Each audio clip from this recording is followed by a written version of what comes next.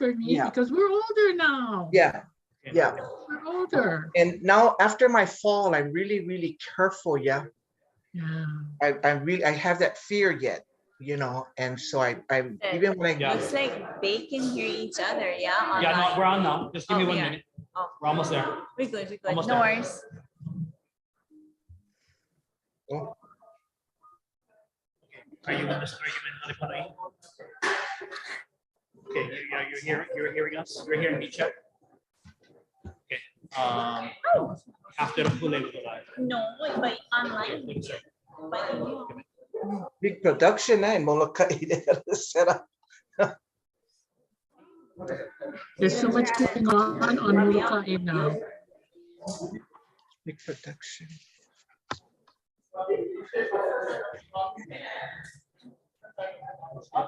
So, commissioners, we're just gonna have to talk a little bit close. Okay.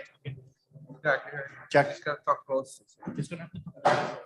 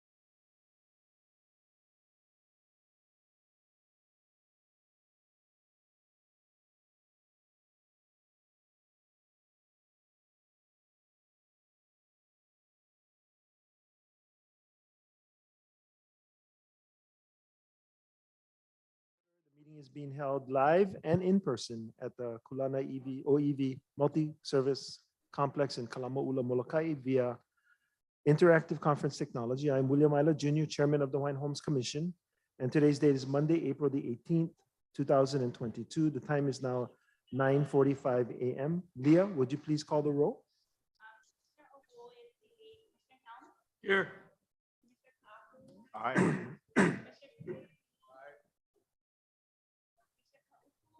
Here. Here. Here.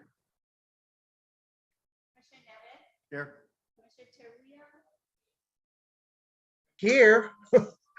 Can't hear. Present. Okay, mahalo. So we have folks that have signed up to testify virtually and in person. Out of respect for the folks who are here, we're going to do the in-person testimony first. There was a typo on agenda item J5 titled Walapue Homestead Association. It should say Aho Nui Homestead Association. The commission will recess at around noon for lunch and to convene an executive session for about 30 minutes. May I please have a motion to approve the agenda? Second. Moved and second. Okay. All those in favor say aye. Aye. Anyone opposed? Seeing none, motion carries. The agenda is approved. One quick announcement. Under Act 2220,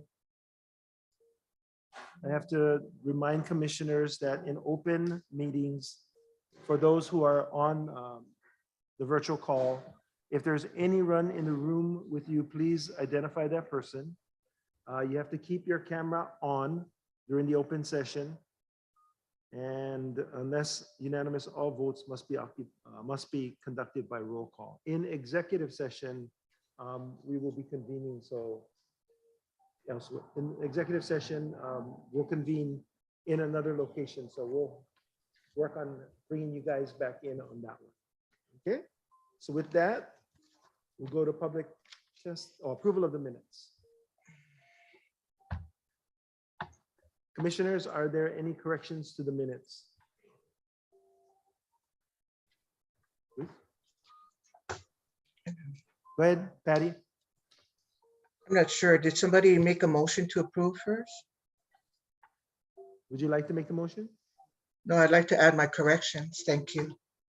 All right, commissioners, can we have a motion to? Well, she's gonna add, go ahead. Thank you, Mr. Chair. Aloha Molokai. Thank you, commissioners that are there. I have on page 10 out of 27, paragraph 1, 2, 3, 4. Commissioner Teruya asked what happened by the pilot program for the 1 point. It should be added passed in December by the commission for waitlisters. I'd like to insert that in the corrections. Okay. And one more on page out of 16 out of 27, paragraph 1, 2, 3, 4. If the staff could provide an update on that paragraph that I requested.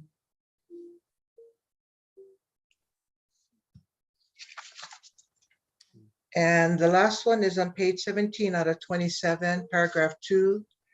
Under Ulukekekui, it should be deleted. It should be Voice of America. They received the 800,000, not Ulukekekui. And with that, thank you, Mr. Chairman. Thank you, Patty. Any other commissioners? Corrections? To the minutes?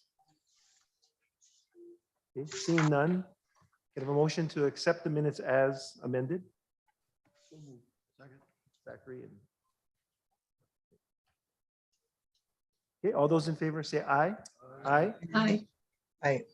Anyone opposed? Okay, seeing none, the minutes are approved. Okay, we'll go to public testimony. First up, Godfrey Akaka. Hello, everybody. Aloha. Can you hear me? Hang on. A little bit closer. Testing, 1, 2, 3. Okay. Can you hear me? Okay, just a couple of topics, quick topics. The first one is kind of being worked on right now, but I'll just share. So my son get one homestead. It's right up behind the high school. It's Uncle Bill Wallace old homestead. Anyway, they're trying to build, yeah, they're trying to build their house, but we're running into some roadblocks. And the issue is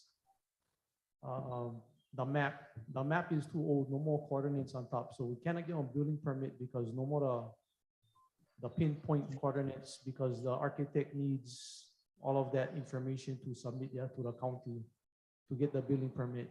So right now, and not to get melodramatic about it, but I just want to share with you guys back in September 2020 is when their loan was approved to build. And so now this is a couple of years later, and then of course we know that the materials have practically doubled, yeah, in cost. So because of the delay, and then right now we're kind of being told that we gotta pay for a surveyor, yeah, to get that information. So I guess maybe I'll put in one request if you guys can help us out with that. We'll look. Right now, Juan is working on that, and if you guys can, I guess, follow up, or if somebody can help him with that, yeah. Okay. Any questions before I? Can you update this to us, please, on his concern? Thank you, Commissioner. Yeah, I spoke to Mr. Akaka this morning, gave me the information. Yeah, it's unfortunate. This is one of the older leases, and the lease does not have, for whatever reason, the coordinates for the lot.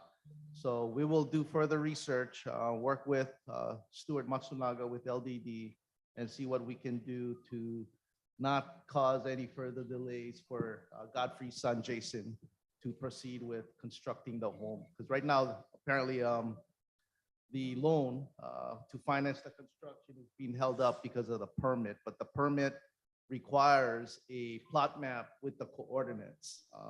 Like I said, unfortunately, the lot is an old lease, and it currently does not, whatever maps that is available to the department currently does not have the coordinates for lot 31A.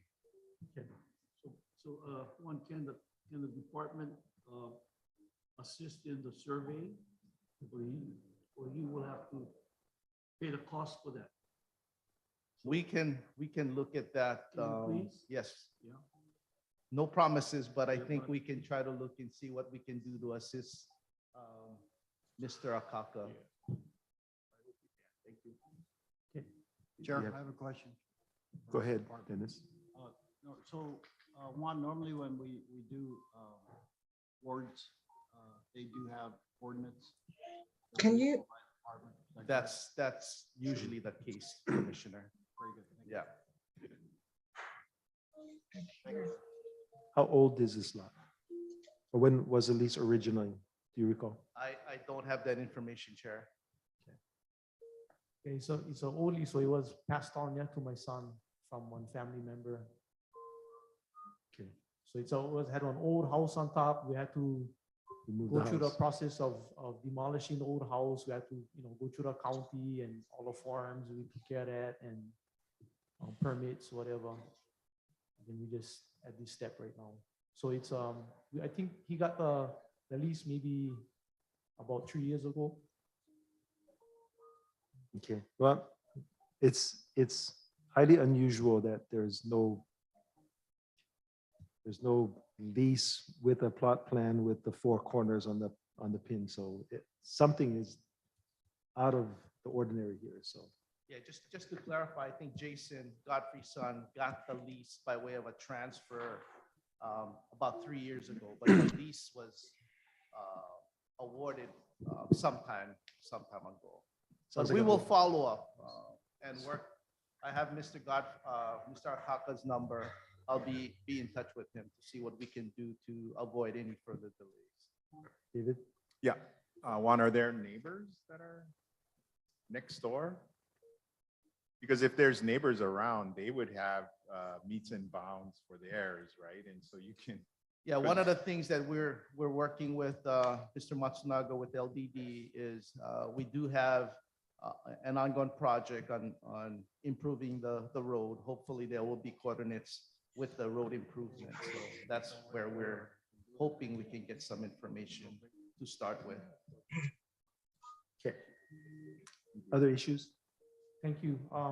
Just one, kind of like one question / clarification. So, and this is, of course, the favorite topic, the water bill.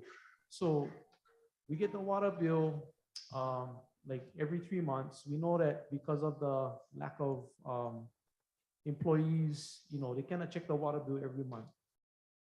So the water bill gets checked once every 3 months, approximately, sometimes more than that. But on a water bill, when we pay the bill, we pay, you get tiers, yeah? First tier, you pay whatever, dollar something. The next tier, you go up in price, yeah? Tier 1, tier 2, over however, 100,000 gallons or whatever it is. But from when I look at the water bill, it doesn't look like it's resetting every month as far as the tier is concerned. So it's like guarantee, by the time we move into the second month, guarantee we into the second tier, third tier. So I guess my question is, how can we get it reset for every month? Because that's not our fault that we're ready for pay the bill, but we know that they cannot check them every month. You know what I mean? So we'll have to, there's ongoing work with of course, the improvements to the system. That is something that we're going to have to work on. You're not the only one that have brought that to our attention. So I would say, just hang on, let us get the improvements done. Let us figure out how to bill on a monthly basis. Then that'll make the reporting a lot easier. Okay, we're not there yet, so just bear with us a little bit more. Or maybe one other alternative could be to just reset the gallonage, yeah, per month. I don't know how you can do that, but without checking every month. Yeah, once we get the smart meters in, then it should be much easier. Okay, that's all I have. Thank you. Okay, thank you. Mahalo, you guys, for your service. Aloha. Next testifier is Cora Schackenberg.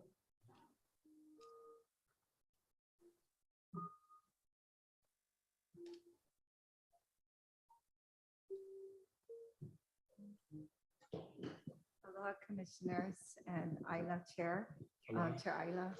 Excuse me, I was out there. Which item are we on? It's public testimony, so you get to testify on anything? all any items? agenda item.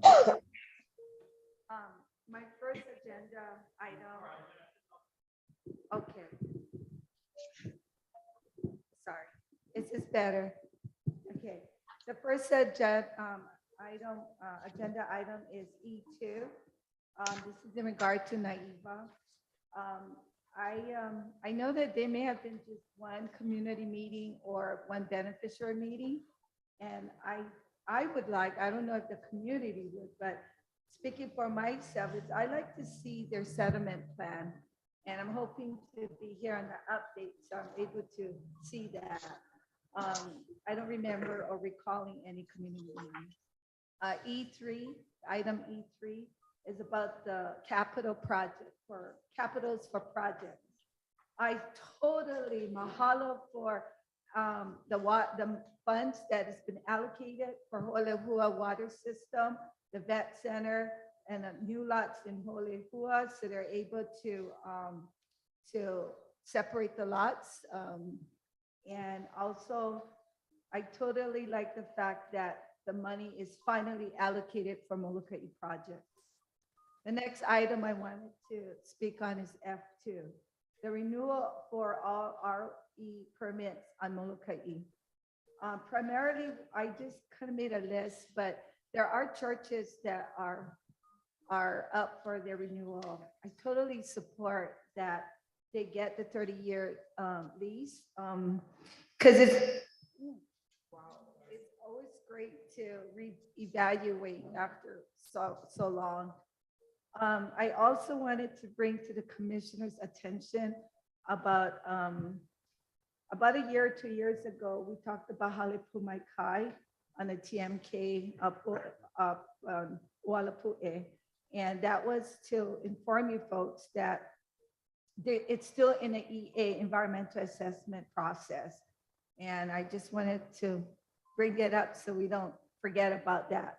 I wanted to mahalo on a G1. I wanted to mahalo John Shorer on his hard work and transparency throughout all the different meetings that are asked for him to share his mana'o.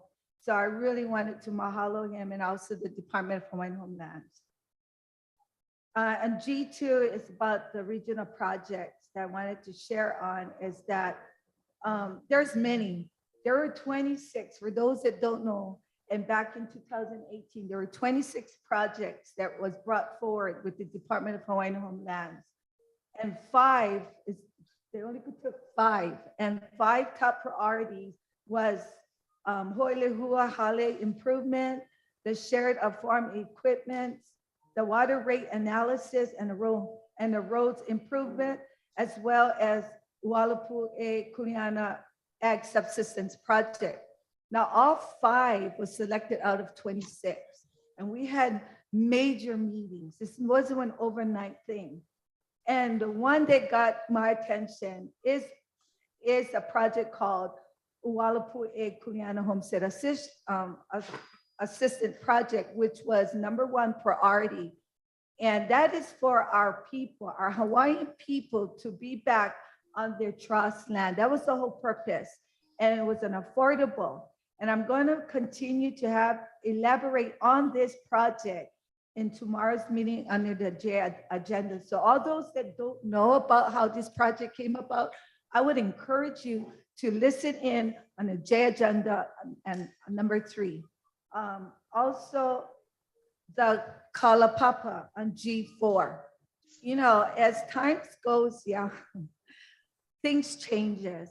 And I really support the association that is spearheading of getting that Kuleana lands back, or well, maybe not Kuleana, but those parcels back from Kalapapa for our home, our waitlisters.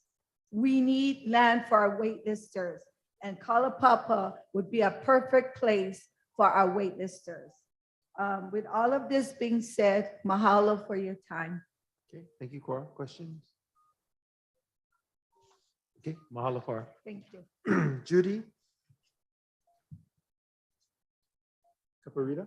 Thank you, Judy.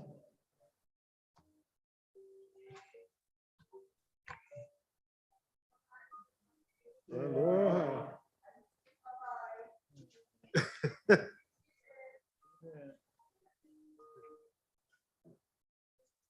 I really want to thank you all for showing up for these meetings, because it's important.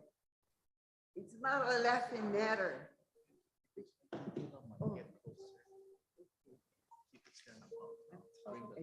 I get big on those.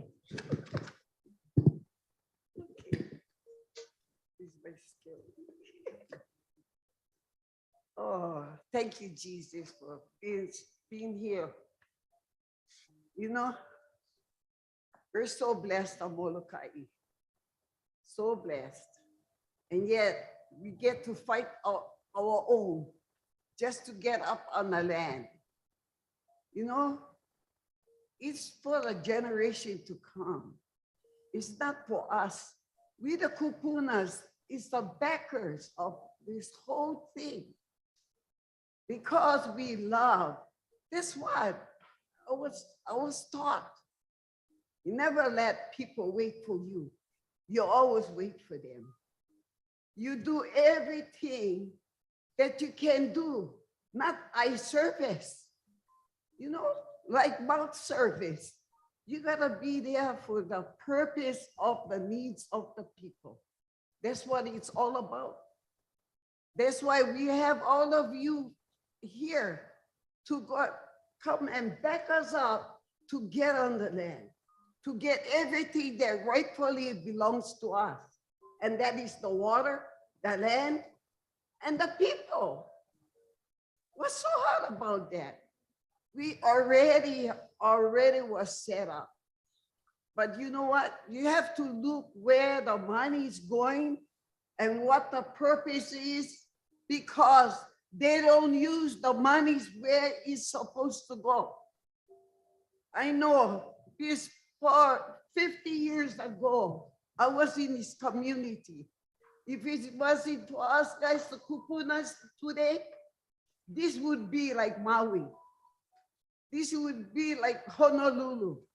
But because we cannot afford it, even till today, we don't can afford. If you get one house, you gotta put a house on the land. The land is cheap. $1 a year. And then you gotta put a house, and that's what costs us money. That's why, and so we're going on the grid. We're going on the grid because there is a story to it. That's what spoke up. We never hide nothing. What for? Jesus sees everything we do. What for? That's why I needed to share that. I thank Jesus for all those that is trying to help us, guys, because I know God, He already told me we are blessed already. We're victory, but we need to know. Our people need to hear it. It's not what you can take with us. We no can take nothing with us. All we're doing is to leave it to others so that they can go ahead and grow. Everybody's beating us up. Everybody's robbing us. And this is why we have to stick to all the needs of our people. Ayla, he knows me. Because I know. Because you know what? I talk, but I do the job. I do the job. Even till today, it's so sad when I see everybody fighting for something that we don't even belong to. We can't stay for our life here on this earth. It is temporal. That's why I said to myself, I said, Lord, use me as a vessel. I go everywhere. I pick up anybody. Because why? Because that's God's people. We are all part of each other. We need each other. And that's why I say, I'm talking about G1 and G2. You know, we're waiting. We're just waiting for them to do their job, get it checked out, and then we know where we stand. Because we still don't have the land. We still don't have the land. We're fighting for something that we don't even see, but we believe that we're going to have it. Because I needed to share with all my Molokai people, we support each other because why? Because we are one. We are one. And then we need to know that I love you guys, you know.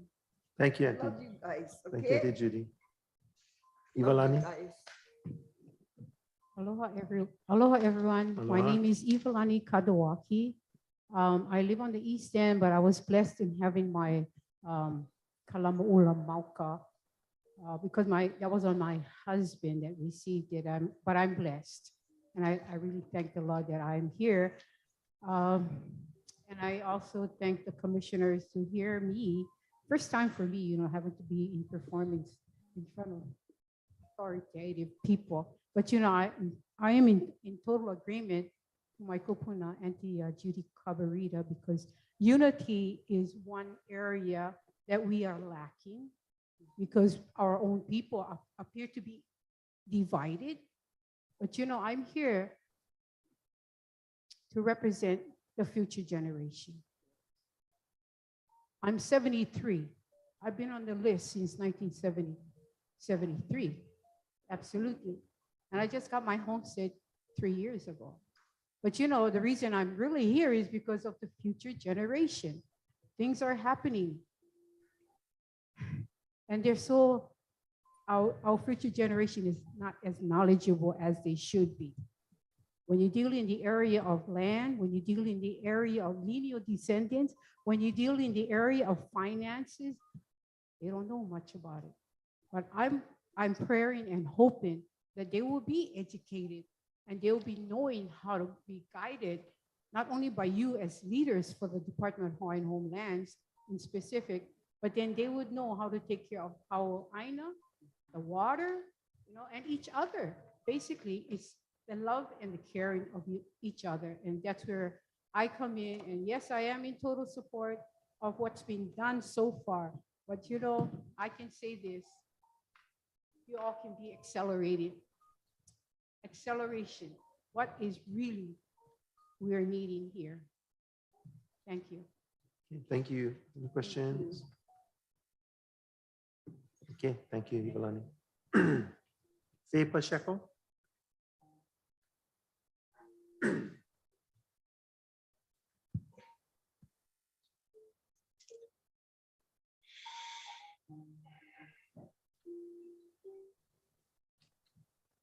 Good morning, commissioners.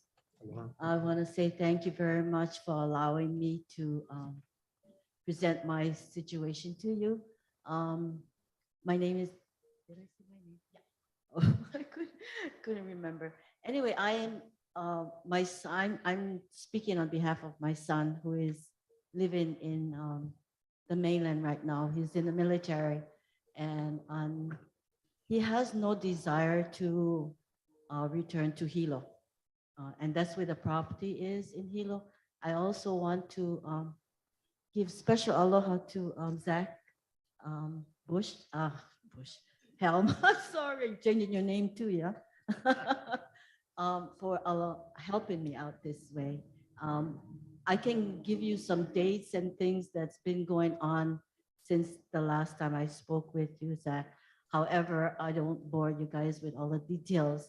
But I think the situation here basically is because we are understaffed. Right now, I'm waiting for word from the department to say, okay, come in and let's sign the lease over to the transferee. Yeah, but I've been trying to call Hilo office. I've left messages and never got a return call.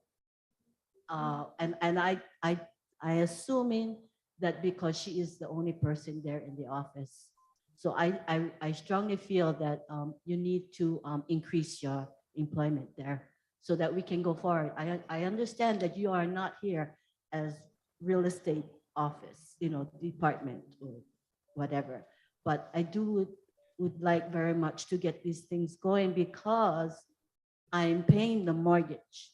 I'm not living there, but I'm paying the mortgage because my name is there. And with my son not returning, I have no need to keep the place. So I have an interested party right now who wants to take over the lease.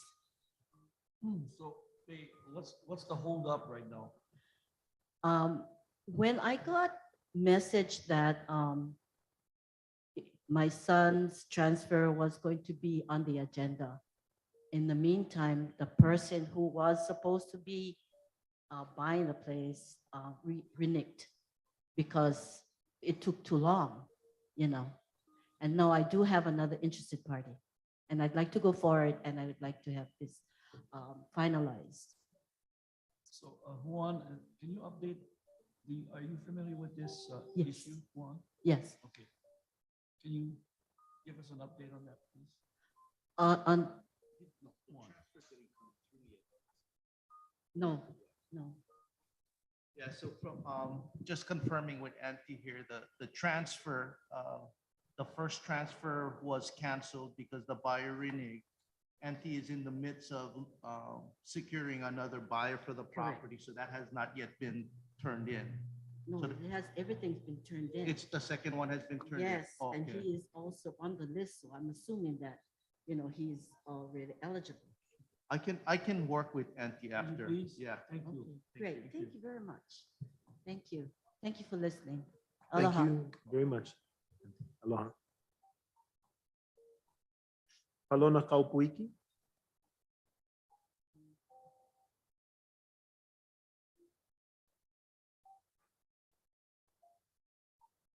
Yeah, been seen him for a while.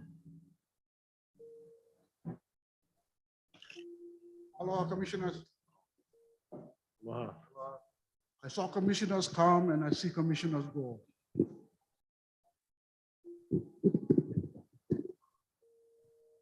And I thank you guys for coming. Ayla, I know you for over 20 years. Randy Alwo, another brother I know. I grew up with this brother over here from Hanabara days. You know, I will try not to offend you guys, and if you guys feel offended of my manao, forgive me. Number one, it's about the water, our water. And with the new strategic plan you guys had with our water, you guys just like, you know, the commission is like threatening us. They were saying like if we're not paying the bill, or if the bill is kind of high, number one, just gonna send us the kind of warnings about our water, and then if we still not pay the bill, and then they're just going to come again, and I think 3 times you don't pay your bill, then they're going to shut off the water, and that's not right. You know, I told the commission, you won't come my place. You guys got to make your guys' body hard because I'm going to break you guys' bone. We need the water. God gave us this water. And my concern is how come the airport, they get an 8-inch pipe, potable water, Molokai Airport. They don't pay water bill. Brother Zach was saying before he came commissioner, Brother Zach was saying they should pay the water bill for all the delinquent VCs on our commission land. Yeah, I will dig that, but now he won't commissioner. Yeah. And then I believe that each island, instead of the governor picking you guys up, we should get each island, we make the leases nominate. We pick our commissioners, each island. Why? Because we know the background of our people. Number 2, amendments, 59, statehood. Before 59 statehood, we was the Act of 1920. Then when came statehood in 59, everything went change in 63. My grandma used to work. I was born traditional, meaning my biological mom, who I thought was my sister, never tasted milk from her nenes. My grandfather would pick me up. And when I was 11 years old, I called her my mama, my biological mama, sister. When I never knew that she was my biological mom. I thought my great-grandparents and my grandparents was my parents because they're the ones who changed my diaper. But the deal is, traditionally, traditionally, I was raised, not raised, trained. And that's why I get really emotional when it comes to the land. I'm not one farmer. I'm not one carpenter. I'm one fisherman. That's where my mana stayed. That's where I trained, trained. When I was a young boy. The uncles, the grandpas, party, kalupig, but they're talking the same manao, same panao. I was wondering how come. Now I know how come. Now I know. This is my GPS. No more GPS, that is. I don't need GPS because traditionally, you guys should know, if you guys was full on Hawaiian, but again, if you guys like be Americans, it's cool. If you guys like be Americans, but don't forget who you guys are. Bottom line. That's why I was born, I was trained traditionally from my grandparents and my great-grandparents. And I'm proud of that. And because of that training, I don't like our threat to developers on my island of Molokai, born and raised over here for generations, bro. But the amendments now, when I was growing up, it was really different, Zach. When I was growing up over here. Now it's like they're killing us. From 63 to now, over 100 amendments where we was. We was the guinea pigs. We was the first homesteaders. They make us guinea pigs. They gave us land where the water was blackish already. They bring in this big, the kind of King Fuel guys, pumping with this fucking big pump. And then after that, when the water was blackish, but we no can drink them, they give them to us. We always get the backlash of everything on Molokai, but we was the guinea pigs. And today, over 100 amendments, they're killing us, brother. We're losing, we're losing our vested rights on these lands. Bottom line, Alona, can I ask, is there one example of an amendment that you are opposed to? I oppose all the amendments, Ayla. To, Every single one from number 1 to 145, I oppose them because the thing is not helping us. We're not gaining nothing over here. to the Hawaiian Homes Commission Act or to other? To you guys. You guys should know, Ayla. Maybe you wasn't there, but now you're there. But to you guys. That's why, like I said, I saw commissioners come and I saw commissioners go. And it's sad because you know what they're trying to do, United States of America, they're making the Hawaiians beefing Hawaiians. And I said, I don't know, Ayla, if you remember Miley Elementary School when I was on the cultural committee. And was heavy, Ayla, they was heavy. Hawaiians beefing Hawaiians, they grumbling, blah, blah, blah, blah, blah. And I never said nothing on the panel until they were like, hey, Molokai, what you got to say? And you know what I told you guys, Ayla? I told them, when I came on the airplane that morning, what my eyes see on your island, I disagree, but who am I? My people belong on Molokai. Any issues with Molokai? That's me, but never had. Then they talk about Hukilau. Eh? Auntie was saying, we got to come together. My family, we Hukilau. We Hukilau, yeah. But on the land, me and my brothers and sisters, we fight, we grumble, everything. But when time for eat cacao, yeah, the boys the one put on net, the girls the one open the stock. When the bag of stock, Helena, stock, all the cacao we had on land, we working together because of our food. And then now get the apology bill again, the apology bill. This is the millennium now. What's happening? Ayla, what's happening? We don't know. We are, you know, I don't blame you guys, but they're killing us. They're killing us. The leases, they're killing the leases. Where we had vested rights again. That's why I was wondering what the hell happened to our vested rights on our lands. Amendments, bro. How can I amend the amendments to oppose this amendment and bring back our rights on these lands? How can we live? Nowadays, the amendment is forget the kind of residential lots. They're going to your records. If you know what this much, even though you get awarded residential lots, they're going to look at your background. They're going to check how much bucks you're making. And if comply to the residential, the kind of rules and regulations. Again, rules and regulations not comply to the leases because we're not workers. Rules and regulations comply to the workers. When you go sign up for one job, you sign the paper, you give them to them. Now, if they're going to hire you, they're going to tell you, okay, here, this is another pala. The rules and regulations of your job. We're not employees. We leases. Alona, I'm going to have to ask you to kind of wrap it up. Your concerns. I think I wrote down the amendments. Okay, but you see my comments. Yes. You've been in there a long time, bro. Yes, I think 30 years too. I think that there are some Hawaiian Homes Commission amendments you may be opposed to, but I think there are other amendments that other state agencies have that you also have an issue with. So we can. The commissioners was before you guys were sitting down on these chairs who represent us. They're the ones over there making agreements too. They're the ones got to vote on the amendments. No. We the ones supposed to do the amendments. We're supposed to sit down on a table with you guys and we recommend the amendments, not you guys. Us guys. Who us guys, Ayla? Who us guys? I'd like to get a lessees. I'd like to find out from you more specifically after the public testimony when we get a break. Okay? Ayla, my friend, Ayla, fisherman. That's how I know you.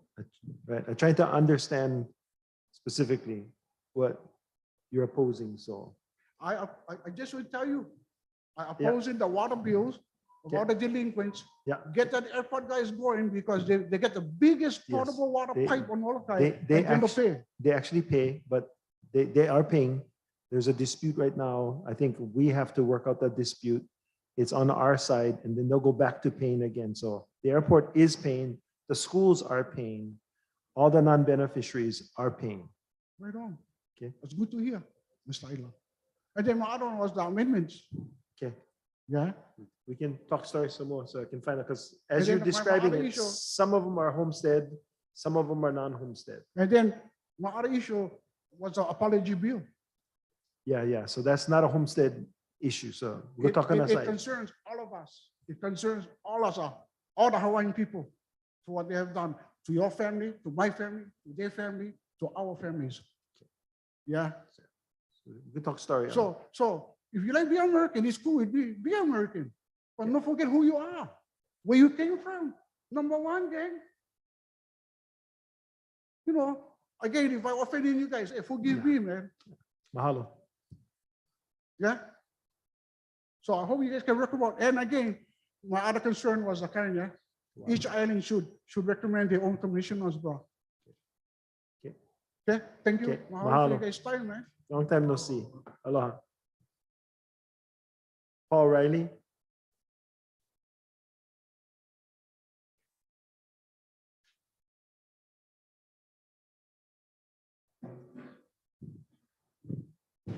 Aloha. Hello, Commissioners, Chairman. My name is Pariel. I'm here with Uncle Miller, my oho, and we're both elders in the Molokai Congregation of Jehovah's Witnesses, and we're both Hawaiian homeland beneficiaries. I live in Kalamula, fourth generation. My mom is the leaseholder at this time, and we're here to request for agenda item F3, and our request for right of entry for the area right behind our Kingdom Hall, our place of worship, just on the road here. We used the same area about 30 years ago when we built our present building now. We've been actually on the property since the 1950s and holding our meetings there, and it's always been public and free and open to everyone, and we encourage families to attend, and we never have any, we never collect money from people. It's always based on donations, and our work is being supported by donations. And same thing with our upcoming remodel project scheduled to begin soon. All volunteers, most volunteers are from Molokai or the neighbor islands. We have a few invited from the mainland skilled workers, but they've all chosen to be vaccinated to help keep Molokai community as safe as possible and to abide by any rules or safeguards along that route. The overall size of our building won't change. We're doing some of the rearranging the room size, but what we like to request is just to use the area right behind our hall again. It extends about 75 feet behind our property, the same width of the property, just to use it at this time as a staging area for equipment. Probably have a tent set up for people to use. So. Okay. Any questions from commissioners? Did you want to say anything also? Hello, Yes. mai kako. Hello. O wau o Miller kalama ula mai oho. O Molokai ku o ne hanau. My grandfather came here as one of the first homesteaders in Kalama Ula. I am third generation homesteader. I live up Ho'olehua right now. We are spiritual people, yeah, us Hawaiians. And in the past as today, we can choose who we worship, yeah. And that was always a choice that the Hawaiian people had. So I've made my choice and I worship the God of the Bible, Jehovah. And I'm part of this organization. And we like to mahalo the DHHL for setting aside pieces of land for everyone to put their buildings and to worship there who they want to worship. And so right now, our building is called the Kingdom Hall, and it's located right down the street. And what we do is we help the community by offering information from the Bible, Bible studies, and to fill that need that people want to worship. So right now, we're doing renovation, like Brother Rial said, and to better service our community. So right now, we're just asking just to use the portion of the that goes 75 feet beyond our property that we are allotted, just so that we can store our materials, yeah, because the materials gonna be coming in pretty soon, and we just want to use that for helping our renovation process. Okay. Na ke akua puno kako pakahi. May God be with all of us. Mahalo. Questions, commissioners? Looking to the screen, seeing none. Thank you very much for your, oh, go ahead, Patty. Hi, aloha kako, Molokai. Thank you for your presentation. I guess I know this agenda item, this will be on our agenda item for discussion. So to use additional storage, I think it's for staff to answer. So use additional property storage, is that the fee is what, $20 a month? Is that correct? I don't see Kahana. Are we charging the Yeah. party $20 a month to use to storage their construction equipment until the renovation is over? Kahana, That was one of the fees that was recommended to, that would probably be. It was $20 a month with $1,000 general liability insurance.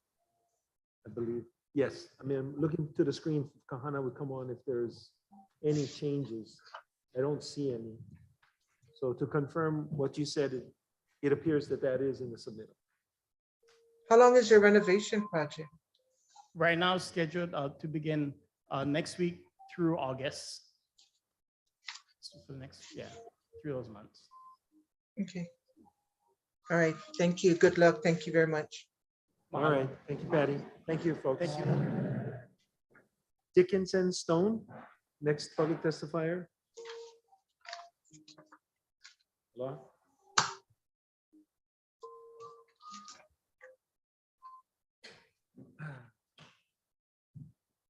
Hello. Hello. Good morning, morning. commissioners. I'm just here in support of Olapui project. We we started this project back in 2019. It's just a flyer that was on a bulletin board at Manai Goods and Grind. And so that's how long this project's been going on. I'm just here in support of this project. And also on, I guess, the water issue is that we came up with a plan of what kind of water system we're gonna have. Is it gonna be a standpipe? Or can I suggest, since we're at the EA stage, if we can put some pipes in there for the homes?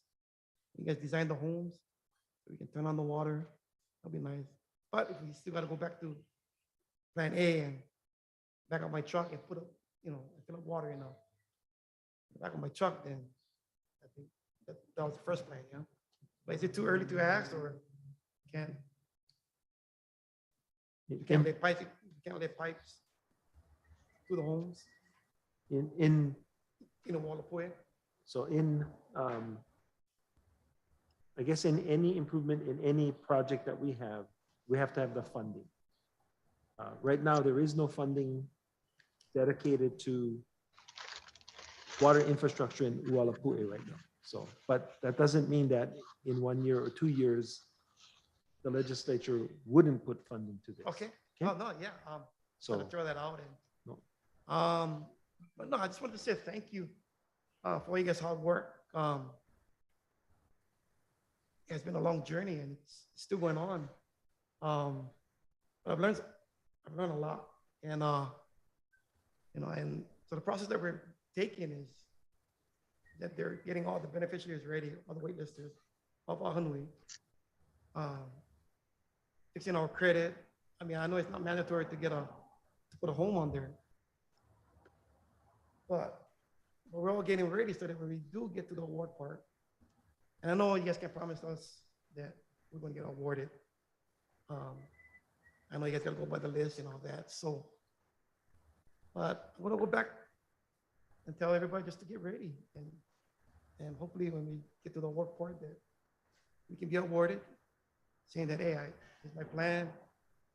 I qualify for this much money, I can build some kind of structure. And if you guys can take that kind of stuff into consideration, that'll be nice. That'll be nice. Other than that, I just want to say thank you to the Planning Commission, Andrew Troyland, Gigi, Julie, and Uncle Zach. All you folks, man, it's just some hard work, man. And all the decisions you guys gotta make. And it's just happy to be a part of the process. That's it. Thank you. Questions? Aloha, Chair. This is Gigi. Yes, Gigi. Just to clarify, aloha, Dicky. Nice to see you. Just to clarify, Chair, the water system for the Ualapu'e project, it belongs to the county. The department's water system does not service that area. So just to clarify, the water system is the county's for the East End. Mahalo. Thank you, Gigi. Thank you. Clear that. Thanks, sir. Bobby? Bobby? Okay, there you go.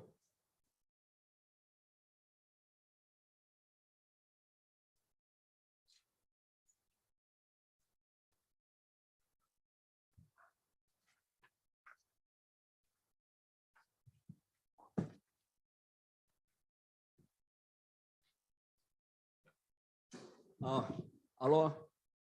I have in front of you guys is the lease addendum that's in front of you guys. I'm not here to question the legality behind it. That's not the issue at this time. That can be addressed later on.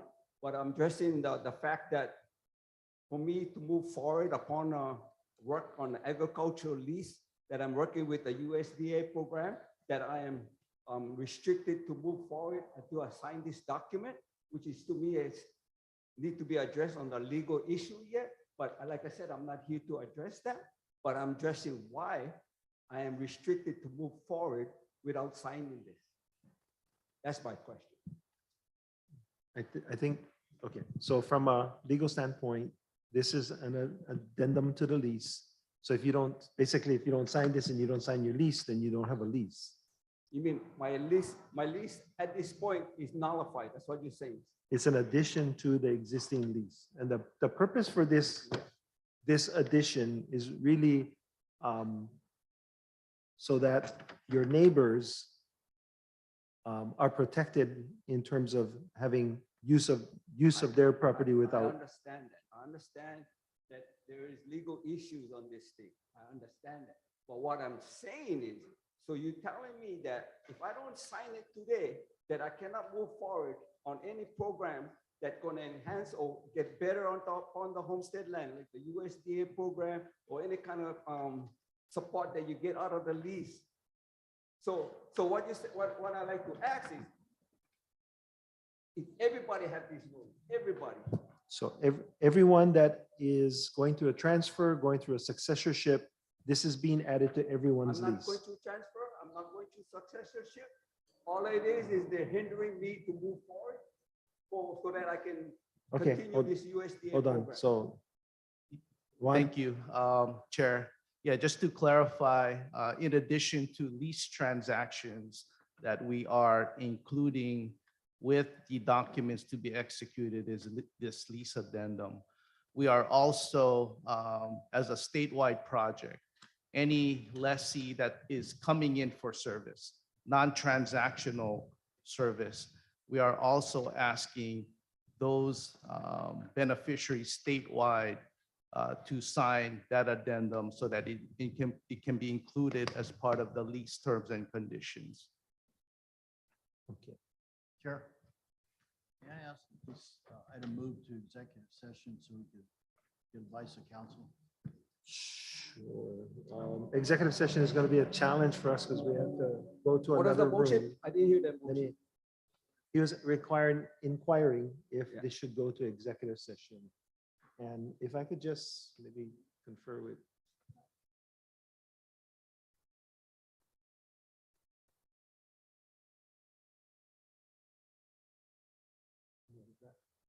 He's asking to go into executive session. So there's no agenda item that is addressed by this in executive session. This is being brought up in public testimony.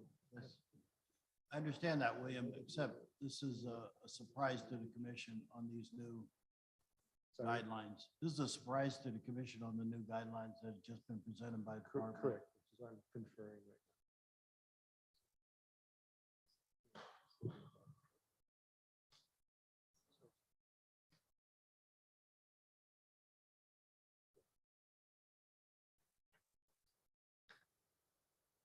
Yes, yes.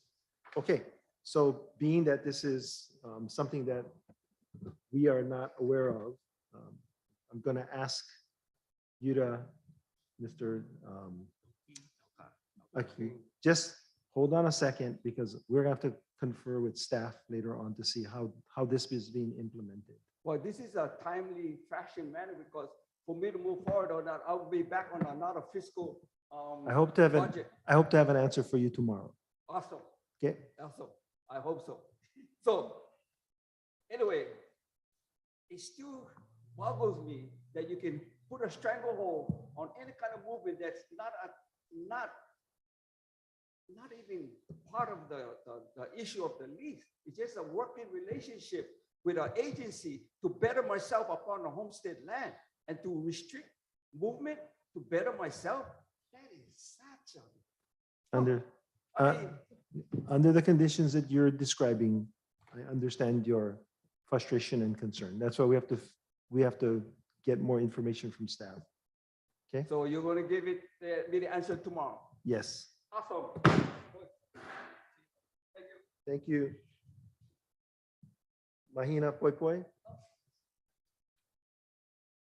Okay, so we're done with everybody that's.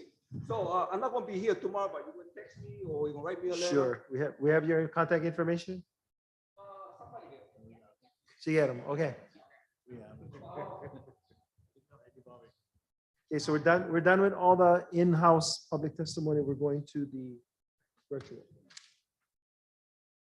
Give us a second because we have to let people into the virtual meeting.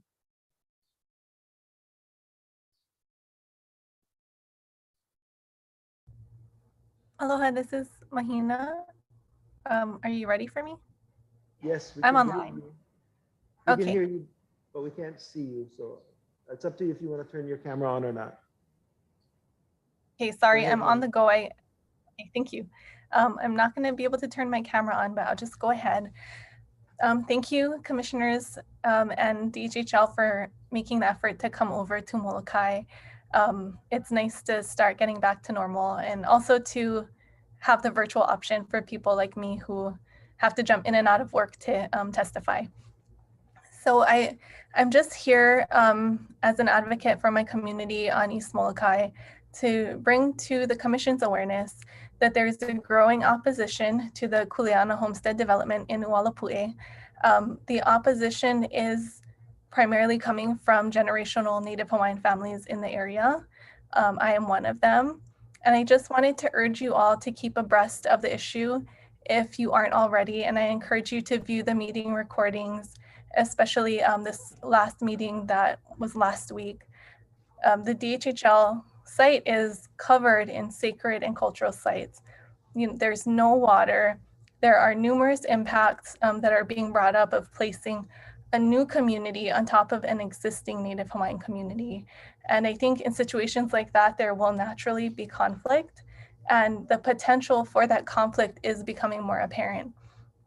I feel like DHHL is going to put hundreds of thousands, if not millions of dollars into this project that in the end is not going to pan out and that really don't provide the maximum ability to prosper. I feel like the situation as it's being described will be an everyday struggle to survive. And I question at what point will a risk analysis be completed to really make a responsible decision and to make sure you're using your money as wisely as possible. I'm certain that the archaeological significance of the area will easily warrant a full AIS. We're ready to contest the EA and push for an EIS. That's potentially millions of dollars, years of additional work. I think fiscally, you have to consider, you know, at what point is it not worth it? And at what point is it more feasible to redirect that funding into other priority projects that are just as deserving? And about the water, it's been made very clear that DHHL does not provide infrastructure. So if that's not the case, then I think it would be helpful to know. Again, to develop water, you would need a lot of money, years-long process through the CWRM for a water development permit.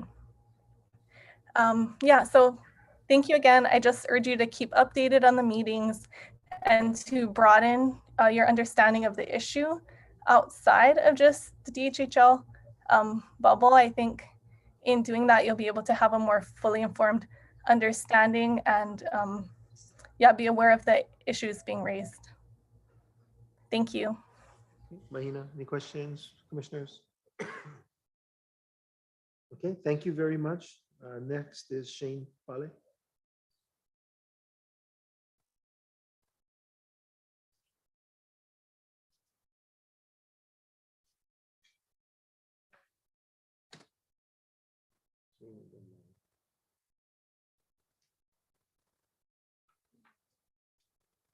Okay, Shane, can you hear us?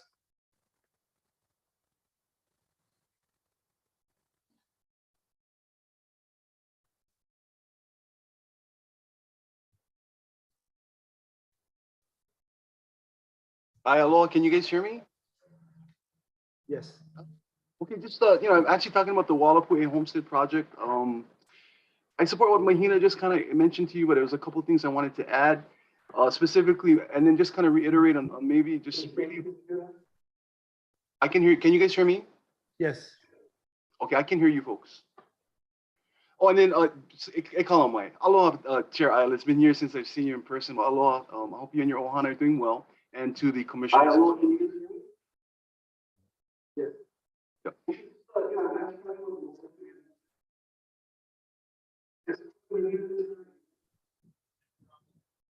Okay, you know what's happening? The live stream is starting to provide some feedback. Can you turn off your live stream, Shane, and then we won't have the delay. Let me turn on my light. Okay, hold on.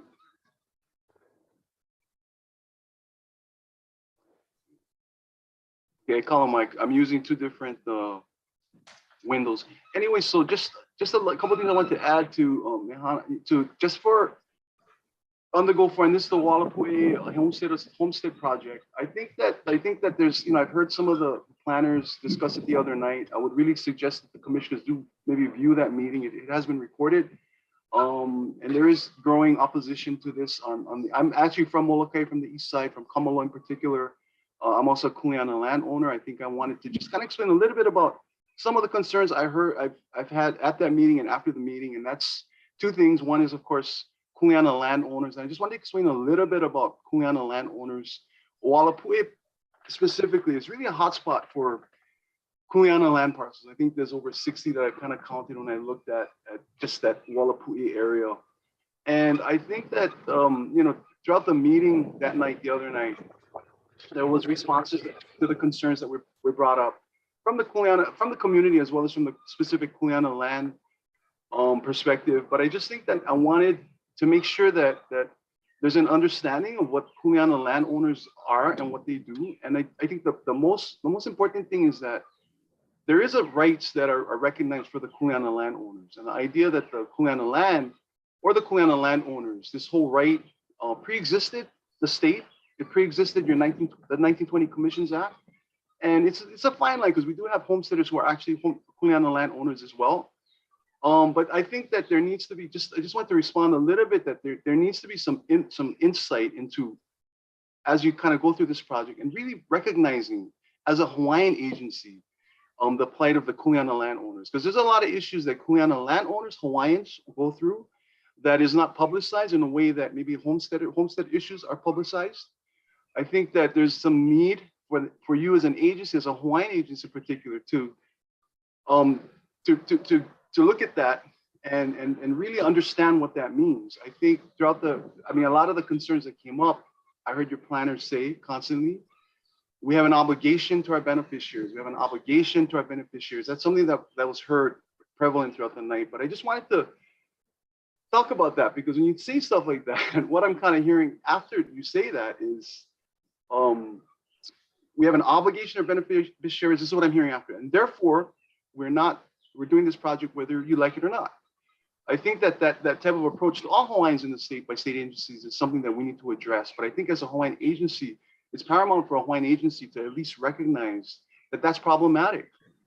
The Kuleana lands really pre-exist the state itself and the 1920 Commissions Act. These Kuleana laws were actually part of the kingdom laws that are adopted in the state constitution. So it is laws that are recognized and things that we struggle. I know that the water issue on that site is really amounting to be with the county issue. If you want to know any kind of disrespect from government to Hawaiians, you just look at the Kuleana lands that Kuleana landowners have to endure with the county of Maui. It's just a long list of things that I can share with you. But I think for the most part, it's just, I think you have an obligation to your beneficiaries, but I think foremost and first of all, you do have an obligation to us, just simple respect. And I think that's kind of what was missing a little bit from some of the mana'o that was shared by your staff. And then the other thing is the water is another big issue. I mean, 900,000 gallons of water you guys are trying to quantify for usage for your Hawaiian Homelands project. I think it was astonishing to even hear that. I didn't know that it was that amount until that night when we came 900,000 gallons of water, being for usage. And that is very concerning. So I just wanted to go ahead and just share that with you folks as stuff that to think about as you guys are proceeding, even thinking about if this project is gonna be something you're gonna do. And then just, again, the obligation of respect and Kuleana landowners, you hardly hear anything about what we're going through and what we do go through. Not in the same way that you hear about your beneficiaries. And I do support the DHHL and its intent in every way. But I think that just some simple respect. I mean, the respect should have been really getting community input beyond some community association that's created off a community that doesn't even exist yet. I think that's a little bit of the stuff that kind of was disheartening in kind of hearing a lot of the way this played out. But in any case, that's all I wanted to share today. Mahalo nui loa for allowing me this 3 minutes to kind of present my mana'o and share. And then, if you guys ever have any questions or anything, you can look me up on Facebook or whatever. Just type in my name and then send me a message. But yeah, I'll be very happy to respond to any questions at some later point. But again, mahalo nui loa for being on Molokai and caring enough to have a meeting here. Aloha. Mahalo, Shane. Commissioners, any questions? David? Yeah, thank you. Thank you for your presentation. I'm just wondering and I didn't watch the meeting, but what are the general concerns of the Kuleana owners other than, so I heard the water issue, but what are the other concerns that the Kuleana owners are voicing?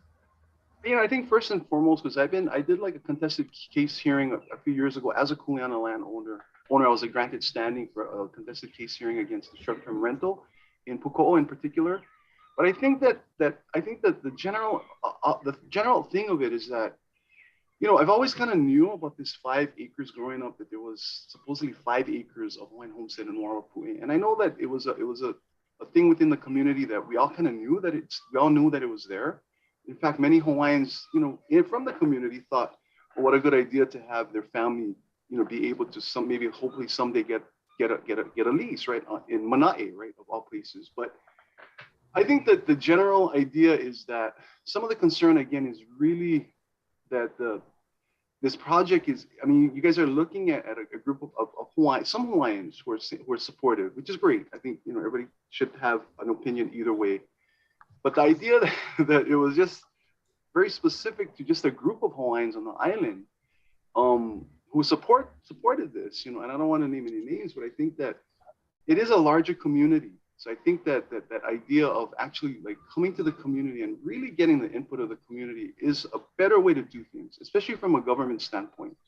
And I think as a Kuleana landowner, that's the first and foremost is this, again, this idea of having respect for the Kanaka, whether you're 50% or not, I think, again, with Kuleana land laws, we face adversities that I don't want to go into particular here, but it's very similar to what we face with the county of Maui, right? They do things, and then later, I think one of the responses from one of your people was that, oh, we'll try our best. That is a typical bureaucratic answer for any Kuleana landowner who's been involved and been asserting our rights as Kuleana landowners. To even prove that we actually own the land. I mean, just dealing with the police, it's pretty much the same response that we get. And as Kanaka, that's something that we all share. Beneficiaries of the Department of Hawaiian Homelands, less than 50 Hawaiians, is something that we all experience when we're dealing with governmental entities that kind of come in, and all of a sudden, we hear that these things that we never knew about, the 900,000 gallons of water, that's pretty major. If you think about 200,000 or just under 200,000 is what is in use every day for the whole of Mana'i. And to increase that to, an exorbitant amount, 900,000, and to hear it at a time when I just kind of coming into it and kind of hearing it, I mean, I just think that is very concerning to me, is that as Hawaiians, we just really need to malama one another from the agency level. I mean, Mr. Ila, I've known him from before his work with the bones issues and stuff from in previous years, and he's a lot of aloha, from before I know him.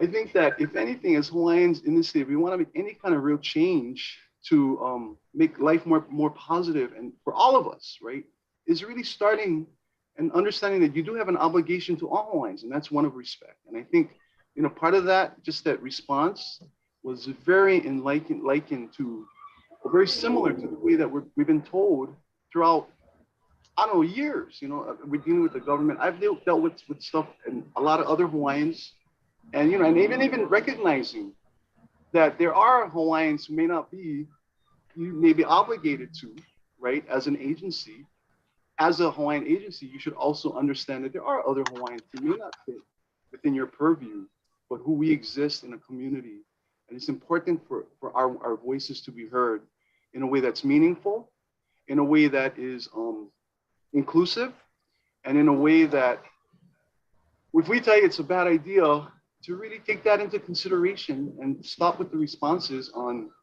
I guess it's very, very codified or response that, oh, we're going to give it the best shot, we're going to try it. It's like, you got to do more than that. I think as a Hawaiian agency, and I think as a Kuleana landowner, that's what I really believe to be true.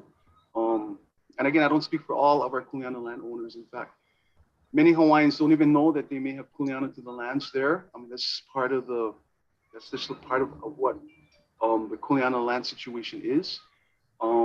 It's very specific. I think, as us, we know about DHHL. I know a lot about the issues of our native Hawaiians, small and native Hawaiians here. And I think that equally, I would expect that. Thank you. Malo Shane, I just want to remind those who are testifying in opposition that there is this due diligence that has to be done first. And then decisions can be made about how many, if any. I mean, we all recognize how many cultural sites there are in the area and some other impacts. So we have contracts, we are moving forward with the due diligence, but the commission will have to make a decision about it at some point. Okay? Mahalo. Aloha, Chair. That's Aloha, okay, Chair. Gigi. That's okay, Gigi. Okay. I'm gonna move on. Thank you. All right. Next up is Lori Buchanan.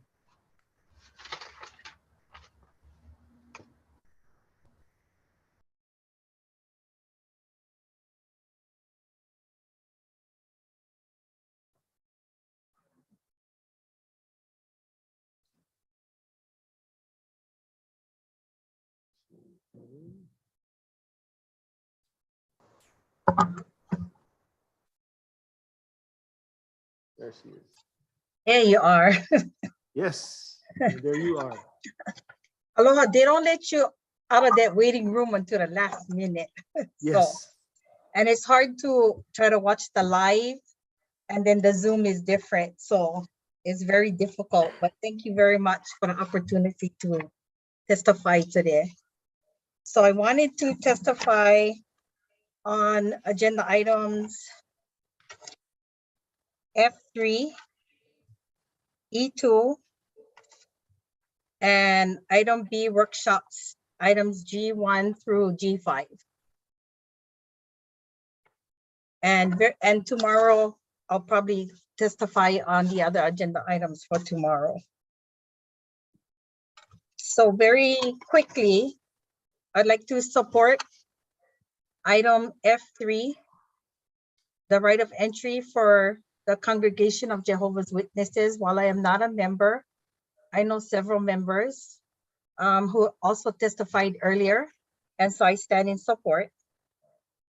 On item E2, the draft EA for the FONSI for the Naiva Ag subdivision in Ho'olihua, I would like to support written testimony provided by Liliana Napoleon, who is the president, the volunteer president for the Naiva Homestead Association.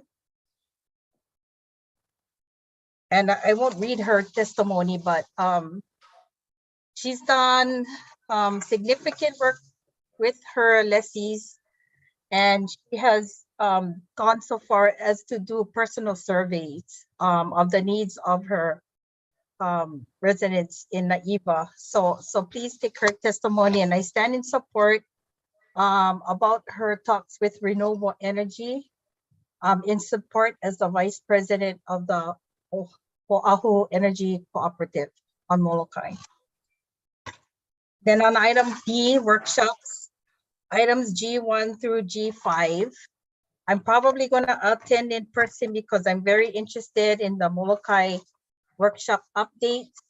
And I'd like to encourage the department to hold separate community meetings outside of these daytime commission meetings for the general public, so we can all be on the same page about what is DHHL doing on Molokai. Thank you very much for this opportunity to testify. Thank you, Laurie. Any questions for Laurie?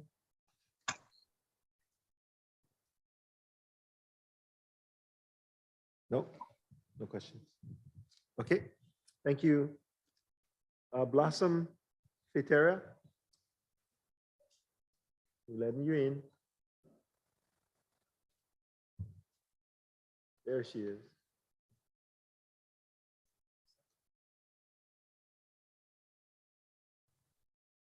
Hi, aloha, Mr. Chair. Can you hear me? Yes, we can. Aloha, Blossom. Aloha, Mr. Chair and Commissioners. Mahalo for the opportunity to provide testimony on today's agenda. Starting with item C2, it's great news that NAHASDA has been funding has been increased to $22 million. So I think this plan is going to be of utmost importance when it comes to serving our beneficiaries this upcoming fiscal year. So I would ask that our commission support the acceptance of that plan so that we can move forward on that. Regarding item E1, the Boulder Drone vision has been in place since 1995 when the department first received it. I'm happy to see that we are finally moving forward with the design and construction and being able to provide our beneficiaries with much needed housing in downtown Oahu.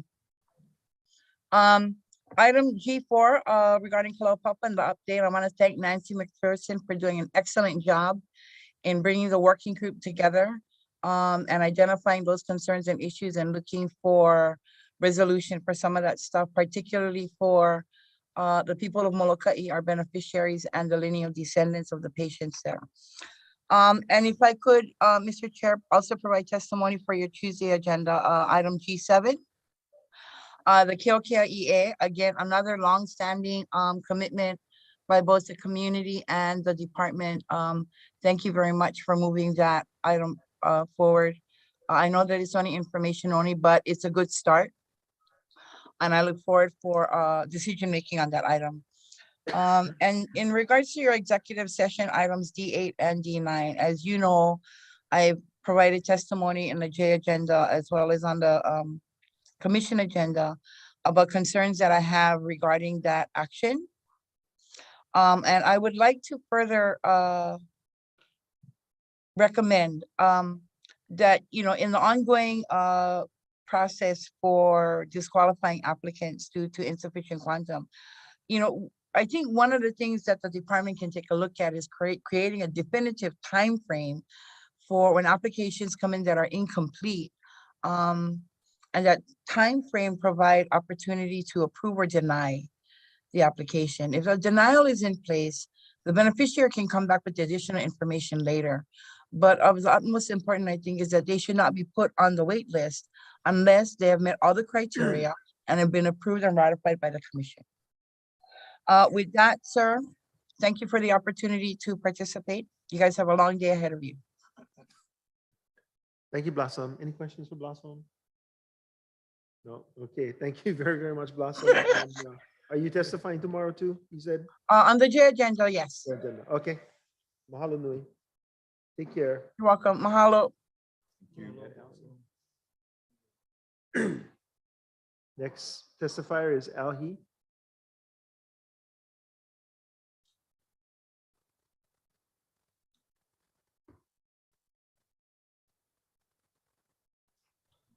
Hello.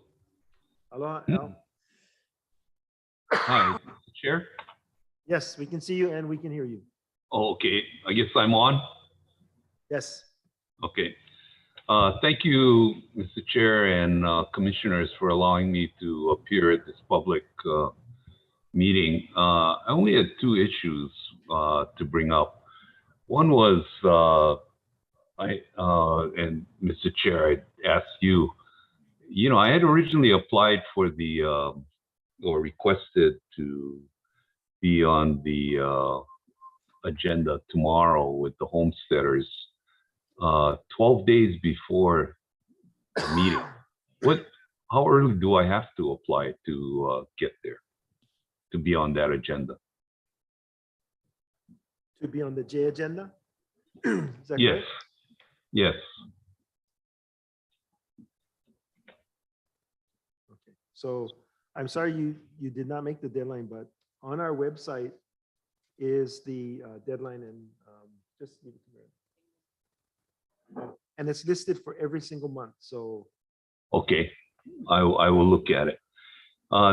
Thank you. The other thing that I wanted to bring up is there's a misconception on basically the condition of Sandwich Isles.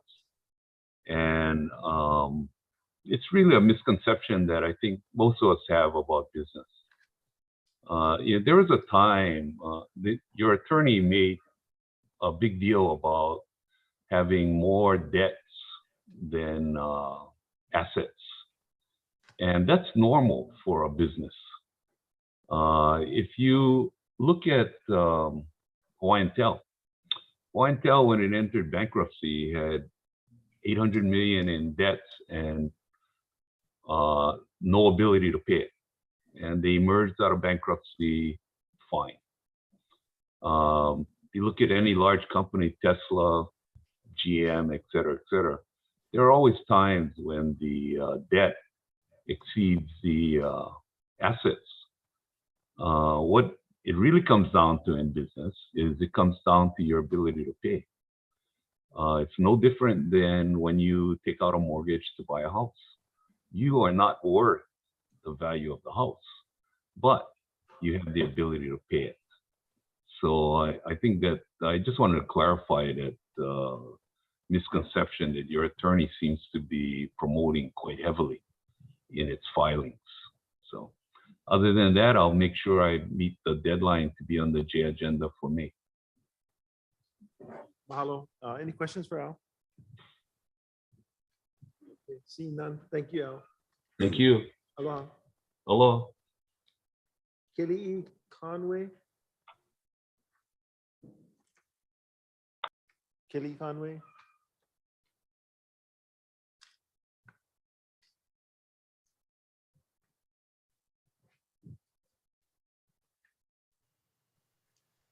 Hey, good morning, aloha. Good morning. Aloha. Chairman, commissioners. I'm here in support of item F3 on the agenda, that Molokai Congregation of Jehovah's Witnesses request for that right of entry permit. No, go ahead. Continue. We're listening. Sorry about that. I forgot the number one rule, supposed to not have two screens running at the same time. Can you hear me now? Yes. Okay, thank you. So born and raised on Maui, but not there on Molokai. So I don't think my testimony is anymore, not nearly as important as as the Molokai friends, but just here in support of some of the technical submittals they made, site plans, construction efforts, things of that nature. So if there's any questions, I'll be logged on. I can answer some of those. Otherwise, I think that's the extent of my usefulness for this meeting. Okay, well, I appreciate you coming on. Questions, commissioners? Commissioners online, I'm looking. Okay, I don't see any. Thank you very, very much, and we may take you up on that later. Nothing comes to mind now. Thank you very much. Mahalo. Hello. Okay, so the next speaker, we're going to ask them to identify themselves. They're in the technical world just listed as iPhone. So let's. Okay, who is this and what agenda item?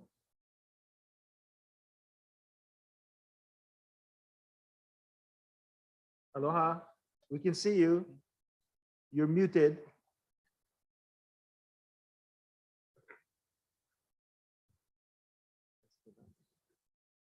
Wait, sorry.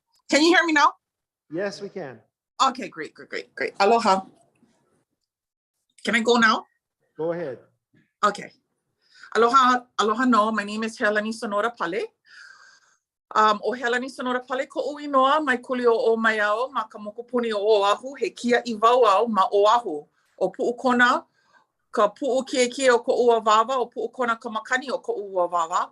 O kuli o ko ka Hawaii o Aquafina ko uwai.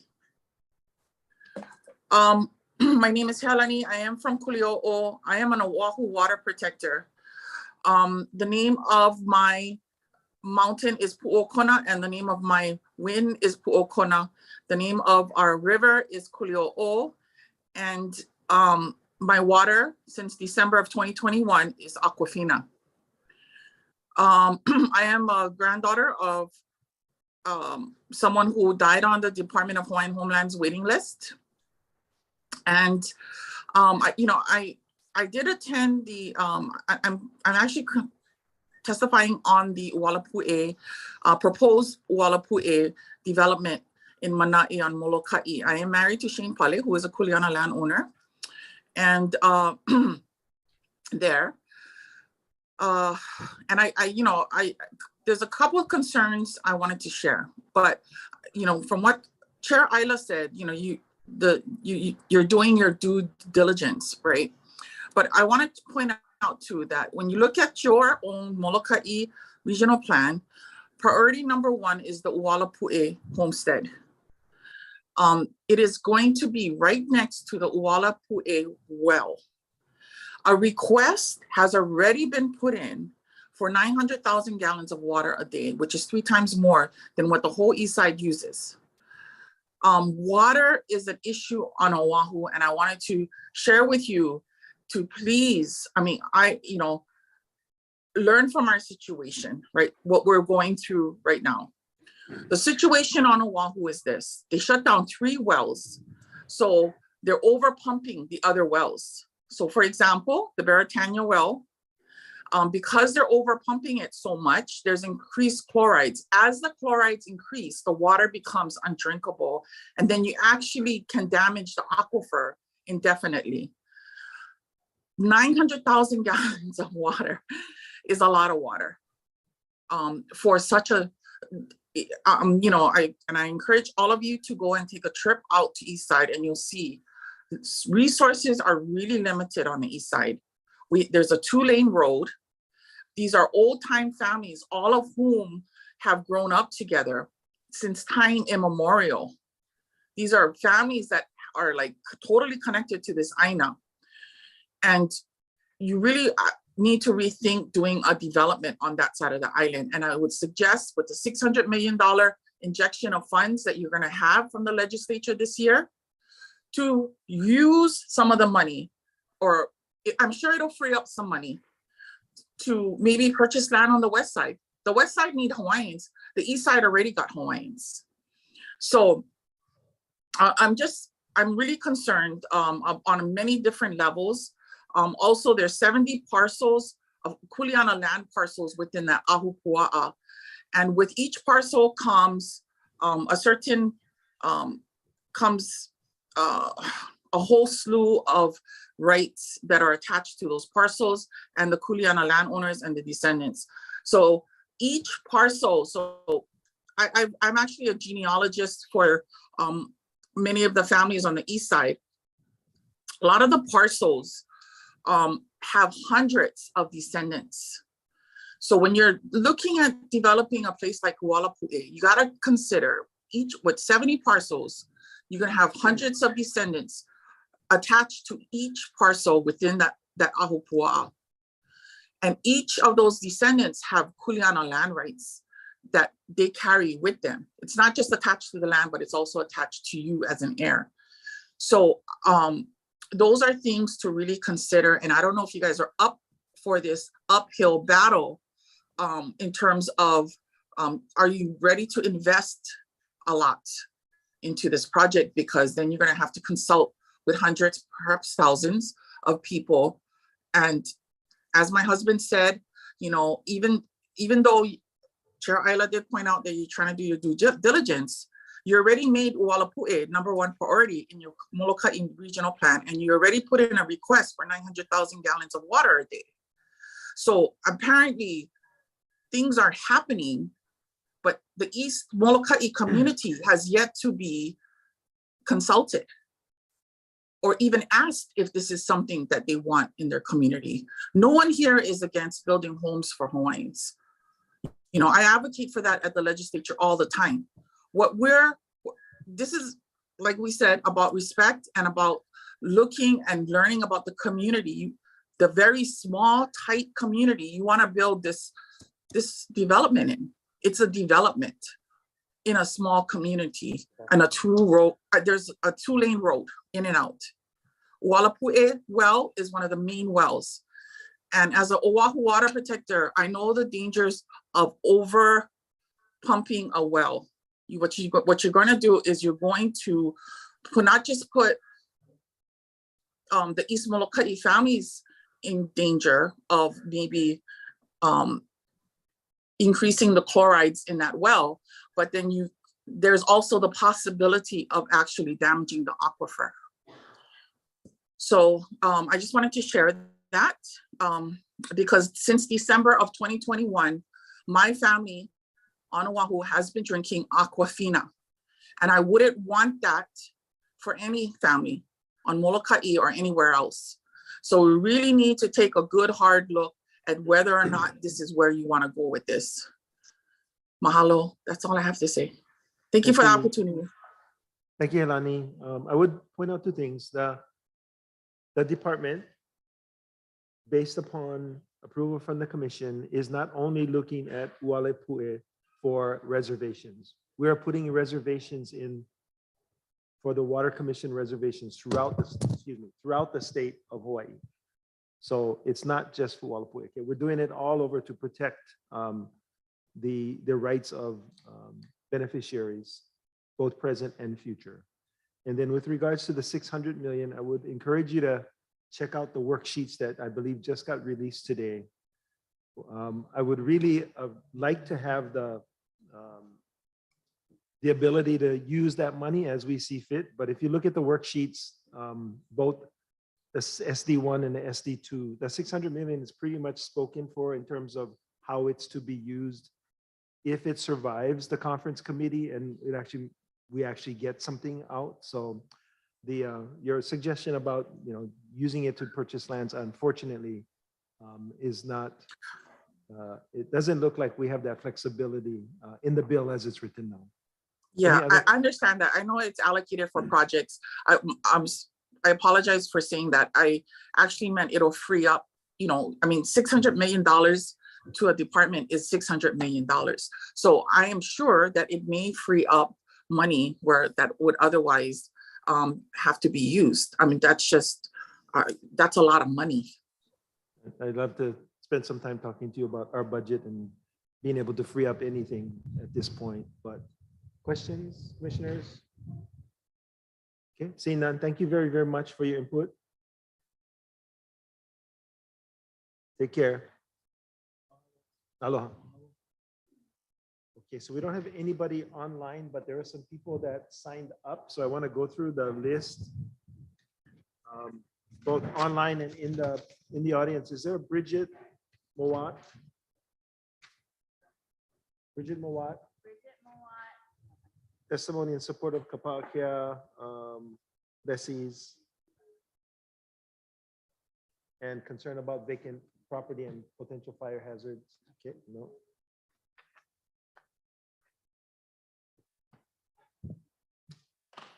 Chelsea May Pupuhi.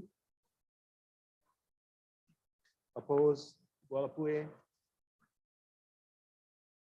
Nothing online.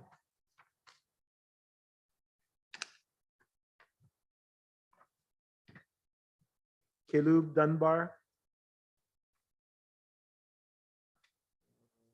Not clear, but it looks like from the sentence opposing Walapue development.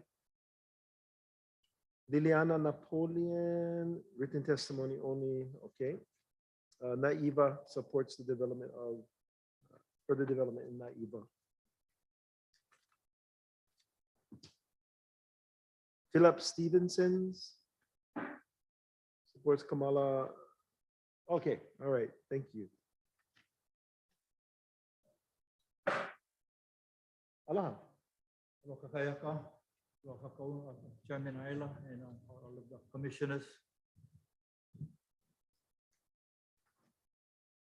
My name is Phil Stevens. Island of Molokai knows me as Uncle Mango. I'm here to speak on items F2 and F3. In regards to F2, you have a number of right of entry permits for places here on Molokai, but I just wanted to bring to the attention of the commission that 3 of those are not native, are not Hawaiians. They're not our people. And one of the meetings that I've listened to and it was brought to everybody's attention that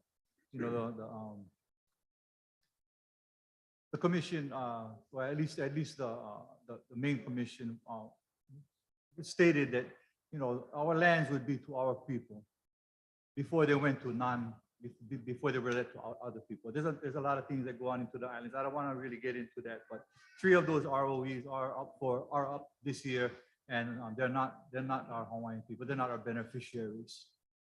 As for F3, the approval for the Congregation of the Jehovah's Witness, I represent the homestead of Kalamu'ula Mauka, Hawaiian Homestead Association. And we do want to back them up on that. We want to go for that, but we also want to ask them, as we are also applying for an ROE of that particular property, that they would also confer with us and talk with us. We've met with them, and I believe they are of mind of that, but that we would talk together. We're looking at a long-term ROE.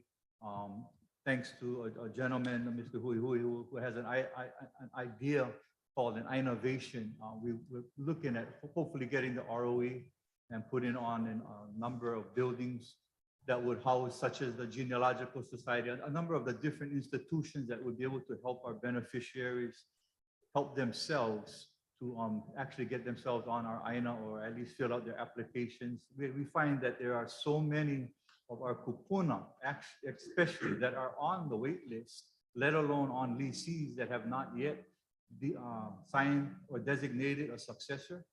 There are many on the list here on Molokai who have not even signed the paper for the extra 100 years. And we have a couple, Kalamu'ula is up next year. Kamililoa is, and Ho'olehua we need to get all of this information out to our people. And that's one of the plans that we have. It's called, we're calling it innovation. So we are looking at a long-term ROE of the same property that they would like to utilize. We want to back them up. We want to work with them. And it's my understanding that they might not get an access from the back road through that, which I think would be important, especially for the machinery, because it probably could not come from the front road to get to the back. And if they can't get that, then we, if with Kalamula Mauka Association going for the ROE, I think that we could help them possibly obtain that to be a benefit with them. A quick question. Are you supporting, or is Kalamula Mauka supporting their temporary use of the land? Yes, And we then are you plan supporting to, that, yes. and then you plan to come in and ask for an ROE to the same property? Yeah, we're supporting it, but we're also asking that they that we talk together with them with the plans that we have as well, as we're talking with the department. Okay. Other commissioners' question? Russell? Thank you, Chair. Thank you for the testimony this morning. Those 3 ROE you mentioned, non-beneficiary, can you identify that for me, just from my knowledge? Who are the lessees or who are the holders of the ROE you're talking about? You know, I don't have the packet, so I cannot. I just looked at it last night. I didn't have the packet, but I saw that. I can get back to you on that. No, I can work with the staff folks, but thank you. Commissioner Kaupu, I have the list. It's on Exhibit A2, item number F2. The 3 are Monsanto Hawaii, Molokai Humane Society, and Partners in Development Foundation. Okay. Thank you, Kano. Yep. Okay. Commissioner Kaupu, you're good with that answer? Yes, thank you. Okay, Sure. thank you. Thank you very much.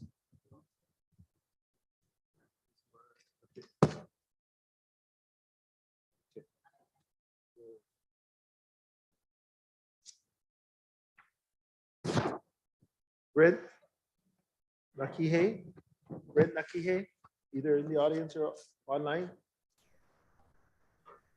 Aloha, Chair. He's not able to make it. He submitted written testimony. Okay. Renewal of Ahupua'o Molokai's ROE. Deshale Hemuli, written testimony supporting Ho'opili Farmers Association's renewal of ROE 507 to Ahupua'o Molokai.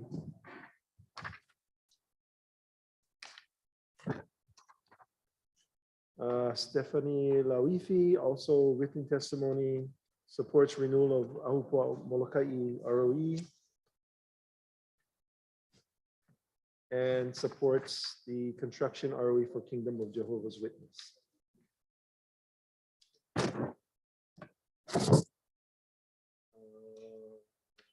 Mary Nalau Hala Pale.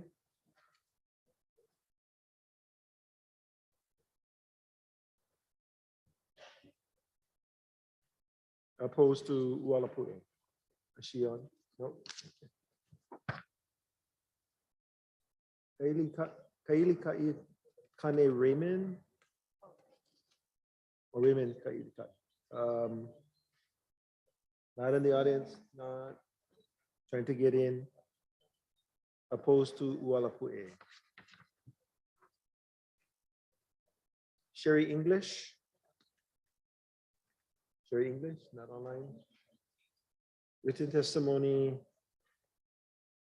supporting the Ahupua'o Molokai's renewal for ROE 507. Emma Otupale.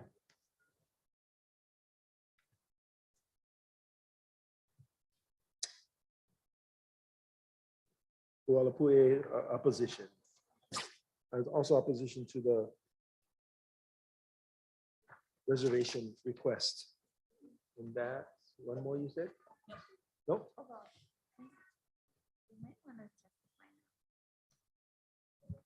Okay, some late testimony. Robert Opu'au, He left, sorry. And Raymond Naki. He's gonna. Raymond?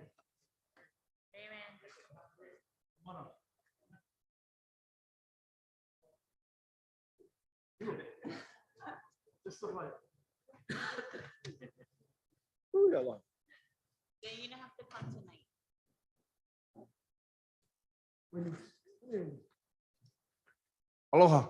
Aloha. What's the question? Ualapue is what you listed. It's the area around Ualapui. I'm Lemananaki, LAKI. And I'm not just only speaking for me, but for my grandpa, Hiki Ona Naki. And then my papa's papa, Hiki Ona. And then my papa's papa, Naki. And you're right, a couple of more. Let's just go for these 3 so far. And then that's only on my mama's side or on my papa's side, either or. If you go left, mama, you go right, papa, or you go guapo, switch, you get the Napela side. And so we are the LCA in there. Not only I, but this uncle behind me and many more. If the people don't understand what is LCA, is Land Commission Award. It's just from the king, King Kamehameha III, about 1840, 45, 50.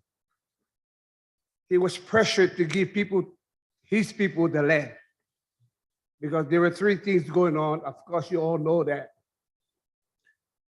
They were bringing immigration to the islands, like 8 islands.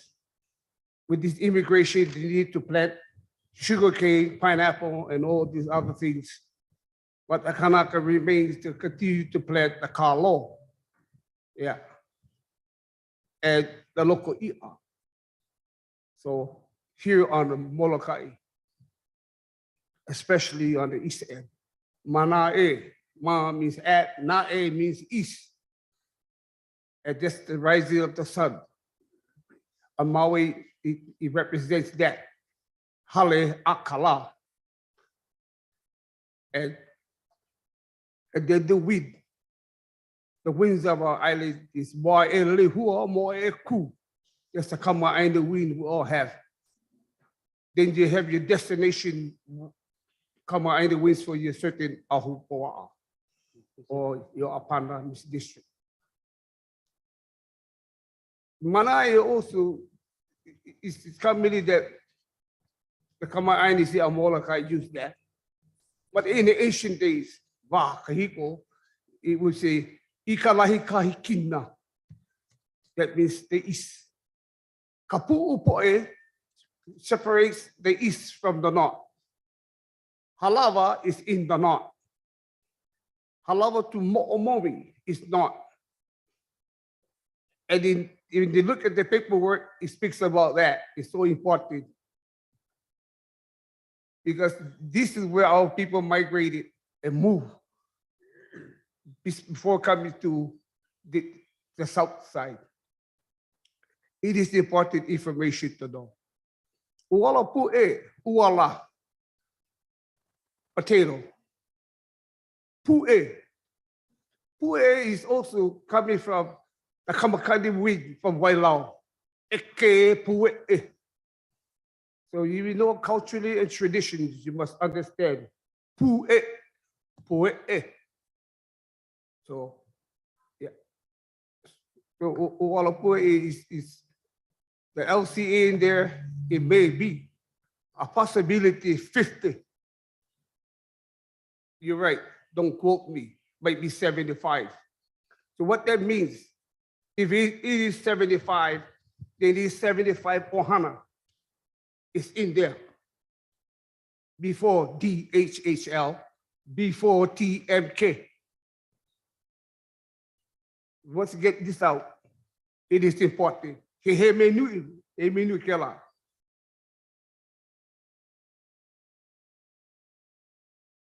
When they talk about our government, the Hawaiian government, that's where it starts.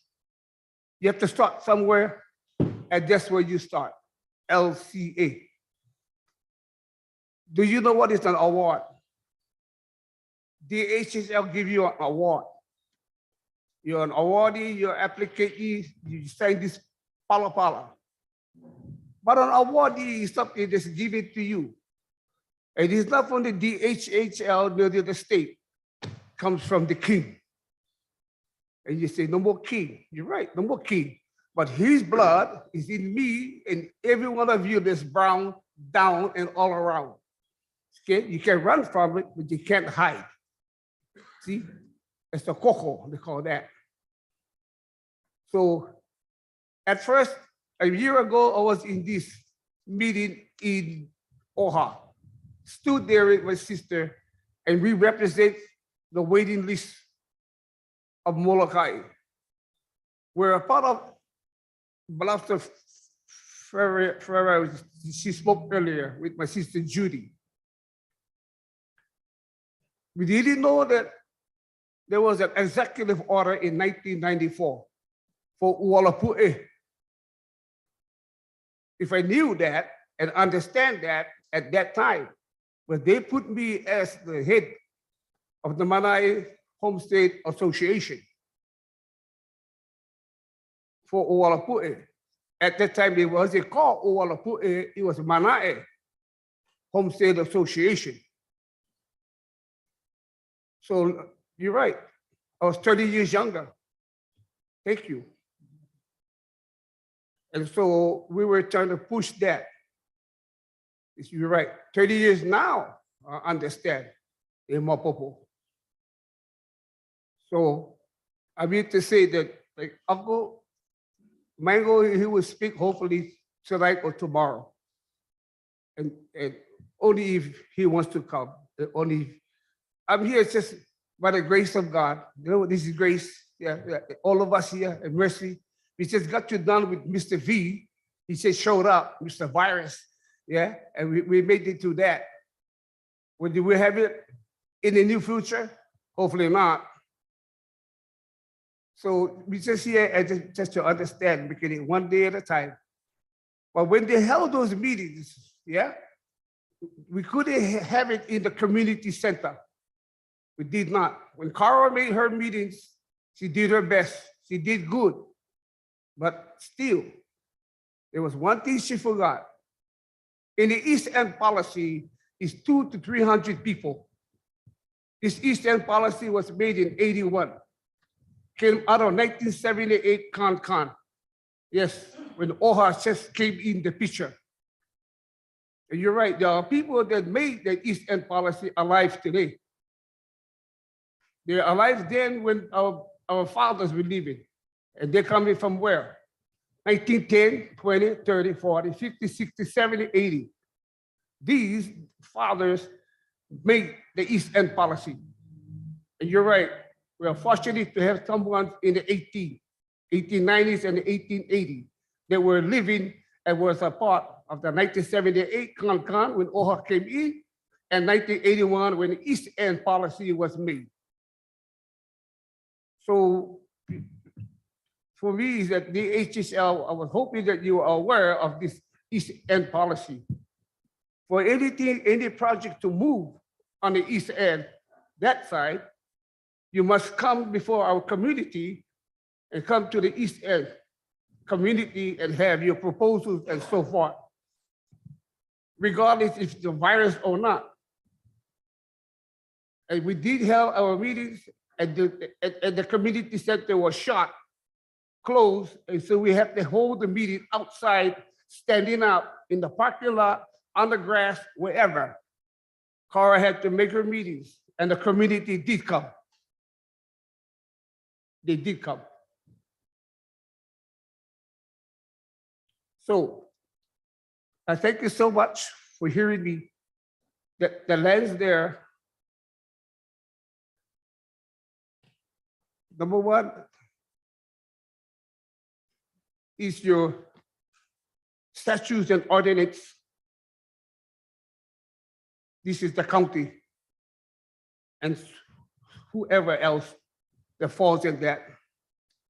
statutes and ordinance. And so you heard from two other uncles earlier talking about resolution and amendment. The East End policy is made out of Kanaka Maoli, of 200 to 300 families, but maybe less than 100 kupunas that made this East End policy. And you're right, how they did that. Pulikako. Eko mako mako ilo okalani mahalo ya oko. Ike olo ha no ya mako. Ike kanema ya mako Yesu. Ke olo ke hama ya mako ke ha ke pomaka ya mako. Please, Lord, bless us and help us. The kupunas pray. Ike kuliki kako stand together. Ke helo kai ke kai no. Unity. Each and every one. No, Laila, therefore, this East End policy was made. There was a couple of recommendations that was made. In order to have this East End policy, the politics at that time and even now, compromise. The compromise was to have a 2-story building on the East End before this East End policy can be recognized and acknowledged. And so, yes, a kind of namu, kind of hoo, kind of pilikia, but the decision was made. 2 stories. You know what happened there?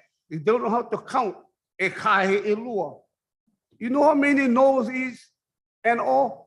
1. It's America. Kanaka maole, this is for us. Aohe, Aole, Aale. Aha. They went anyway. 3 stories and just wave crest. Mohopikela, they move and they got Bulakai shores. Let's stay to the east. Thank you. In the Eastern policy, 3 things that was made new that need to propose and wave crest be built. The Eastern Community Center and the East End policy. That was, in order for the East End policy to hold and to stay cool, to stand, they had to build the wave crest. So that means no short-term rental, no bed and breakfast, none of that. We go back again to the amendments and resolution. Before you can go there, you must go and where? Your statutes and ordinance. You must. And so, it's the mo'olelo. That's the story. Wallapui cannot go. Yes. No, I'm saying, Kalamai, can you wrap up? I appreciate the history lesson for the commission because I want to just inform them that that what you're referencing, the East End policy, is a county policy. So I just wanted to. It's what policy? It's a Maui County policy. No, it's not a Maui County. Maui County adopted. The Eastern policies come out of the 200, 300 families that the kupunas made that. Let's get that right. So I have the policy with me in the car. I can give you guys one copy. No, I appreciate. You guys can make more. Thank you, Crystal. Yeah, I appreciate the lesson for the commission. No, it's important because you want to know. Yeah, don't you want to know? Say, thank you. So it's important that I'm telling you this story, because it's a true story. Yeah, I wasn't very old. I was young to see. And they asked me, what is my role in the Eastern policy? My age now, in my mid-60s, my role as a young man was to feed the kupunas that made this policy. Go out and fish, get the OP, get the hay, get the pig, all that to feed our kupunas while they were praying and fasting for this East End policy. So yes, it makes a difference what I am saying. Uncle, can you wrap up, Uncle? Let me wrap up. Okay, here we go. I hope Uncle Mango would come and give it tonight or tomorrow. On the East End, you're right, 1 minute, thank you. is very precious to us. It's the Kamalo. You go from here, if this is 20-mile marker, you hit Kamalo, it's from Kamalo to Kapu'upo'e. That's all the east. And from the east, it goes all the way to the north, almost to Makandalua. Makandalua is originally where the leprosy landed, not in Kalapapa. They landed in Makandalua, and they eventually moved to Kalapapa. Get it right. Thank you. And so the Eastern policy stops there. And it's two things. It is a pertinence rights, a pertinence that whatever we need, what we have, whatever you want in Sam's Club, or whatever you want in the other club, whatever was that, Costco, you guys got them. Well, we have it. And that's the Ahupua'a system. Moka to Makai. All our housing, our food, our clothing, our water, our land to eat is Moka to Makai. It's in the East End policy, and it's a pertinence. You get this word sustainability. Now, it caps sustainability. A pertinence means forever. Yeah, o este Cristo. O yamang no. Ine hine. Ai kia la. Here we go. Aika va pau oli. Forever. Okay, That's Raymond. what a pertinence means. Okay, Raymond. I want to be Mahalo. respectful to the other folks that have yet to testify. Mahalo. Aloha. Aloha. Robert Woku'au, I think you came back. All right. And this is the last public testimony that we have. Then we'll go into recess. Good morning to everyone. Good. I'm here on Grace Episcopal Church and to speak about the lease to extend. And it has been almost 5 years, the last time we had meeting. And all the churches was going to have their lease extended. Till today, nothing. What's going on? Is it a problem to extend the lease? What's the process? The minister called the Hawaiian Homes about 4 or 5 times. No response, no reaction, no letter. I will talk to staff and find out what the situation is, and then we'll get back. I'd like to refer that to all the churches, not just to Grace Episcopal, because the meeting was for everybody. All the churches. Okay. And Kahana. also, Let me bring up Kahana because Sure. Staff member. Yes. Okay, you had signed back on. Do you have an answer for Uncle? I do not. Can you know your license agreement number?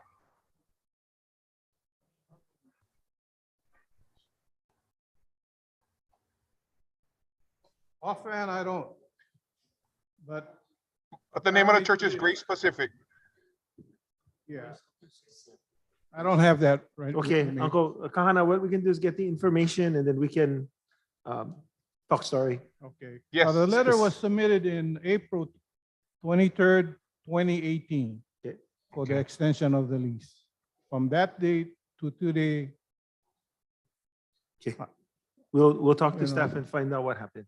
Okay, so what kind of time frame are we looking at, or is it Give us a month. another to- 5 years? No, give us a month to figure out the research. I'm not sure why, because evidently a whole bunch of churches came 2 years ago and they got renewed, so we'll have to find out. Okay? Okay, so you guys want a copy of the letter or the time that we met? That would be good. Yes, the answer is yes. Thank you. Thank you. Okay, we will take a 15-minute break and then come back and go to the consent agenda.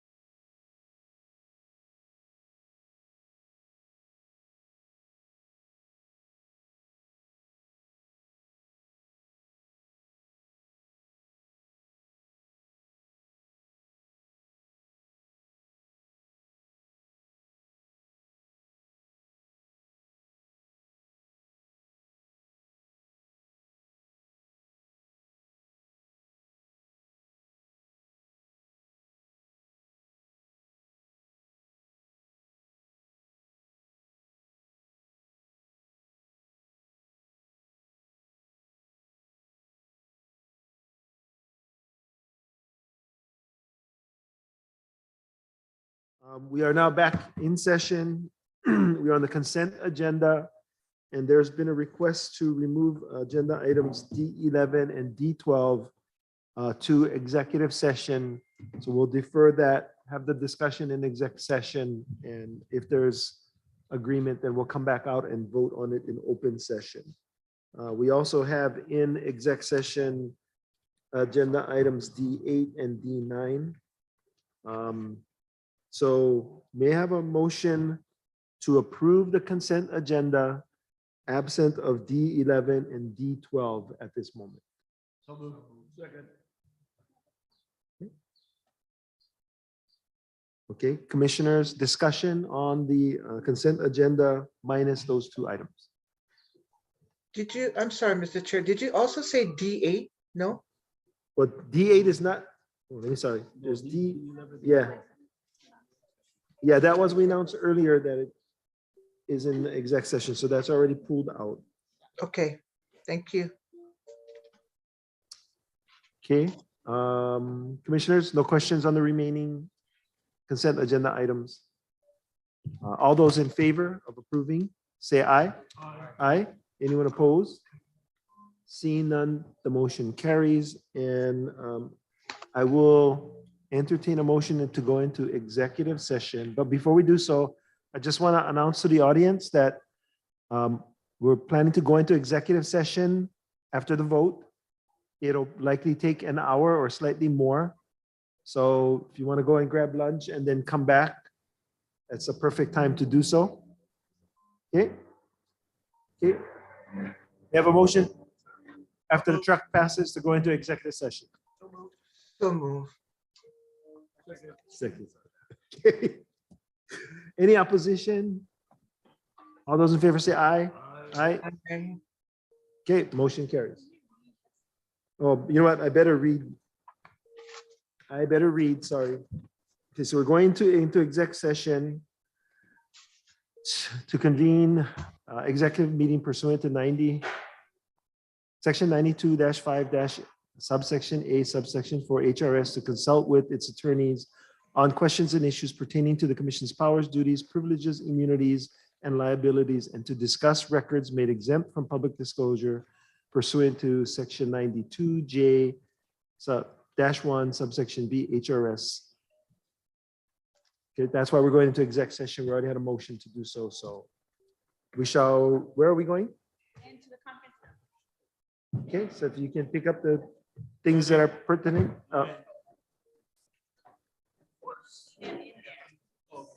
Okay, so we'll catch up with you folks in, give us 5 minutes and then we'll ask you to sign back in.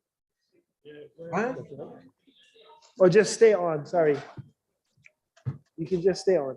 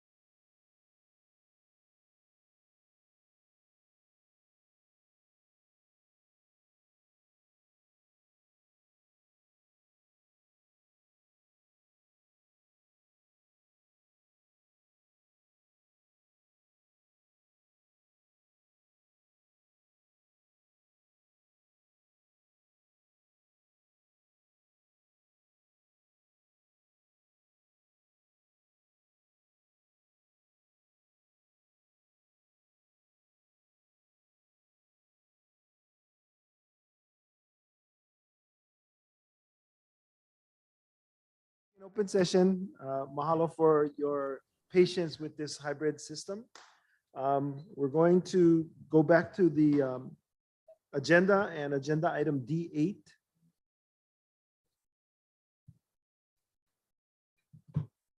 Okay, commissioners, may I have a motion to consider staff recommendation for agenda item D8? So move.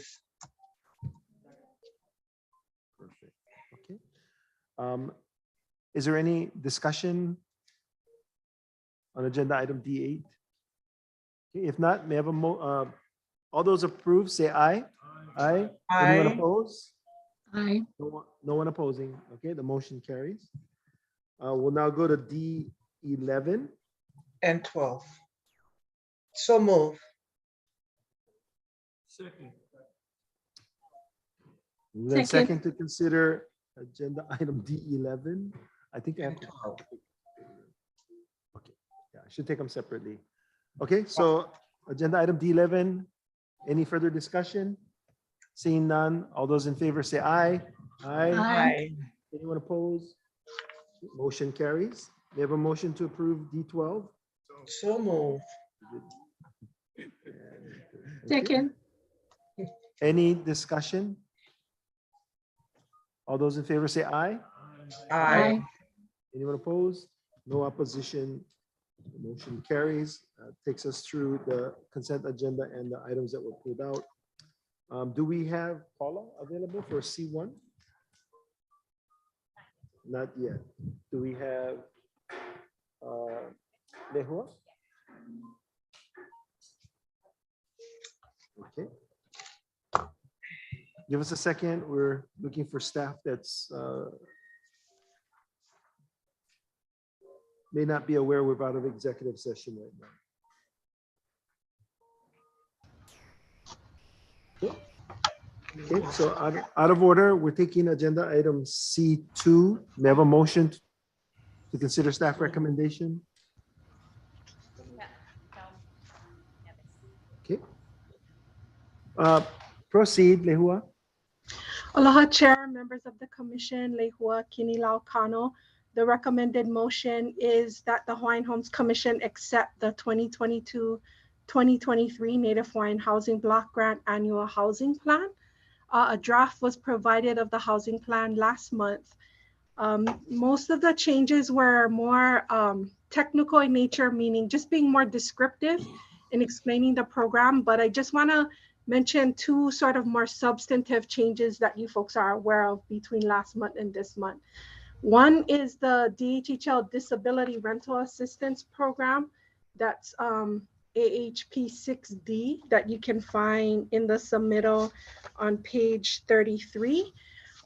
Originally, we had wanted to see if we could launch this program along with the kupuna rental assistance next year, but there's more requirements with the disability. So I think we're just gonna set up the program next year and focus more on the kupuna rental assistance. So that is one change.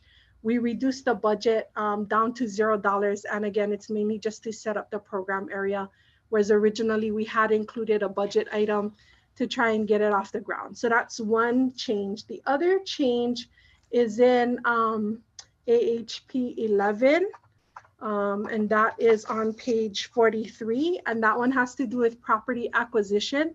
When this was originally contemplated by the commission, the focus was on the island of Oahu, because that's where our longest residential waiting list is, and being very open to whether it was land or units. Given what's happening with the water situation on Oahu, we're reluctant to focus on land because then we may be subject to trying to find water. I'm not sure if you folks saw that the news was even reporting that developers were informed that they wouldn't be able to proceed because of the water issue. So what we're looking at is purchasing existing units to be used for rental units again, so we don't have to overcome that water issue is the thinking behind it. It doesn't preclude us from considering land.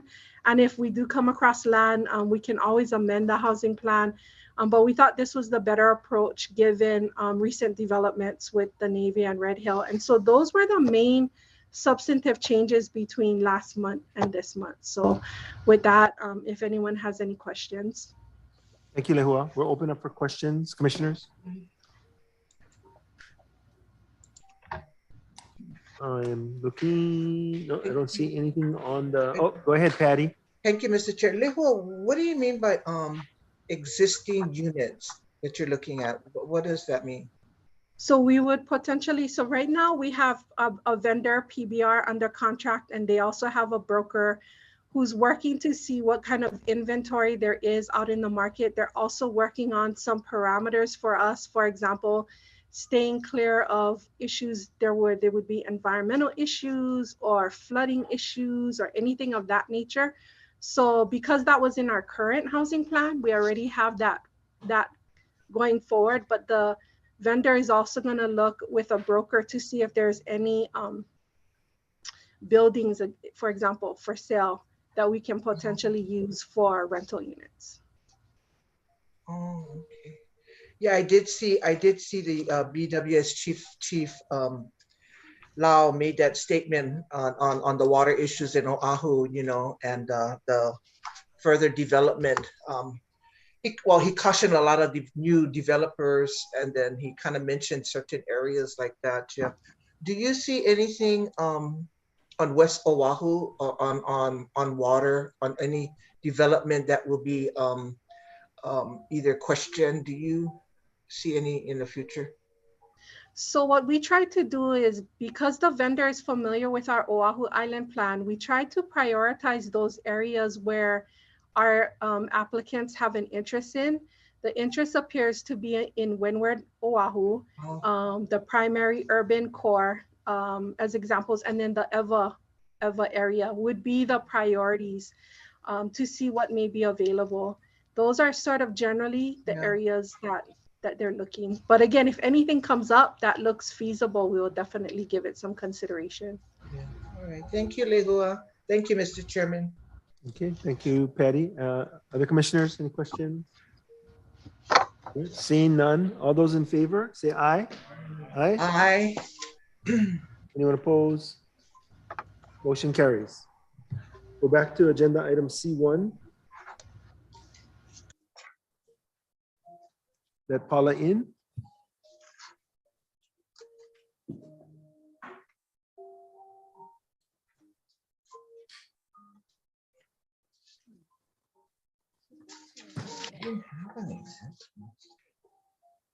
It's okay, well.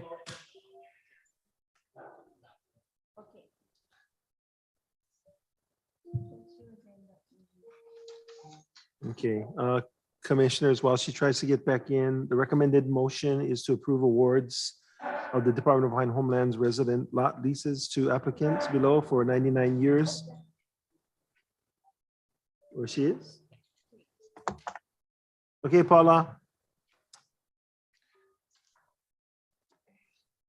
While Paula's signing back up, commissioners, we have a motion to approve staff recommendation. Mr. Chairman, what exhibit is that? I didn't see an exhibit in my folder. It's item C1. Just that one page. Yes. Oh. Did you make the motion? Yes, we need a second. David. Second. Dennis. Paula? Aloha, can you see me? Yeah. Oh, you're in Mauna Kea. I'm in Mauna Kea. All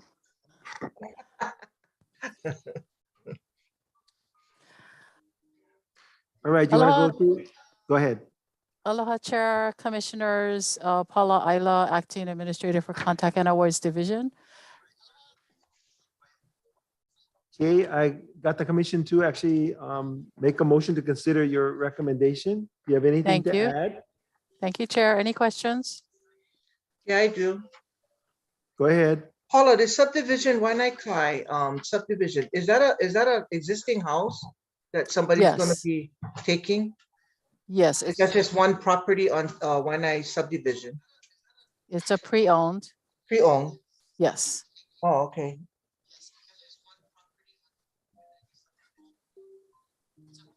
Okay, Commissioner Teruya? Yeah, that's it. Thank you. Yeah, thank you, Chair. All right, all those in favor say aye. Aye. Aye. Anyone opposed? Seeing none, that motion carries. Thank you, Paula. Mahalo. Aloha. Mahalo. All right, Stuart, you're up next, E1. Aloha Chair, Commissioners, good to be back here on Molokai. I'm going to introduce the next item, number E1. And before I do that, I will introduce myself as Stuart Matsunaga, Acting Administrator for Land Development Division. And so the recommended motion is that the Hawaiian Homes Commission approve a finding of no significant impact declaration on the final environmental assessment for the redevelopment of the 820 Eisenberg Street property, Mo'iliili, Waikiki District, Oahu, TMK numbers 127 008, parcels 18 and 20, which is the former Stadium Bolodrome parcel. After action on the motion, then I'm going to turn it over to Daryl Ng, who's the project manager in Land Development Division. We also have a PowerPoint presentation by developer Stanford Carr. And I just wanted to also say that the draft EA was brought to the commission and published in December 2021. So we're really moving quickly on this project, and we appreciate the support of the commission on this. So with that, I guess we need Thank to you, Stuart. call for the motion. I'll ask for a motion to consider staff recommendation. Okay. Proceed. And I will turn it over to Daryl Ng.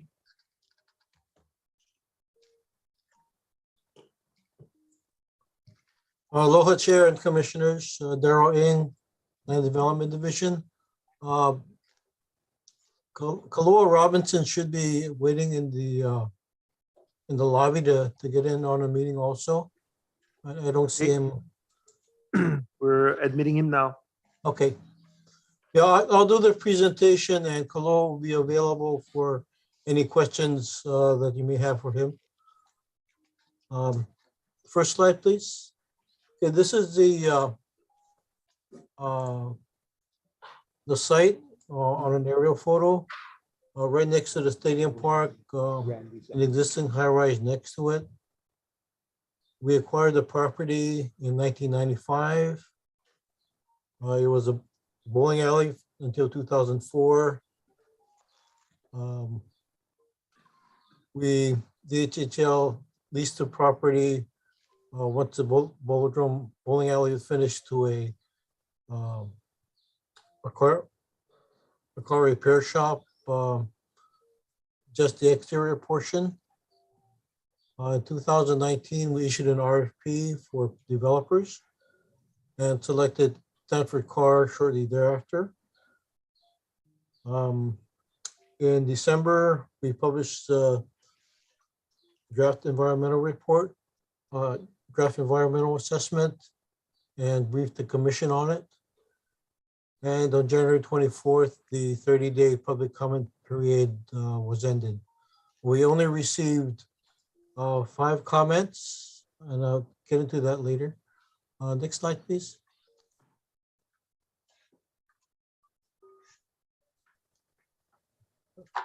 This is the project overview, layout of the premises. The lavender area on the top is a projected high rise. That's the bulk of the residential units.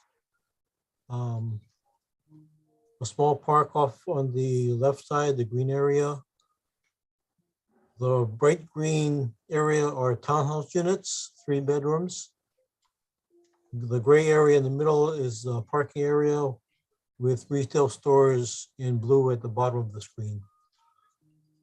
The approximate development cost is about 100 million, of which the developer, Stanford Carr, is now working on closing. We expect construction to start in 2023 and be completed by 2025. Next, please. So this is a summary of the units. The tower is 23 stories tall, 23 studios, 23 one-bedrooms. The bulk of 203 are two-bedrooms. 3-bedroom units in the towers, 22 of them, for a total of 271 units in the tower. And an additional 7 3-bedroom units in the townhouse units right next to the park. That brings us to a total of 278 retail units. 278 rental units, I'm sorry. In the front there, the bottom arrow, 4,680 square feet of retail space. Next, please. In the draft DA, some of the findings, archaeological, there are some historic artifacts associated with historic residences, meaning residences in the early or late 1800s and early 1900s. The building itself appears to meet the criteria for listing in the Hawaii and National Registers of Historic Places. In order to mitigate that, we have done photographic documentation and submitted them to the National Park Service and the Division of and the Prints and Photographs Division of Library of Congress. Traffic is not expected to be a significant impact. Noise will be, or noise impacts to the residence units are within acceptable standards. If there are any mitigations required for the townhouse unit, developer has some designs in place to mitigate those. As far as planning, the action is consistent with and promotes objectives of both state and county plans for his affordable housing. Next, please. As far as consultation and comments, we did public meetings, a beneficiary information meeting in January 13th, as well as a presentation to the Makali Mo'ilili Neighborhood Board on February 3rd. We did receive 5 comments to the draft environmental assessment. None of them resulted in any substantive changes to the original plans. Next, please.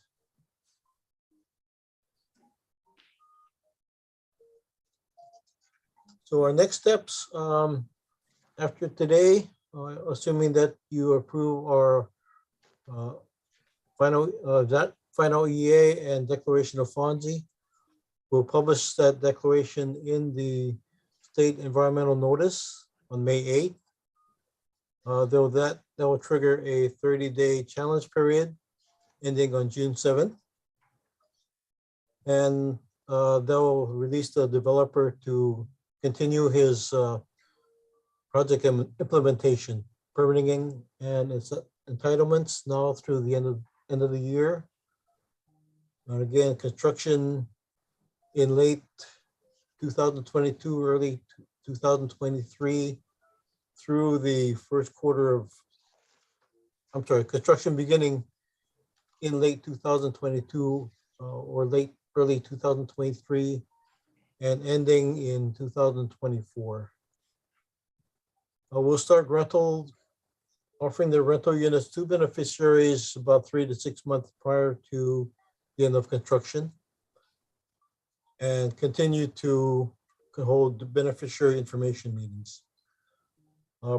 Principally on the process to apply for the rental units, what the eligibility requirements are, as well as other orientation information. Next, please. And that is the end. We're open to your questions. Mahalo. Okay, questions? Rodero? Go ahead, Patty. Thank you, Daryl. Thank you. I just got the, actually, I just picked this up Thursday, the EA book at the office.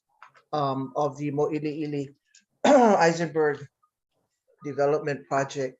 But my question was, Darryl, the rental units. So if a beneficiary is on the wait list and they rent these units, do they have to be removed off the wait list? No, in fact, the primary purpose of the rental program is to prepare them for home ownership. Good.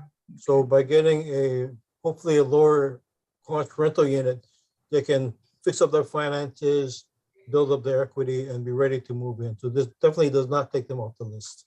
Great. Can you quickly provide me like what is a studio or 1 bedroom, 2 bedroom units rent for offhand? Let's see. I had that in my.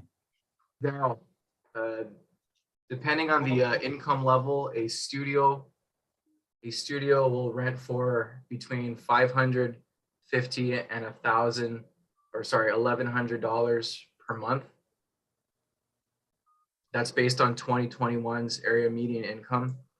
As the area median income increases over time, so do the rental rates. And just for everyone's information, the rental rates are derived from a calculation of not to exceed 30% of the occupant's gross income. That calculation factors in bedroom size, so it accounts for multiple persons within the unit. And to further to Darryl's point, the reason that the rent rates are capped and calculated at 30% of the gross income is to ensure that the tenants have an opportunity to save up for home ownership. 30% is a generally accepted ratio of gross income to living expenses that housing agencies across the nation and HUD itself generally accept as affordable, meaning that one is able to pay for housing, pay for nominal living expenses, and save. This is just for the rent, no electricity, water. Is anything of that sort included? The rent rates that we're quoting you include what's called a utility allowance for various utilities. This is to say that if the tenant is charged, say for example, electricity is metered separately and they're charged for electricity separately, we would deduct that amount from the rent rates that I just quoted you. And those numbers are derived by the city and county of Honolulu. Every city creates their own utility allowances. The utility allowance, quite frankly, I don't know what the formula is to calculate the utility allowances, but I'm told that it is done by a group of people that utilize data sets that they're provided from various sources, and they issue them annually. So for example, in the case of Eisenberg, we will be including water with as part of the tenant's rent, but electricity will be sub-metered and billed to them individually, which means we deduct, I don't know what the exact number is. Let's say $50. Say the city says the utility allowance for electricity is $50. That's what we deduct from the rent. So instead of being $550 for a studio, it would be $500, and then they pay their own electricity. How many parking stalls do they have each? Each unit has a minimum of 1 parking stall. That said, we have slightly overbuilt the parking structure. I'm currently calculating 288 stalls in our parking structure, and I think that number may grow a couple of stalls, give or take. So my last question is this. So did you folks get notice from Board of Water Supply with the water issues in Oahu of new construction? Yes, ma'am, we did. So will this hold your project back, or you can move forward? I mean, what happens with new construction project because of the water shortage issue, the water concerns in Oahu? Commissioner, that's an excellent question. Broadly speaking, I think that question is best answered by the Board of Water Supply. But without speaking for them, I can tell you that the availability of water is a risk factor for basically every development on Oahu between Halava and Hawaii Kai. Correct. That said, and I want to caveat this with the fact that the situation with Red Hill is precarious at best. I mean, knowing what we know now, what's to stop, you know, an emergency order coming from the president saying, hey, we need to be prepared to fight, you know, China because they're about to invade Taiwan, and therefore you cannot deplete those tanks in Red Hill, or some catastrophic event happens and there is a large discharge out of Red Hill into the tunnel below or into the aquifer itself. Obviously that would change what I'm about to say. So all of that is besides the point, all of the things that we cannot control for besides the point. We've been very candid about the plight of this project to serve beneficiaries. Personally, it's one of my own plights. My own grandmother's on this list, and I'd very much like to see her have an opportunity. And they share that prioritization and have given us, without overly committing themselves, a fair amount of confidence that this project will receive water when it asks for it. Good to hear. Good to hear. I don't want to see our projects like that be on hold. I do support moving beneficiaries into affordable rentals or new projects that we need to get them back into homes. So thank you very much. Thank you, Chair. Just to be clear, that is a risk, and it does not go away necessarily just because we get a water meter either. There may very well come a time. Board of Water Supply is pumping as much as they possibly can, and there are downsides to that pumping. We may very well come into a situation where there isn't adequate water supply for Metro Honolulu. But all of that aside, we've been told this won't hold us up. Good. All right, thank you. Thank you for that. Appreciate it. Thank you, Mr. Okay. Chairman. Thank you, Patty. And you can rest assured that it's a little too early to make the determination, but we would do our utmost to make the Board of Water Supply that if they had to choose developers, that they have an obligation to provide water to us before other developers. And so that would be our position. Okay. Thank you. Thank you, Mr. Russell? Sorry, one other thing. To be clear, we do have a will serve letter from the Board of Water Supply. Okay, thank you. Russell? Yeah, Chair, thanks. Question for Darrell or you, Chair. Actually, I have three questions, but the first one is on when you get to the point where you're renting out units and you're considering people as renters, is the process basically to work off of the island-wide list of people on the list, or is it to go to a statewide list? And how does that work? Or have we decided that yet?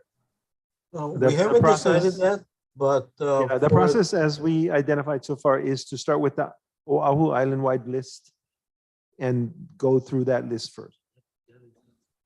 Okay, and then, so my number two question was, in working through that list, you don't come off the list by renting one of these affordable units, but are you like you are when it's a homestead lease situation? If you're a 50%er and you're on the list, can you basically pass that rental opportunity to your 25% child?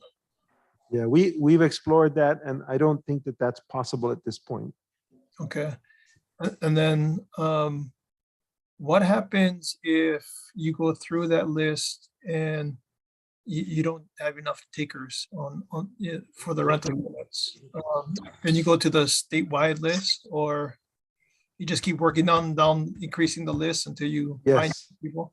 Okay. The answer is yes, but I don't think that we'll get to that point with 28,000 people. So Well, only because I think about my kids, the way that they get ready for home ownership and save up is they live with me. So that's a lot more workable for them than, paying whatever the, $1,200 a month or so on a studio. So yeah, I'm hopeful that people take advantage of it, but what if they don't? I guess is the question. we've approached this, and I think we're very confident that we will fill all of those slots. Okay. Okay. Thank you. Thank you. Other commissioners? David? Yeah, thank you. So I noted, I read the Department of Transportation Services comments, and it looks like we just kind of ignored them and said, nah, it doesn't matter. And so I'm just kind of wondering about that approach, because they talked specifically about offsite parking, about bikes, that sort of thing, and we just kind of blew them off and made some comment that it doesn't really apply to us, and I think it does apply to us. And I'm concerned that we're not addressing it, because I think overbuilding 40 or 50 parking spaces doesn't necessarily take care of the parking issues. So I think we are going to have offsite parking problems, and I'm just concerned that because we're our own masters in this and we approve our own EA, that it's easy to just not address these issues, or just give them less than appropriate consideration. Darrell Stewart. I think that's something, as the project goes through with Stanford Carr Associates, that I think we'll talk to them about in terms of the parking and what is possible. You bring up a good point, because I've been in that area without this development, and there's already there's parking issues, there's homeless issues around. So I don't know exactly how to respond to that, other than we'll have to retake a look at that. I don't know specifically in the final EA. I see the comments that you looked at. I know I kind of want to throw it back to Kaloa to see from the developer side what additional look at the different transportation issues that were brought up.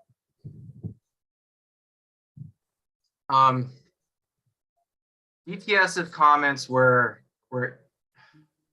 interesting, I guess, to say the least. I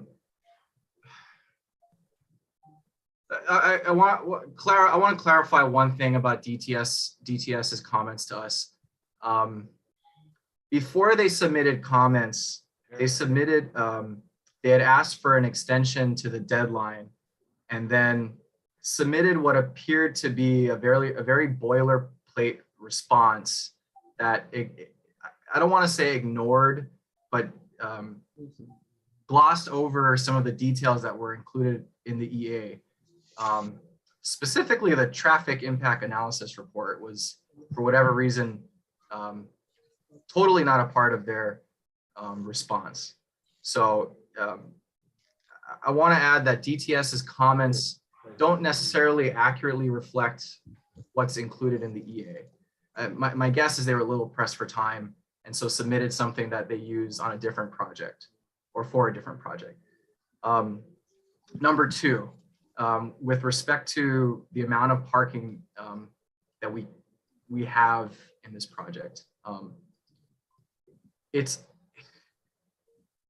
you can only afford to build based on what your total rental income is going to be. So similar to when you're getting a mortgage on a house, your debt to income ratio maximum is usually about 50%. For a low income housing tax credit rental project, we have to make 115% in a month's income of what our permanent mortgage payment is going to be. So, and whatever our permanent mortgage payment is going to be is the absolute amount that we can afford to build. Or you can work out a cost, what we can afford to build based on what we can afford to pay per month. Now, at a cost of $40,000 per stall to construct and deliver at the end of the day, parking is a rare and precious commodity, and it's something that as developers we have to balance. We quite simply cannot afford to build at $40,000 per stall many more stalls than we already have. It simply makes the project infeasible or requires you to increase the scale much more than would be appropriate for this area. So that said, we think at a minimum of 1 stall per unit with a little bit of cushion, plus ground floor parking for guests and retail, we've hit a decent enough balancing point. With respect to accommodating for alternative modes of transport, we think we've done just that, and it's an interesting dichotomy between DTS and DPP. DPP's policies tend to gravitate toward vehicle-less transportation, bikes or multimodal transportation, and less focus on cars. DTS, on the other hand, has a different approach of plan for the cars because they're sort of car people. So you end up fighting, trying to fight between what DPP wants, which is multimodal, more pedestrian friendly bikes, etc., and what DTS wants, which is a conservative approach to vehicular management. Lastly, we think the location of the site lends itself to less vehicular necessitation than we might already be accustomed to. There is a Beakey station not too far away. There's the King Street bus station that's also not too far away. We'll probably end up partnering up with the guys at Beakey to put another one right in front of it. And we're including bike storage. I think it's 100 bikes downstairs. So all of this to say that we're not shining DTS on. We're trying to take a balanced approach to not only their priorities as a stakeholder, but everybody else's as well. I hope that helps shed a little bit more light on the. Yeah, it does. Thank you very much. Is there a possibility, and I don't know if there is, but is there a possibility to develop additional stalls that would be then rented, either to tenants and or the general public? Because it does, I mean, that place, when I went to UH, you had a hard time finding parking back in the 70s, and I'm guessing it's a much more difficult to find today. It is. Let me share. So here's the without getting into the nuances of low-income housing tax credit financing. If you rent out a stall, you cannot count that stall as something called eligible basis. And if it's not eligible basis, then you can't get tax credits for it. Now, the tax credits that we apply for from the state account for about between 35 and 45% of the capital stack, which is to say that the tax credits on a $40,000 stall pay for about $18,000 of that stall. I mean, give or take, I'm using, let's call it $20,000 of that stall. Meaning that, we come up with the other $20,000 in things like the rental housing revolving fund and a construction loan that's collateralized by future income from the project.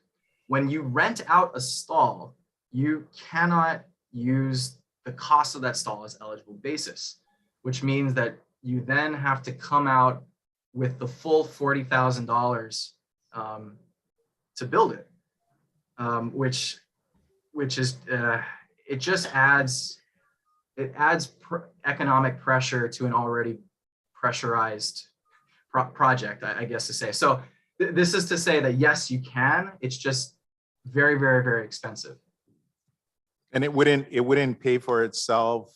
It wouldn't finance itself if you were charging market rent for those stalls, or It's about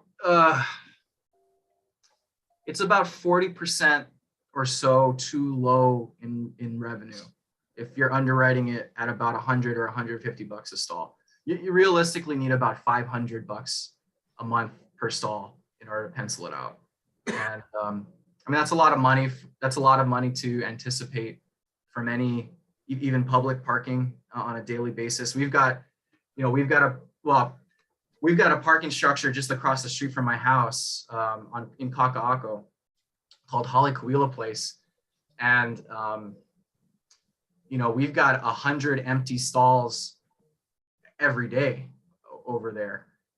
It's got a little bit more parking per unit than this one, but the only reason that was able to happen was because HCDA kicked in, I think it was 18 or 19 million dollars in mezzanine financing explicitly to pay for surplus parking stalls to be used for commercial guests, paid parking.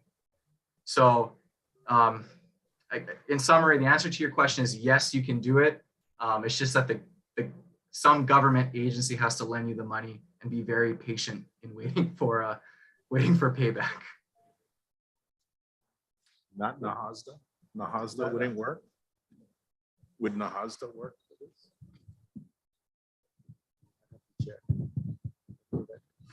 And I want to be very clear, when we proposed this to DHHL, one of the priorities was to build this with as little of DHHL's resources as possible.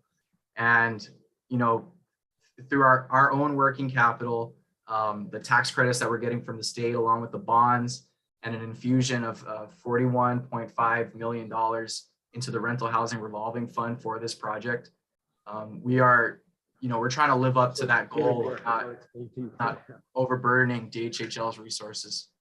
Right. Okay, well, thank you. I just think we're going to need to have some educational projects then for our beneficiaries who are used to driving 2 cars and going to be moving in here, because that's going to be a problem that crops up pretty quickly, I think. But thank you. So you're absolutely right. And just to let you know, as part of our ownership and maintenance program, we have a partnership with Komohale Services, which is our own nonprofit that we funded and founded about 2 years ago for our other tenants. And a core component of Komohale Services is education, financial education toward our tenants so that they can eventually become homeowners. Not the least of which is not buying, that $50,000 lifted Tacoma and paying $800 a month, and looking for alternative modes of transportation.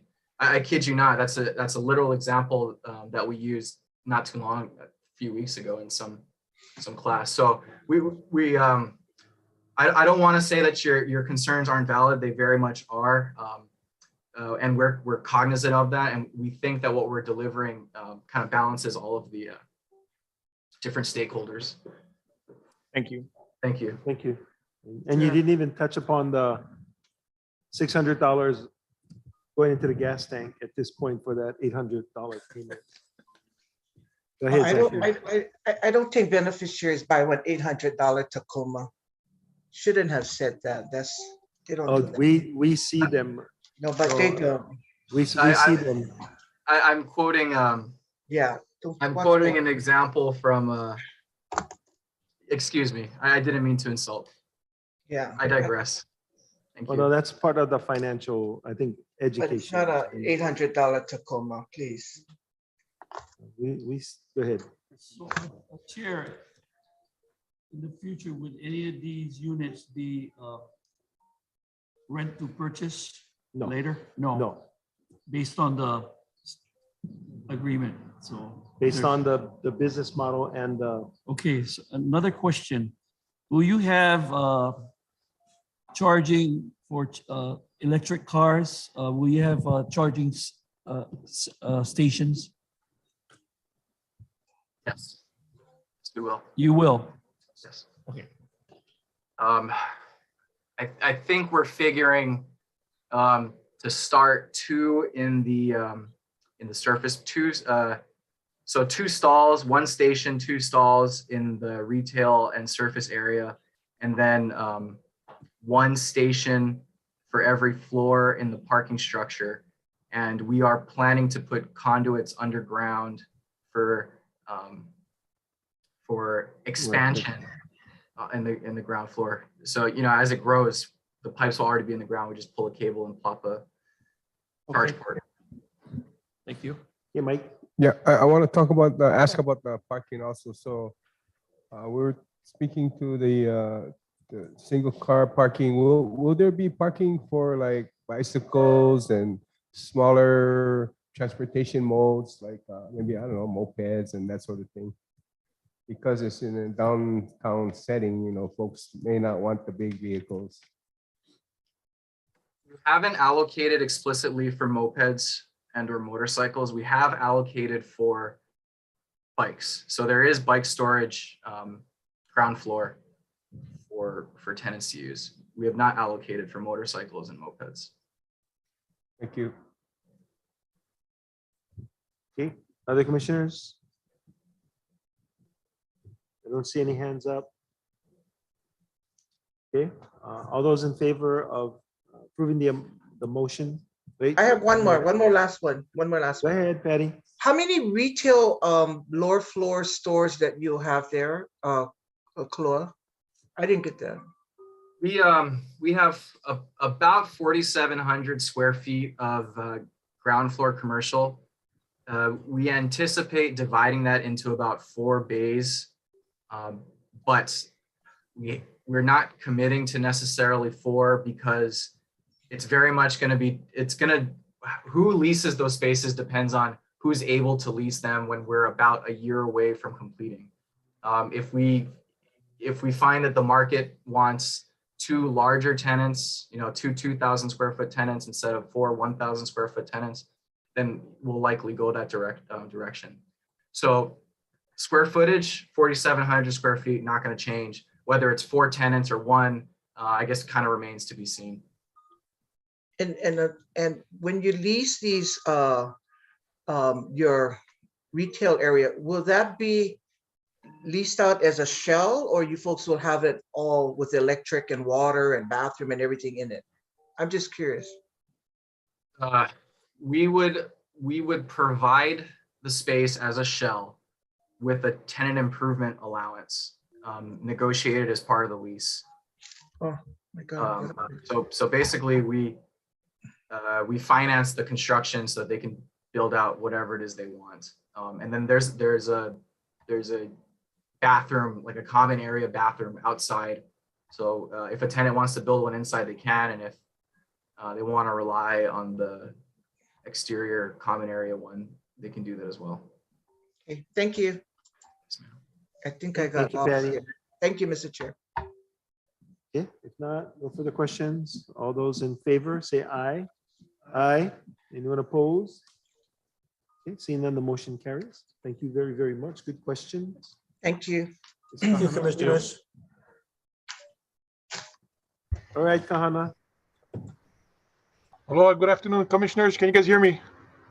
Yes. Yes, sir. Perfect. Land Management F1. Division. My name is Kahana, Acting Administrator for Land Management Division. I got 5 items for land management presentation today. Item number F1, LMD is seeking the approval to issuance of a non-exclusive license as easement for access purposes from a portion of Hawaiian homelands identified by TMK number 364008024, more commonly known as Kahilu Road, to Jason K. Melita A. and Melita A. Deluz, fee owners, by entirety of TMK number 364-001-004 in Pu'ukapu Island, Hawaii. Commissioners, get a motion to consider staff recommendation.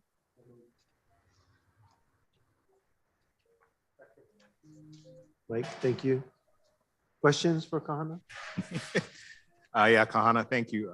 How did this change from last month's submittal? Because I still don't see any dollar amount associated with this easement or. Correct. The dollar amount, Commissioner, in item, actually condition number 5, we have to get the commission's approval before we can even issue the license. And with that, once we get the approval, we'll procure a fair market value assessment that'll be done by an independent disinterested third party.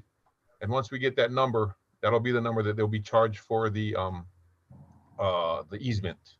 Yeah, I'm still not in favor of this easement because it significantly increases the value of a fee simple parcel for a non-beneficiary with no benefit that we can see other than you saying there's going to be a market value associated with that. I don't know how you associate a market value with some access. They're going to be given access, which will allow them to subdivide their property probably into 4 or 5 lots that they wouldn't otherwise be able to do. And I think this is the problem that I had with this submittal the last time. Obviously, they're very persistent because they've come back and it's before us again. But I'm not going to vote to approve this because I don't think that we are getting any benefit out of this. The only one that's getting a benefit is a private fee simple owner who's going to sell these properties for millions of dollars.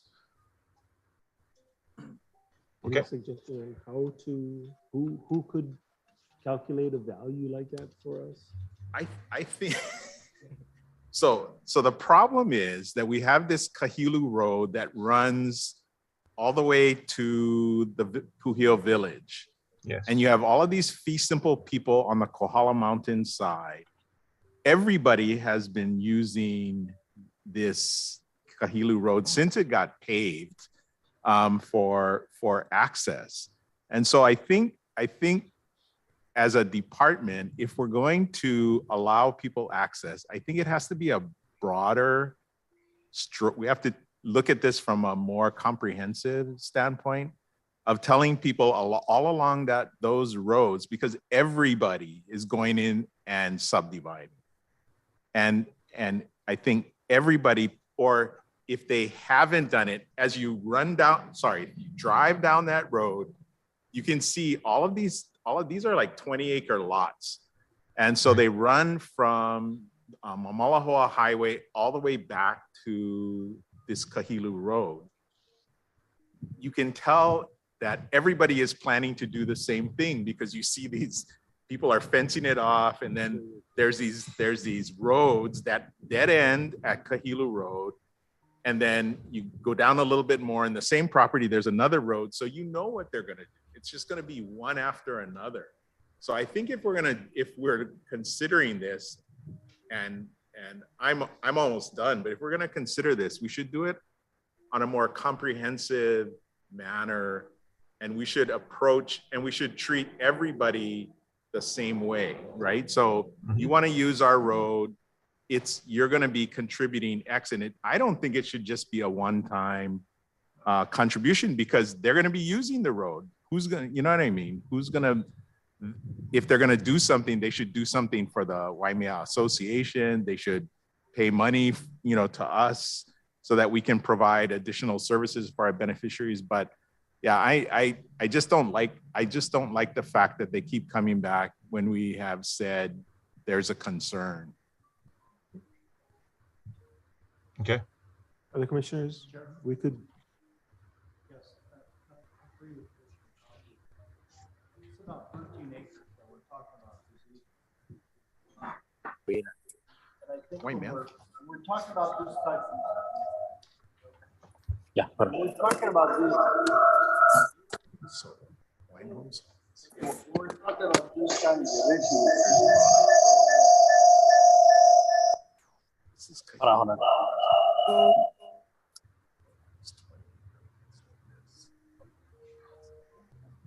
No, they used to be farm. Check. So you can only get. So when we're talking about these kinds of issues, and I think I've mentioned this before in other commission meetings, this kind of access leads you to some kind of a toll road or some kind of a benefit, that a continual benefit for Hawaiian Homes. My concern is you have to look at, I think what Commissioner Kapu mentioned, the benefit to these large parcels that they're gonna split and so on and so forth. I don't know how you would value this property other than the fact that it's real estate property and you value it there.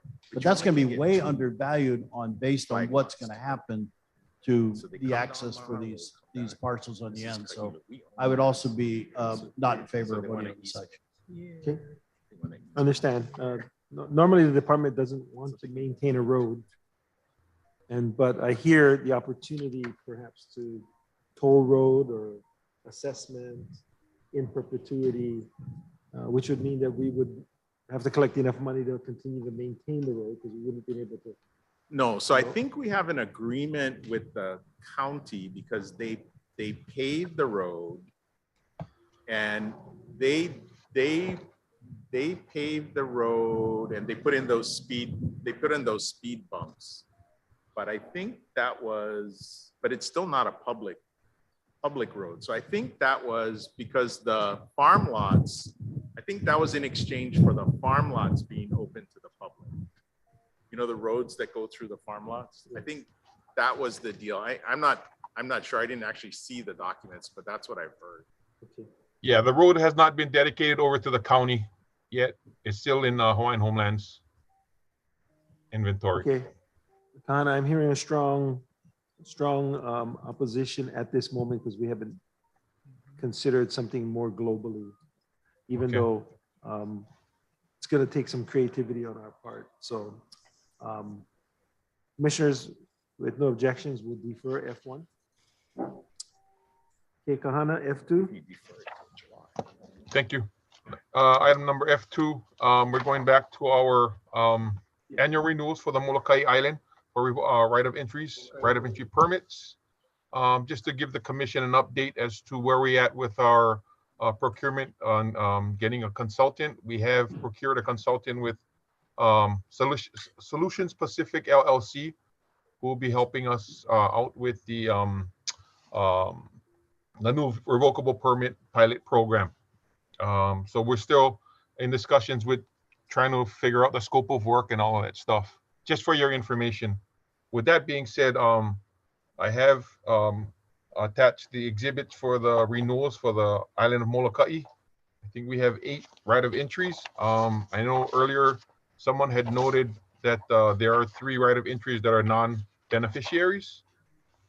Just for information, Monsanto, if you look at your exhibit A2, item number F2, Monsanto, that revocable permit back in 2005 was issued because of illegal dumping. Their property is near that parcel, so they kind of keep an eye out for illegal dumping. Molokai Humane Society, that's the only humane society on island with veterinary services. And Partners in Development is like a tour preschool, which is kind of valuable to the community. Just for your information, I just wanted to point that out. Okay, thank you, Kahana. Commissioners, can I have a motion to consider staff recommendation? So moved. Should have started. Okay, Dave, Dennis.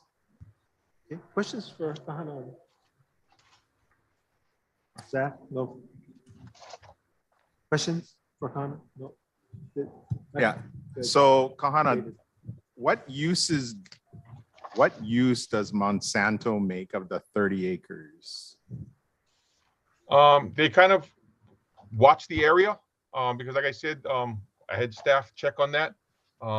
Shelley had mentioned that they were put in there because of the illegal dumping kind of thing. So they kind of they don't They don't plant anything on the 30 acres? They could be for ag purposes too, yeah. Did we confirm if they had anything planted on it? Corn? Okay. I'm not sure offhand what they have planted on there. So, somebody so around if they're, Monsanto does a lot of seed corn. Yeah.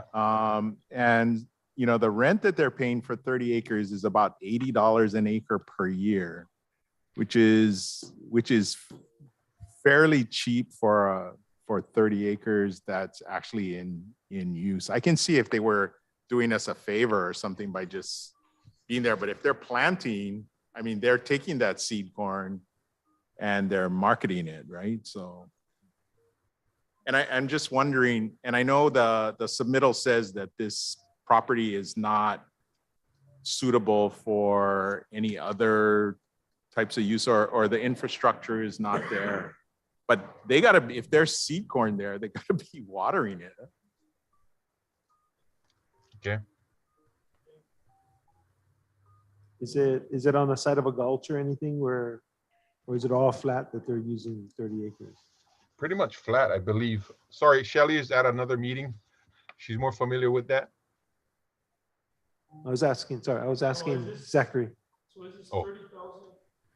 32,000 acres? That's the amount that they. No, it's 30 acres, not 30,000, right? Yes, 30 acres. Wow. 30. 30.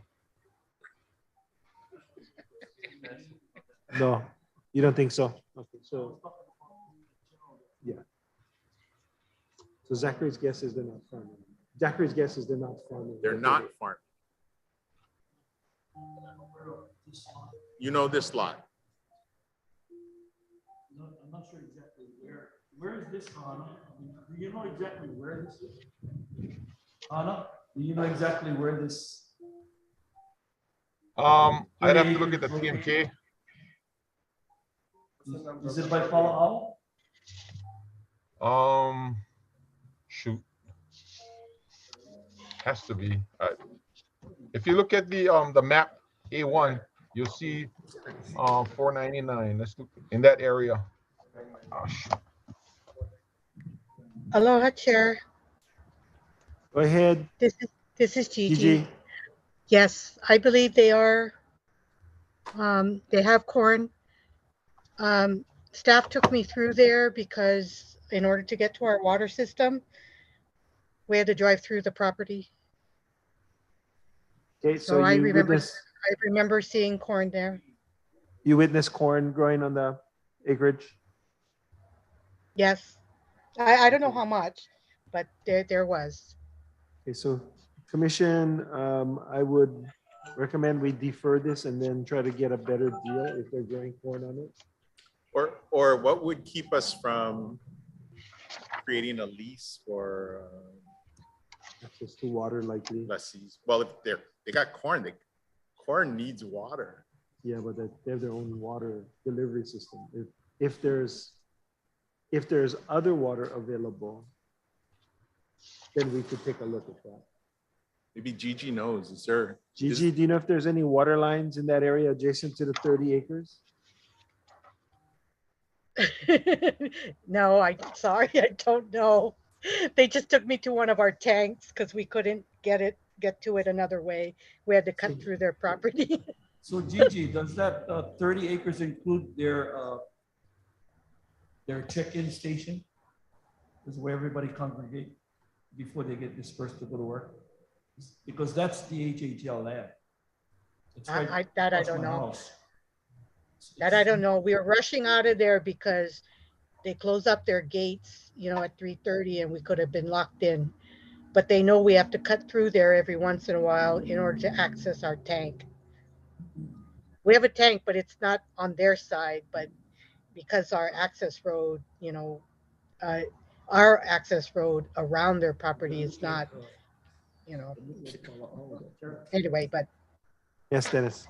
Yeah, I think we need more information to make a determination. I'd like to have the department look at it says in the comments that it's designated special district, but it seems like they're using it for farming. Well, I think they're using it as farming now Right. because Yes, they've taken Right. the opportunity because we initially had, I guess, some dumping in the area. So Yeah. it's offered to them as a caretaker position. Reports now they're farming on it, so the $80 per month may not be appropriate. Correct. And That's then what I'm looking at. there's concern over here that if there's water that a person on the wait list could access, then we should be leasing it out to a lessee and not giving it to a right of entry. So Correct. Correct. we need them We need to additional defer, information. please. Yeah, or at least right of entry to a beneficiary as opposed. Yeah. As long as there's water and those kinds of things, yeah, so we will defer item F2. Yes.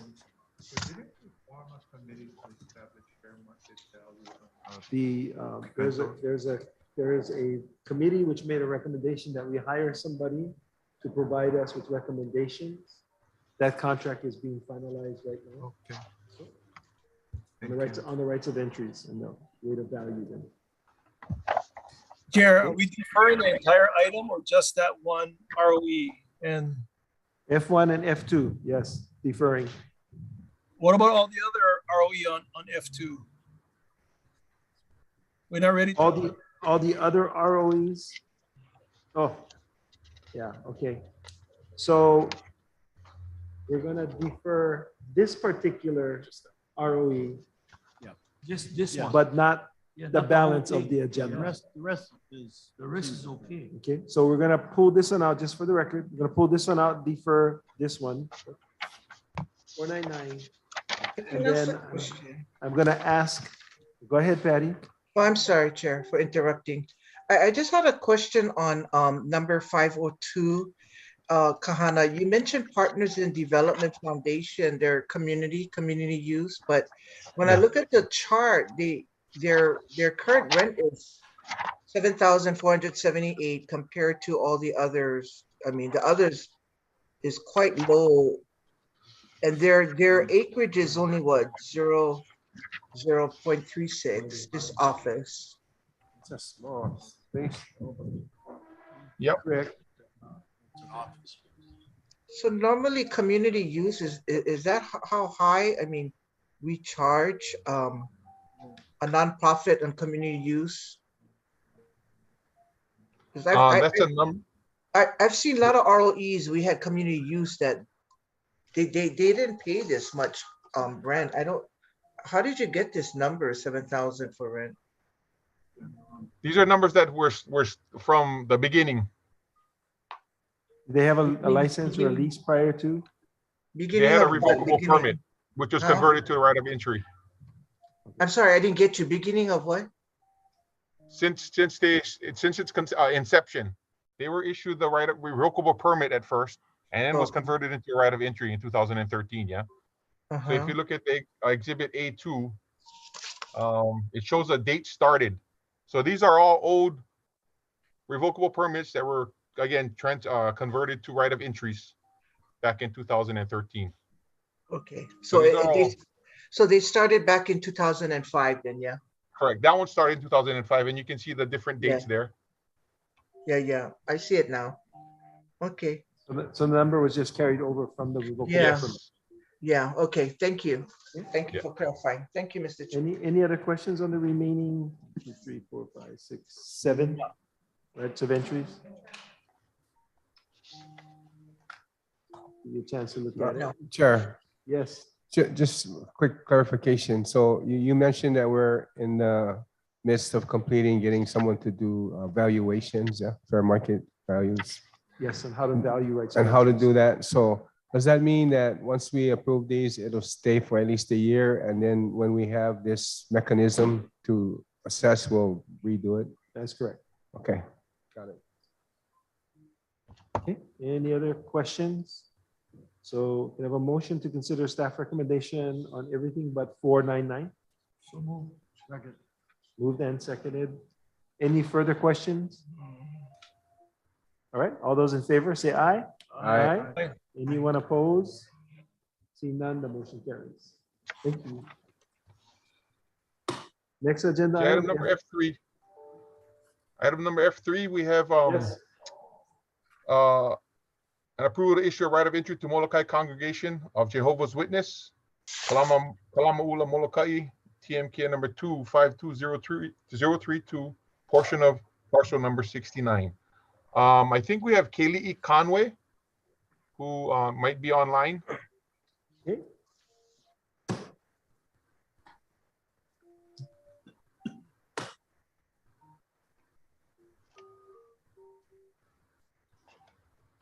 If he wants to share anything.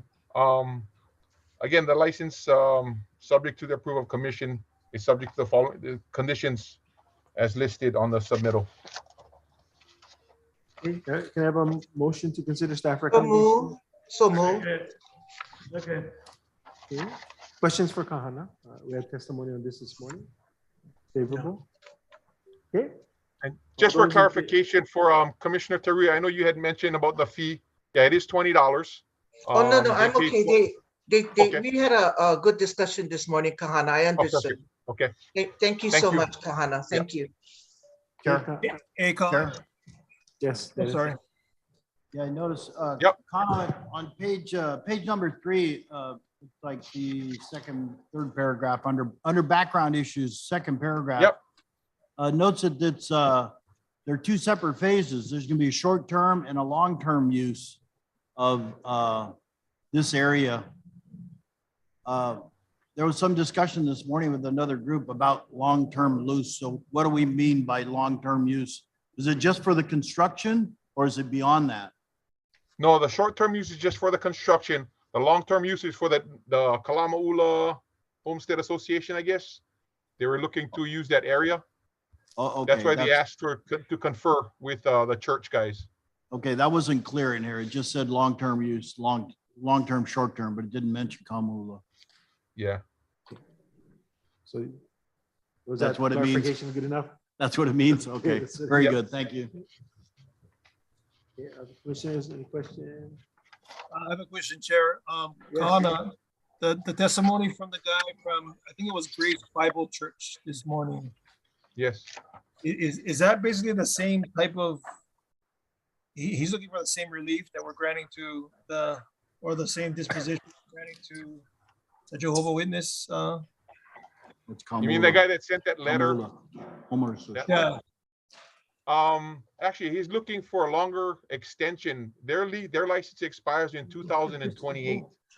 So they came in 2018. In 2018, there was some churches that came in because their licenses were going to expire, and we extended those licenses or reissued new licenses for those licensees at that point in time. And he was looking for the same thing for his license, but his license expires in 2028. The current one he has now. So a little bit different situation. Yes, a little bit different. Okay, thanks. Yeah. Thank you, Russell. Okay. Okay, any questions? Not, all those in favor say aye.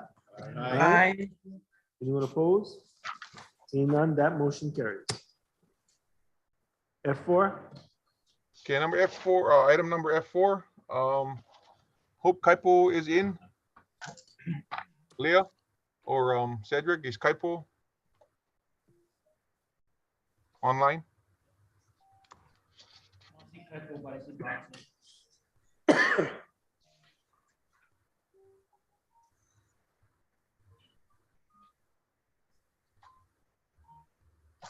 Well, while they look for him, I'll give you an update on 499.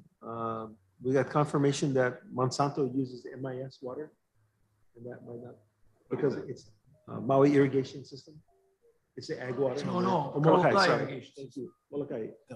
So it's That's where probably, we use eminent domain. Yeah. we have to Right. maintain it, be careful. Excess water. Excess water. We have to maintain it, be careful.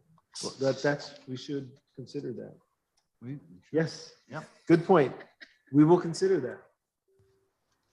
Okay, so we'll likely have to do further follow-up on that.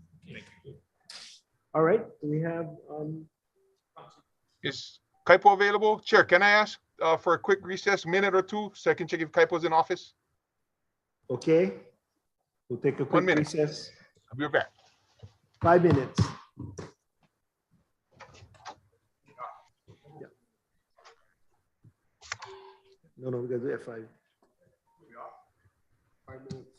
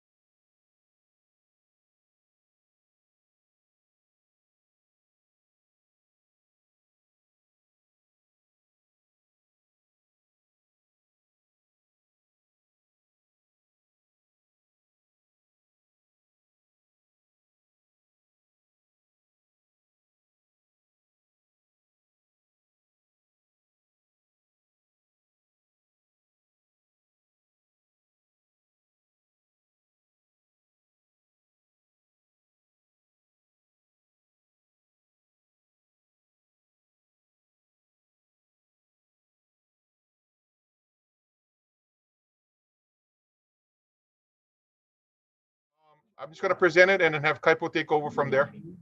Okay, before you present it, may I have a motion to consider staff recommendation? Okay, thank you. Go ahead, Kama. Okay, LMD is asking approval to issue a right of entry permit to Keakai Kauai Incorporated, CrossFit Kauai. I think we have a presentation. I'm gonna let Kaipo introduce and answer any questions. Go ahead, Kaipo. Hello, Chair and fellow commissioners. Sorry for the slight technical difficulties.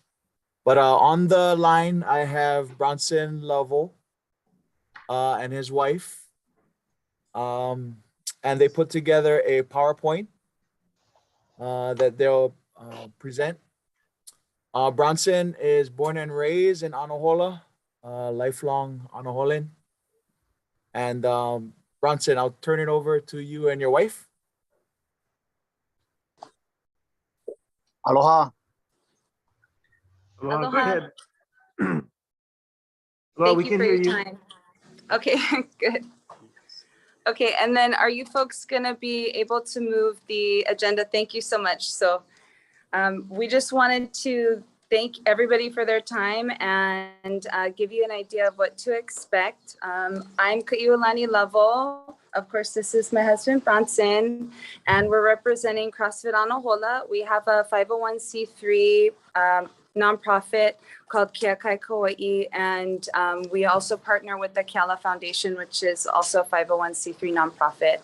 Our agenda for our time together is going to be about who we are, the challenges that we're facing in our community specifically, what our solution is, the impact we hope to make, and then of course what's next in the community, hopefully, and any closing comments or questions that you may have.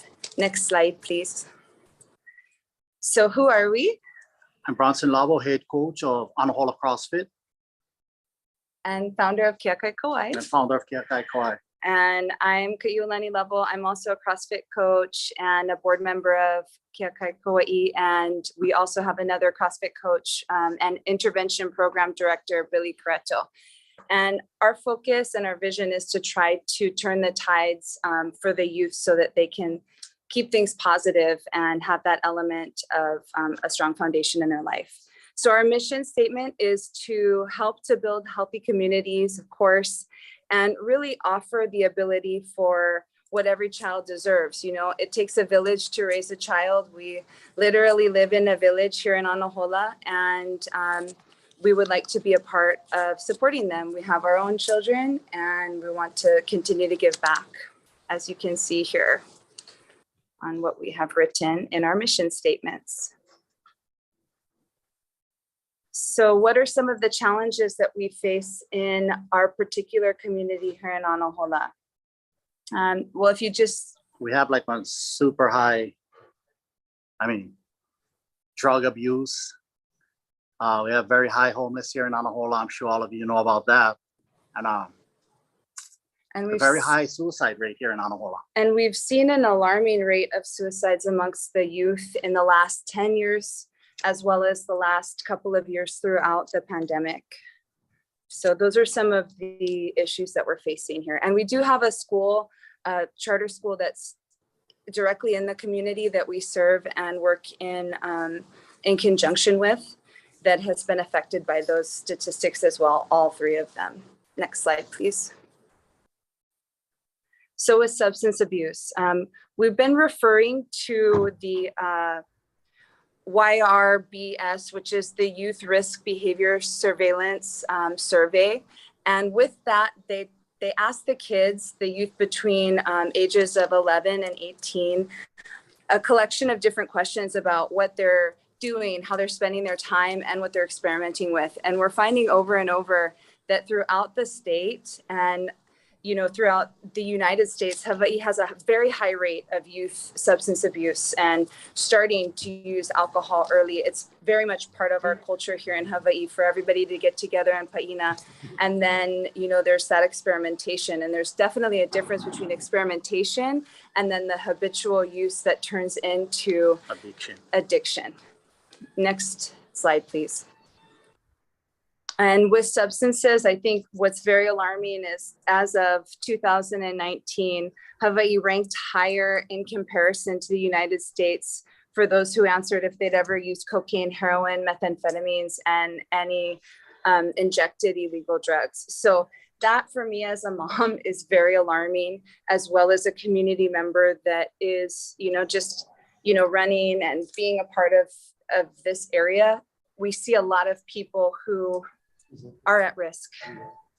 And so we would like to be a part of helping that. Part of the solution. Next slide, please. And then houselessness, homelessness, displacement.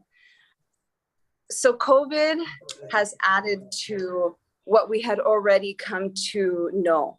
And that was that a lot of people had been living on the coastlines of Hawaiian homes and the beaches in between where people live in the residential area for a number of years. And it started to really increase when there were less rentals and people were losing their jobs. And now after things have opened up and the world has sort of come back to traveling, we're finding a lot of investment from people in the mainland. They're coming out, they're buying the few simple parcels, but we're still seeing the same level, if not more, of homelessness on the beach and throughout the neighborhood. And the Keiki are seeing it too.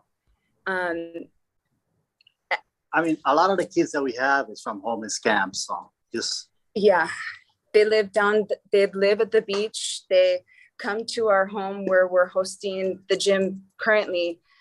Sometimes they'll come at different, like we're not doing any classes, we're not doing any functions, but they just need a safe place to be.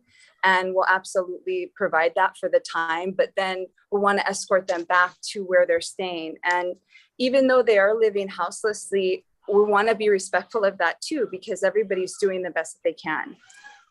Next slide, please. And then the rise in suicide rates. So as I mentioned before, in 2020, we had 4 suicides in 7 days of each other here on Kauai, and that was very alarming. Over the last 10 years, we've had multiple suicides amongst youth throughout, specifically Anahola.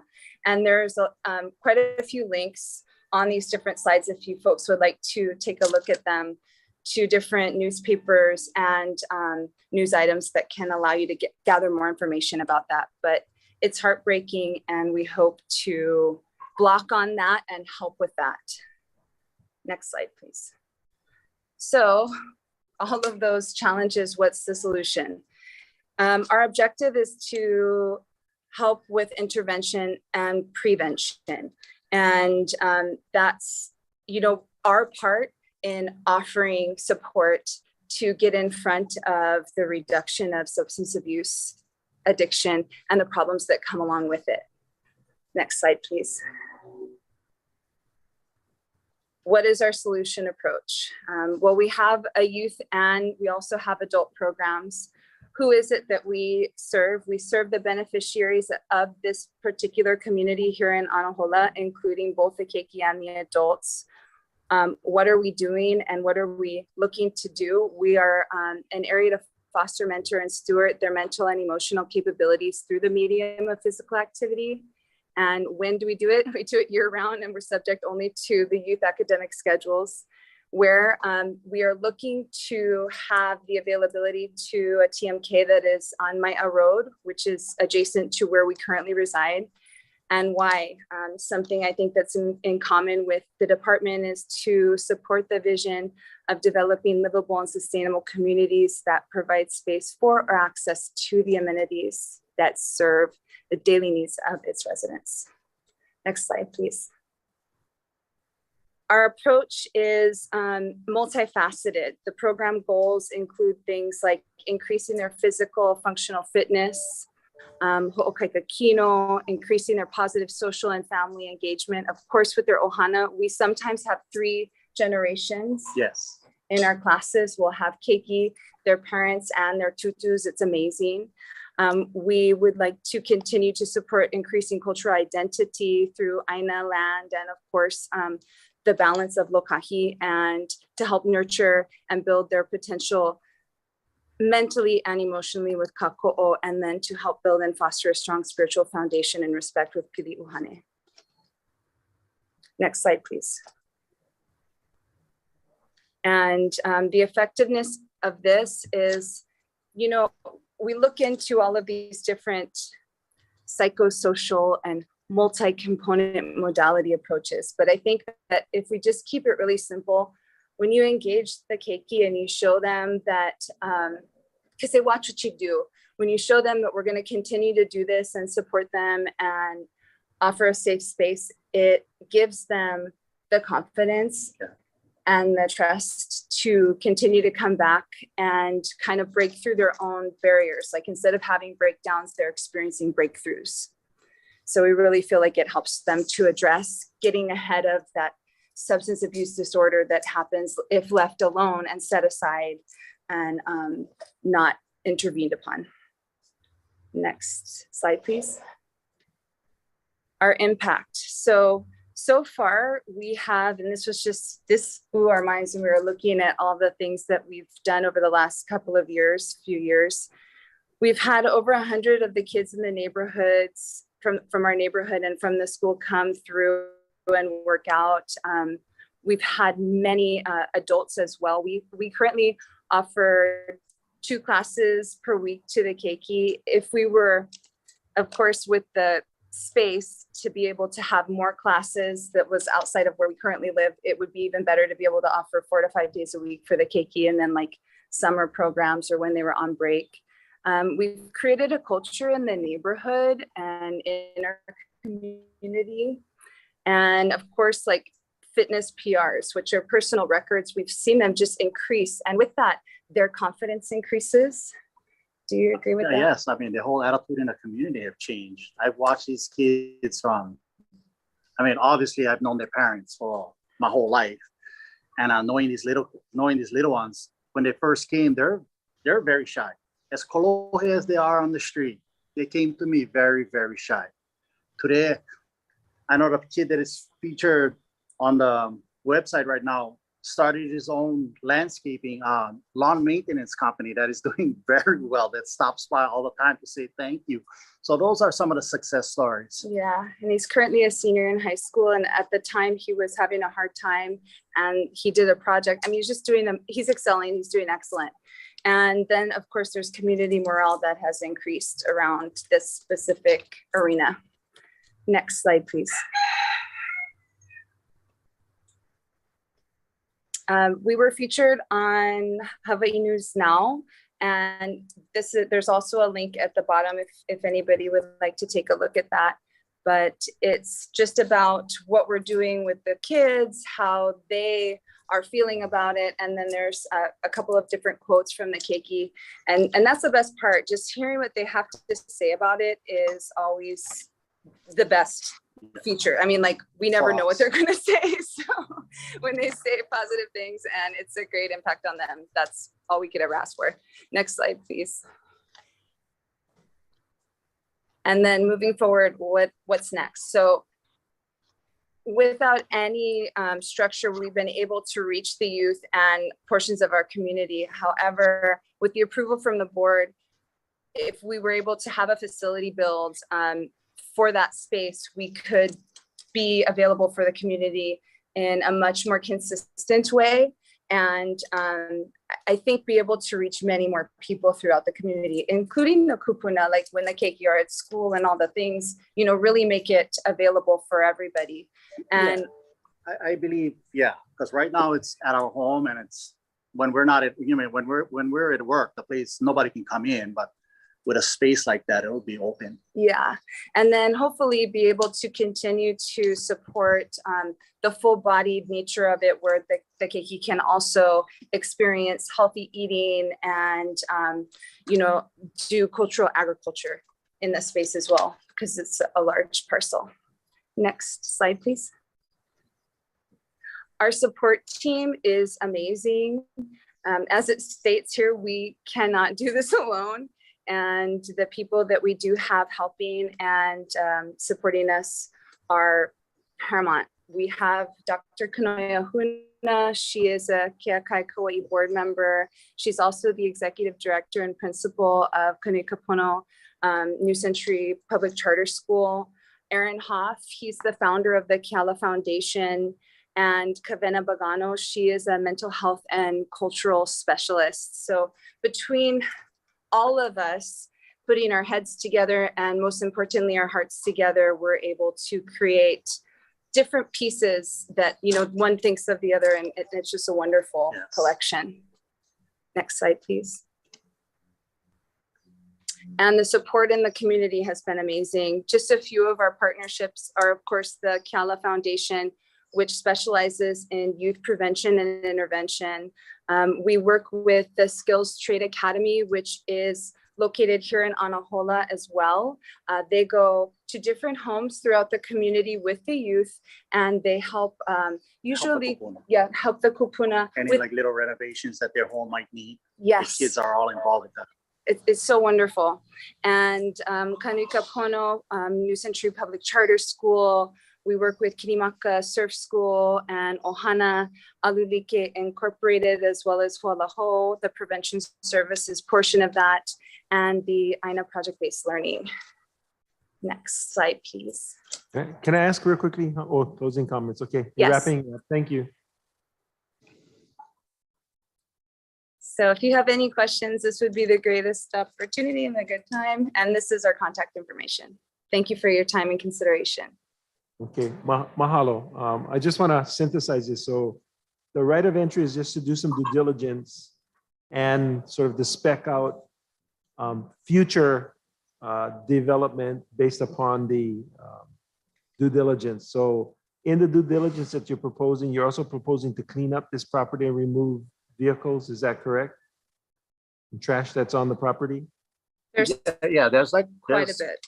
Kind of like a homeless camp back there right now. There's a lot of drug dealing right now. I just went behind there and cleaned out a lot of those guys. Okay, I just wanted to clarify, and then question from Chair, I just Commissioner wanted to, Nevis. first of all, Kalani and Bronson, thank you for what you do for our community. Very, very important.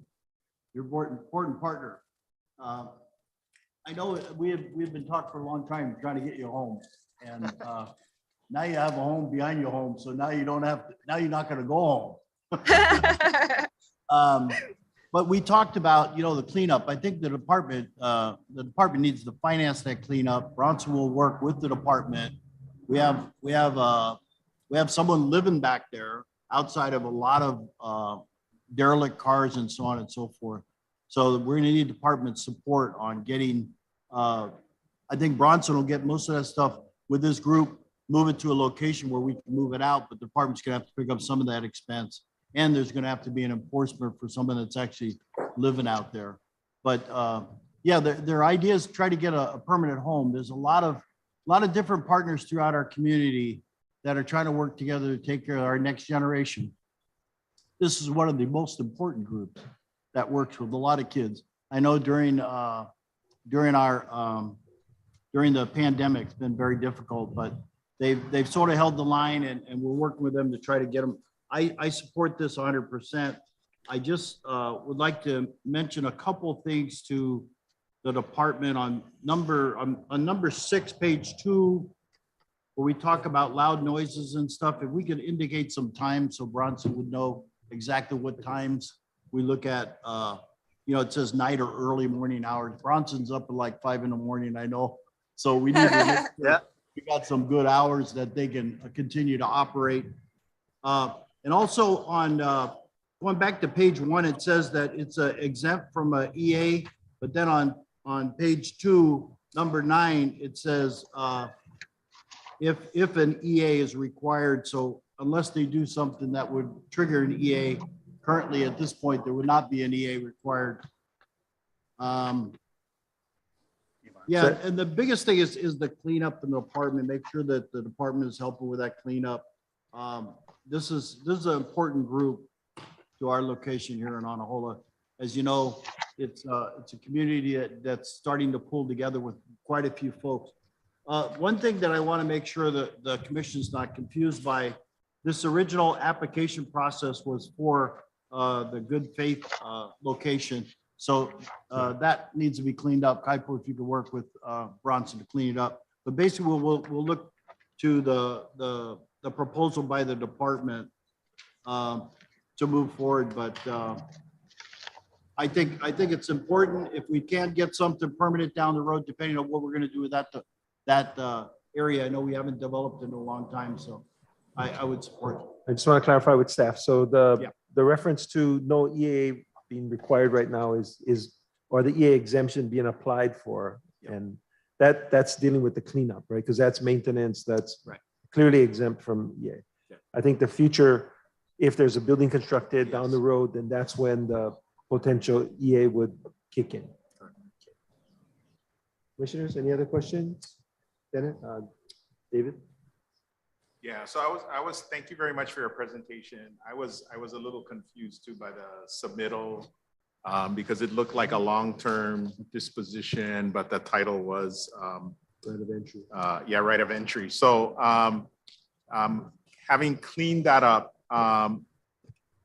my only comment, and I had mentioned this to Commissioner Neves, is I would request that we make the right of entry subject to the submittal of their documentation that they're in good standing with the DCCA and that they filed their 990s with the IRS.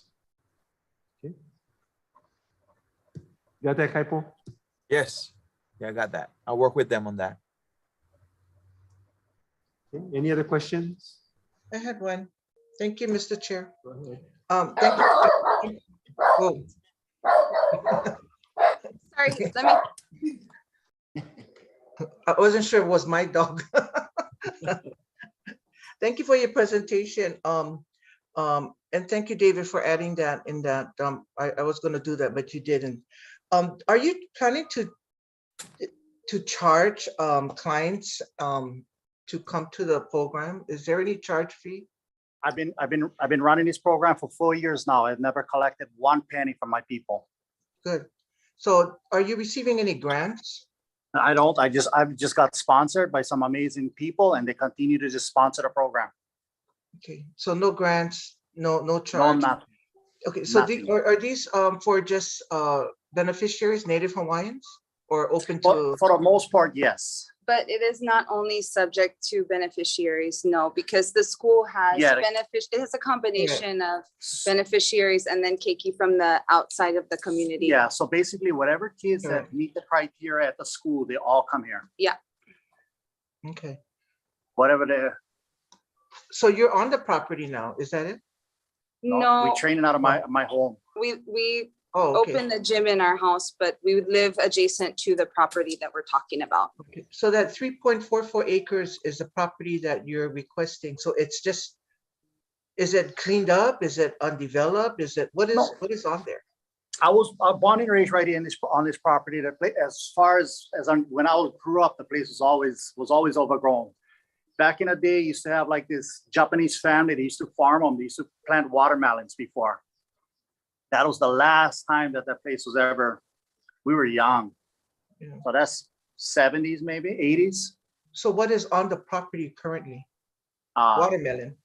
Yeah, no, No. cars. Oh, abandoned cars, junks, okay. So no watermelon, correct? No, that was in the Oh. 80s. Yeah, Okay, that's the good. last Okay, time. I just wanted to make sure we were connected. When you're talking about watermelons, I was talking about oranges. Okay. So I'm looking at the page one, so that monthly rental will be what, $20 a month for the ROE? Yes. Is that the rental fee Yes, it is. for community use? Yes. Okay. So do we know how long this ROE will be for this program? I'm just curious. Is it a It's only good 5-year, for- 10-year? It's only good for 1 year. 1 right? year, year to year, monthly, year to year. To do the due diligence, and then we'll see how far they get, and they can request another one as they're progressing. Okay. And then I know you mentioned, Mr. Chair, in the future, you're looking at whatever, we're not doing a EA because there may be future development on that parcel. Is that correct to say? Correct. There's two portions of the submittal. One talks about no need on EA, and that's because in the cleanup of the property, it comes under the cover R exemption. But should the project develop more where there may be a facility built on that piece of property, then they would likely need to have an EA, which would become the responsibility of the applicant. Yeah. So the cleanup is on their own, not from DHHL funds. The cleanup is being, the cleanup is being proposed, and there's an ask by the commissioner from Kauai that the department play a role with the larger pieces of equipment.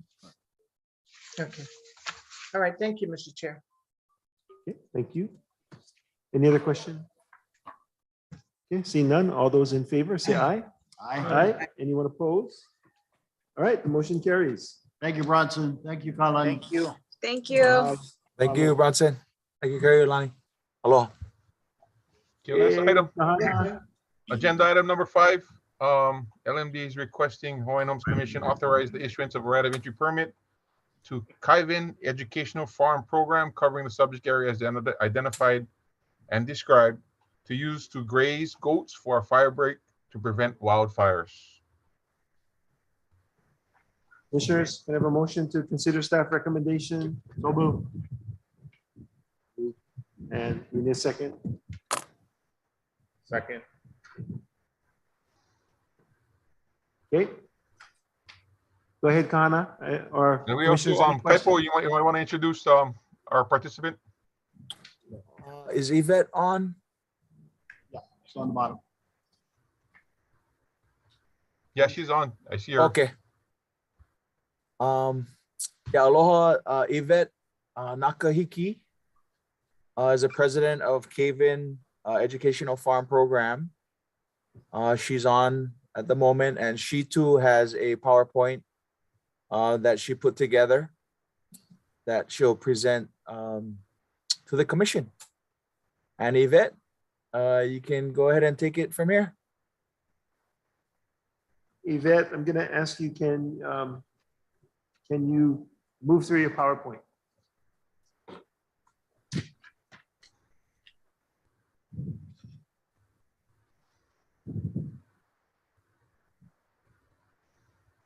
Proceed, Yvette.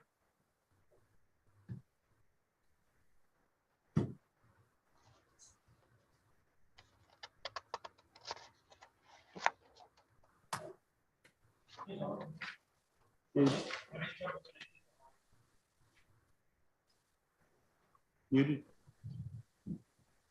All right.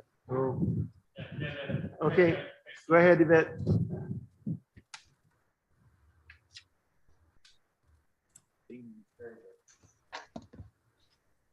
We can see you, Waiting for you. but we can't hear you. Can't hear. He's not muted though. Yvette, can you speak up?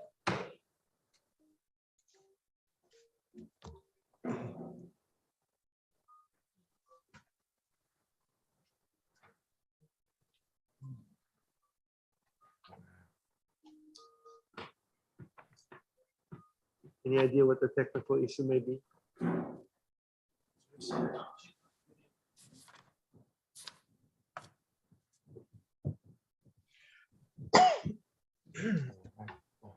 Say it again.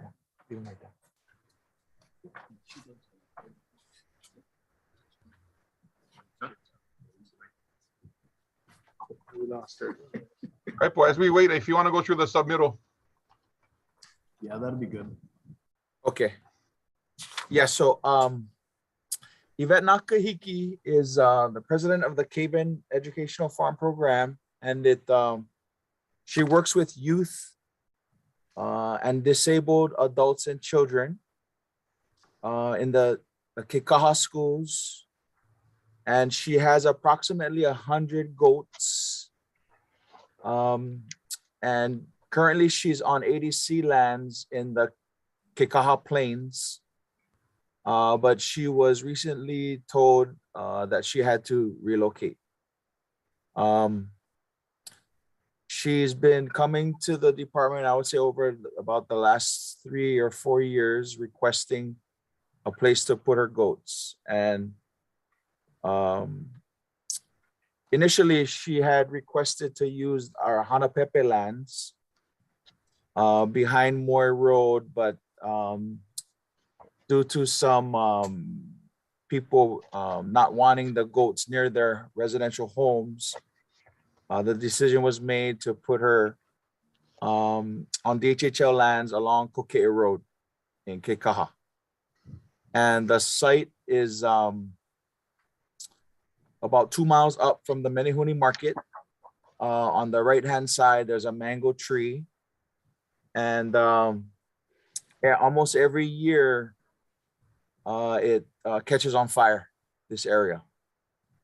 And so we want to try and see what it would be like for goats to graze there to keep the grass and the guinea grass down and low to prevent future wildfires. It's also, we're also looking at it in Anahola Mauka.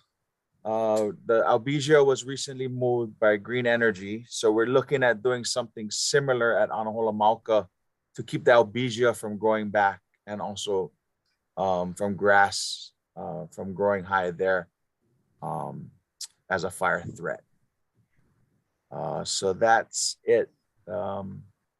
In a nutshell, she has naturally she has huge support from Jeremy Makepa, the fire prevention captain, to keep the grass down as fuel there. DLNR DOFA also built a fire break a couple miles long in this area for DHHL. They too have fought fires here in the past. They too are supportive, as well as Mike Faya, the president of the Kekaha Ag Association. He's in full support as he knows the dangers of fire every summer. So that's it in a nutshell. Okay, Chair. Yeah, I support this this proposal. Yvette actually works with Waimea High School. She does a lot of stuff with Waimea High School, brings kids out to work on goats and get them involved in farming. She actually, the 100 acres we're looking at is an area that substitute fires every year. So the LNR Fire Department, Jerry Makepa, who's the fire chief up there, is in support of this. She'll actually come in and fence off areas for her goats. So it's not like they're going to be running all over the mountains. She fence off an area and then moves them from one area to the other. So this is the other side of our island that we're trying to support as well, and supporting keeping her her goats and her programs alive. Thank you. Okay, thank you, Dennis. Chair. Brett? Hey, Paul, how long is Yes. the lease? How long is the lease for? Right of entry. Yeah, it would be month to month, renewable every year. Yeah, $20 a month, similar to the last right of entry. I guess, Typo, I'll express one concern. it seems like there is a nonprofit component to this. However, looking at the management plan, there also seems to be a for-profit component to this. So I have concern about a business that does good in the community, that does nonprofit work, but I mean, if there's 100 goats, that usually means there's probably 100 goats born a year, which appears will be sold. And so I'm not sure that the return on the $20 is sufficient, I think, at this point. So can we have some feedback? She's back on, but I don't know if she's able to have a discussion. Yeah, hold on, Yvette. You can hear me, Yvette? Yeah, so we can see you, but we cannot hear you. So you remember I was talking about the mute and the mute.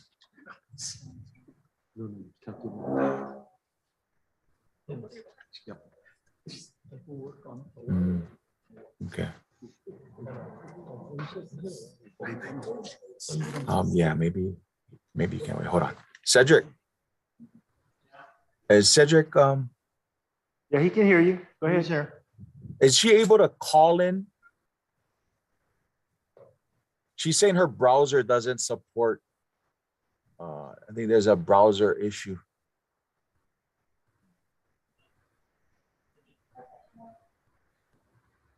Well, let me ask Dennis. Yeah. What are you referring if we're to defer this and have further conversation and come back? Sure. Is 1 month gonna make that much of a difference? No, I don't think so. Okay. Well, I'm not sure. Kaipo, 1 month won't make a difference, huh? I know for her, she was hoping to get someplace as soon as possible, because I know she has a deadline that she has to leave her current place. Yeah. This question. I'm sorry, I wasn't aware of the No profit. problem. Commissioners, how do you feel about 6 month ROE and we come back and we visit? Yeah, that's fine. Because David. Yeah. Just, because I asked the question about the other nonprofit, I went on to take a look at the DCCA and this educational farm program is not registered with the DCCA. So I'm not sure why it's not, but she said they're a nonprofit. My other concern is coming from the Big Island is we have heard from a number of people that have said they don't have any place to put their animals. And so they want to just use our land. And I don't think, and our response has always been, well, you gotta go put something in and make a request, land request. So I hear the concern, but I think our responses have always been go through the process first until you get the ROE. So as opposed to, because otherwise we're gonna have everybody that has cattle who doesn't have a lease anymore is gonna come to us. And then what are we gonna say? We're gonna say, okay, we'll give you 6 months and then you go look for something, you know what I mean? So that's my only concern. I don't have any problem with them being a fire or eating up the fuel. I have no problem with that. But I am concerned about the precedent of creating a ROE for someone to store their animals. Questions? Part of it is also even with the fire hazard, right? Yeah.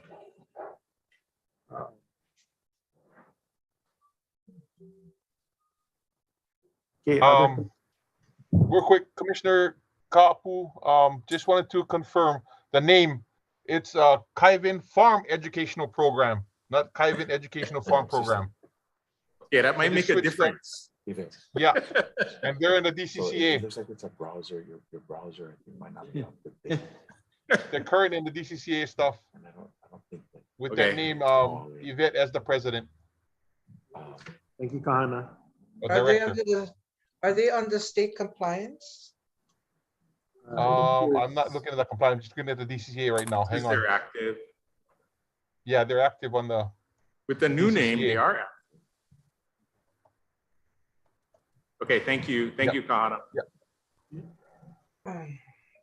Okay, we have a motion on the table. Motion table to go 6 months until we resolve this profit side issue. We can do that. I offered that. Commissioner. Oh, no, I go ahead. Okay, so we have two issues here. One is the overall broad issue, but there's, I think, in addition to them having to find a place for their cattle, I'm not cattle, goats, we do have a challenge with some fire break, and the fire department is requesting that we give this good consideration while we work out the larger scheme. So that's the amended motion, that we only do this for 6 months for now until we can work things out. Right. The chair, you're making the motion. Yes, I'll second. thank you. The amended motion. We have to go back. And then Commissioner Teruya, yes, they are compliant in the DC, in the e-compliance, compliance express. They are compliant. Thank you. We'll go back and approve that. Yeah, and Chair, on the next month's meeting, the May meeting, you know, we can make sure that she's set up properly and that she can address, formally address the commission.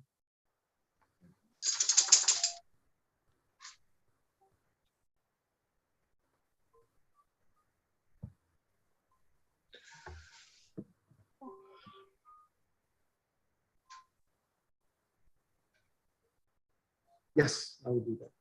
Okay, so with my seconder, hopefully agreeing, the motion is to amend the original motion to no longer than 6 months, to utilize the goats for fire control hazard mitigation. So may I have a motion to approve the amendment, and then we'll go back and vote on the main motion as amended. So first one, the amendment. All those in favor say aye. Aye. Aye. Anyone opposed? I abstain. Thank you. Say, we have one opposition, Me too. 2 up. Okay, so the rules say that we have to do a roll call vote if it's not unanimous, so. Vote. Aye. No.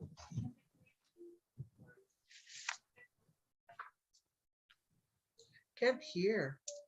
Can't hear you.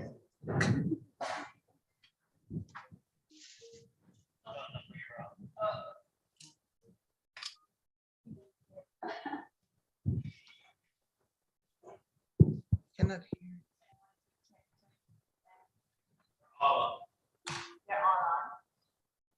Can you hear us? We can hear you, but we can't hear. Okay, great. So Commissioner Kaupu? On the Yes, amended aye. motion? Aye. Commissioner Turia? On the Who's amended? talking? I can't even hear anything. Who's Yeah, talking? Commissioner Teruya on the amendment? Nay. Aye. On the main motion now?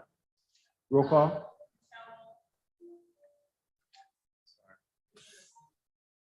On the main amended, on the main motion with the amendment.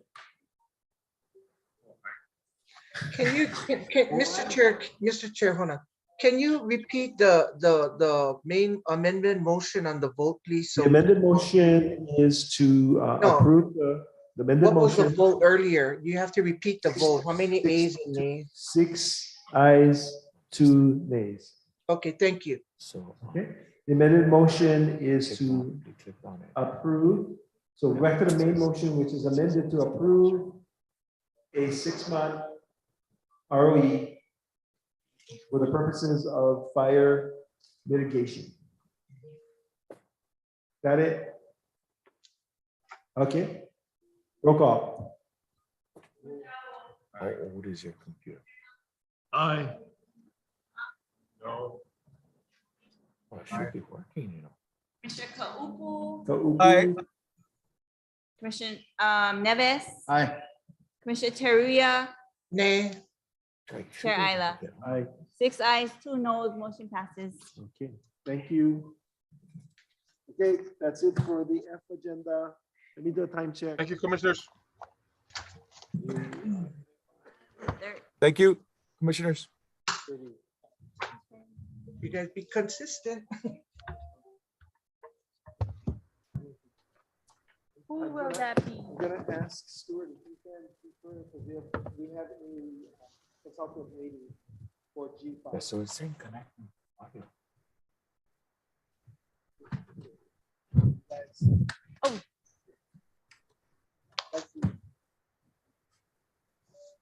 The intent is to break it around, I want to say 5:45, so that some of us can go and check in, so we don't lose our rooms tonight. And then come back for the community meeting. And then we'll have to defer all other items for tomorrow. Okay. Aloha Commissioners, item G, Andrew Choi, Planning Program Manager. Item G5 for information only, Malama Park Special Area Plan Public Review Draft. This is information only item. The purpose of this informational briefing is to update the Hawaiian Homes Commission on the status of the department's Malama Cultural Park Special Area Plan in Kaunakakai, Molokai. I think the consultant might be in the waiting room, but yeah, Kavika.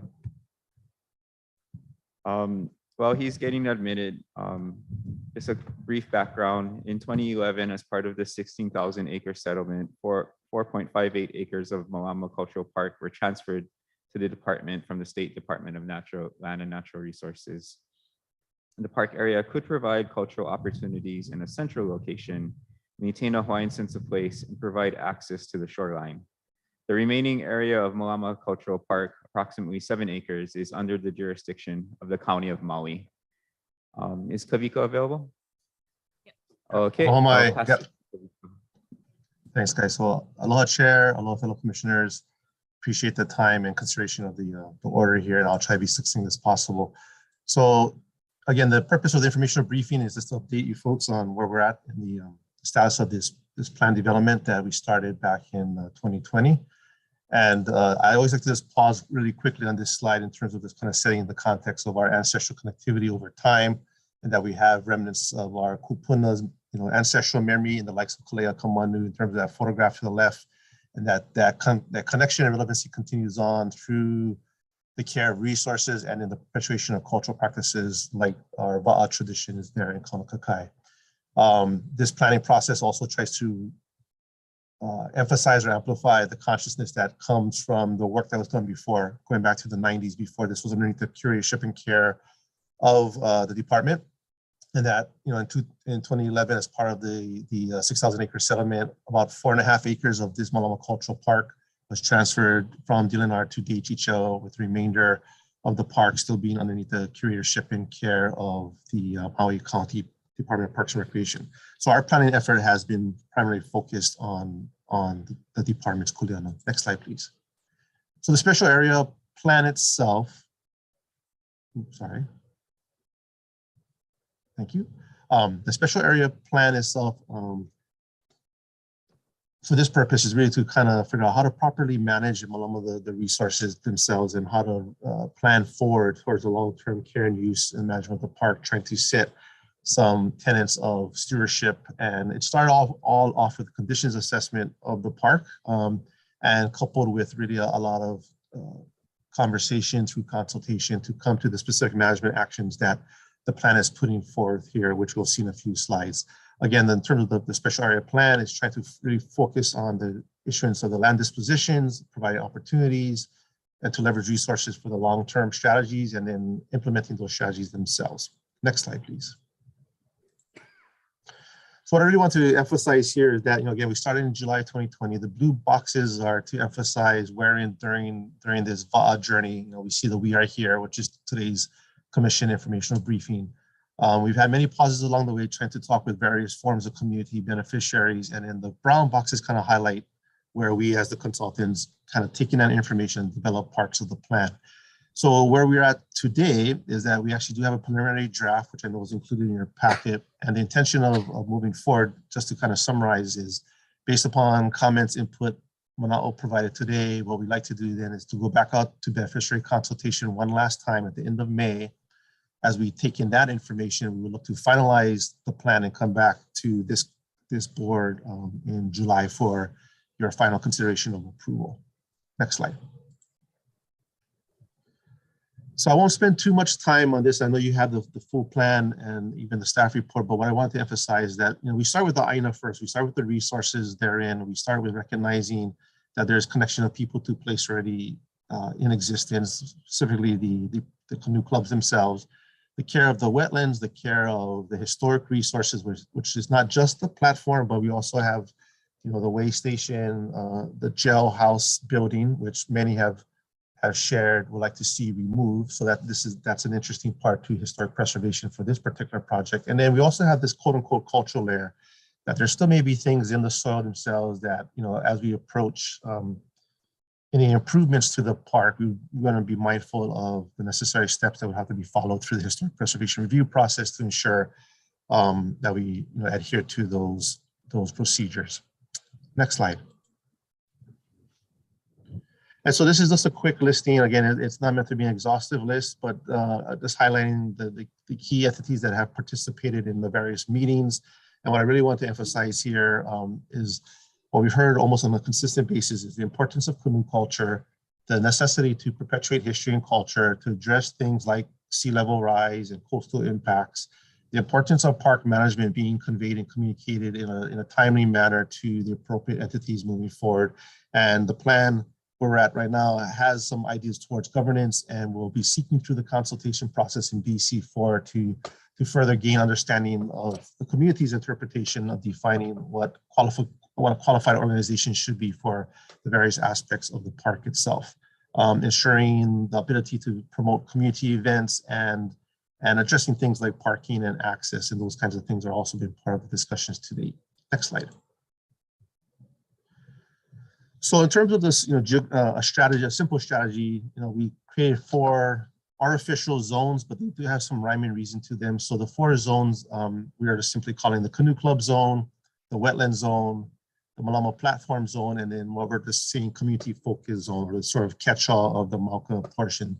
Again, part of that's predicated upon the fact that we've got, 2 canoe clubs with Kuleana already at the park in the Zone 1, and actually part of their existing activity or presence there is the care of the wetlands and the historic site. Now, we all know that there's no definitive line where things stop and start, but the approach here in terms of the modeling would be to define these zones and then again to define the right activities, and then therein who would be doing those activities and for how long. Next slide. So this is probably the most important slide. This and the next slide really is to say we have 5 main goals here that we're trying to attain here. First and foremost is to maintain the park, to continue to be a special place for community across generations. So the idea that this is a wahipana, a wahikupuna to perpetuity. And that too, for that connection to thrive and exist, the AINA must thrive and exist. So looking to protect and restore and maintain the quality and care of the habitat, and really looking for opportunities to restore the ecosystem with native plants. Third would be to protect and perpetuate cultural knowledge, resources, and practices, not just for the Va'a community, but again, for that interaction and connection to the native habitat, basically training the stewards of the future to care for these resources and understanding really the continuity of the Malka-Makai relationship. Fourth would be, where inappropriate and feasible, and we've had some initial conversations, is to look for those opportunities to generate economic development opportunities. That can come in various shapes and means, such as a farmer's market, or creating a cultural center that provides training, workshops, those kinds of things. And then last but surely not least is to provide opportunities to create this place as a center of learning, a center of excellence, a wahiho'okela, if you will, where we can continue to promote not just not just sorry, I just lost my train of thought. To not just promote everyday relationships to the AINA, but again, to think long-term, to think about how we build stewardships capacity for the future of this AINA. So the question is, how do we start to do that? So next slide. So what we tried to do, and this particular slide is probably the heart of the document. And again, I'm apologizing for such a brief overview for now, but happy to address anything. So with those 5 goals, we've come up with 15 specific action items, and in full, the action items range from everything to something very specific, like the demolition of the jailhouse to kind of remove that haumia that some people have qualified the jailhouse to represent, to looking for enhancing vegetative sand berm around the edge of the shoreline to address erosion issues. So each of these goals have some relevance or pertinence to each of these zones, and actually in the full document, you'll see, if you had a chance to review, how each of these goals and the strategies therein respond to the zone. Moving forward, it'll probably be a need to sort of refine those understandings of the strategies, and again, maybe perhaps even provide some qualification as to who would be the optimal candidate to help care for these resources. Again, I'm happy to come back to this slide if people have questions, but for the sake of today's presentation, I'd like to move on here. So next slide is the governance structure. So we actually had a few conversations with folks, and really succinctly, there's 4 models that were put forward. Like how do these resources and how is this place cared for? The easiest answer, if you will, would be to have a relationship between the department and a single entity. However, there's been some challenges, and you'll note in the staff report what those challenges are, specifically just having an entity that is familiar and has the capacity to take on the various kinds of issues relative to resource management, relative to promotion of economic opportunity, relative to the care of our understanding historic preservation law, and then supporting the educational aspects. So although this is probably quote unquote the easiest, it's probably not the primary solution moving forward, but we want to have that conversation with our beneficiaries as well as you folks. Next slide. So the second idea is really this idea of an umbrella entity, to have an overarching nonprofit kind of oversee the relationship. There's one point of contact with the department, and therein that umbrella entity could have and work with other nonprofits, could work with a community group, could work with an Ohana group. They will set their own relationship, and it could be relative to a geographical interest, interest to a resource, or relative to a particular action, like a farmer's market. Again, there's some pros and cons to this particular model, but we see this being maybe the long-term solution. In the meantime, though, we think there's an opportunity to create a more interim solution that allows those with boots on the ground to move forward and actually start to do some of the work at hand, which takes me to our next slide, please. So the next slide is the model we're thinking is kind of sort of there now informally. When the transfer happened, again, there was entities and organizations taking care of resources. So we're thinking that probably the management plan through its implementation strategy would advance the notion and idea to have this multiple entity with specific delineated areas, no different than the conversations you've been having this afternoon relative to licenses and right of entries. You can see where a canoe club potentially could take care just their kuleana, or a cultural group wanting to care for the platform. Again, we would set geographical boundaries and therein management responsibilities to tie that entity. The challenge here is, the department, the land management division, I presume, would actually have to then work with the multiple groups to understand what's happening in the park in full. And there'll be nuances of things like connection to water. Where does that happen? Is the water bill shared? Do we have to do sub-metering? Those kinds of things. But we see this as probably where we want to start and then move towards that umbrella model. Next slide. And then another idea we threw on, which hasn't really garnered a lot of support, but it was in the conversation. Again, you have these multiple entities, but instead of sort of tying them down to a very specific area of the park, it could be, again, someone that wants to, advance the notion and care of the platform, but also take on the removal of the jailhouse because they want to work with an archaeological field school to do that kind of work. So that would have to then create an opportunity to provide an entity access to different parts of the park or different parts of the resources. And we just feel, although it was an idea on the table, it just creates too much pilikia of management itself for it to be viable. So these are the four management options at present. These are still parts of the conversation we would like to have going back to beneficiary consultation number 4, which takes me to our next slide.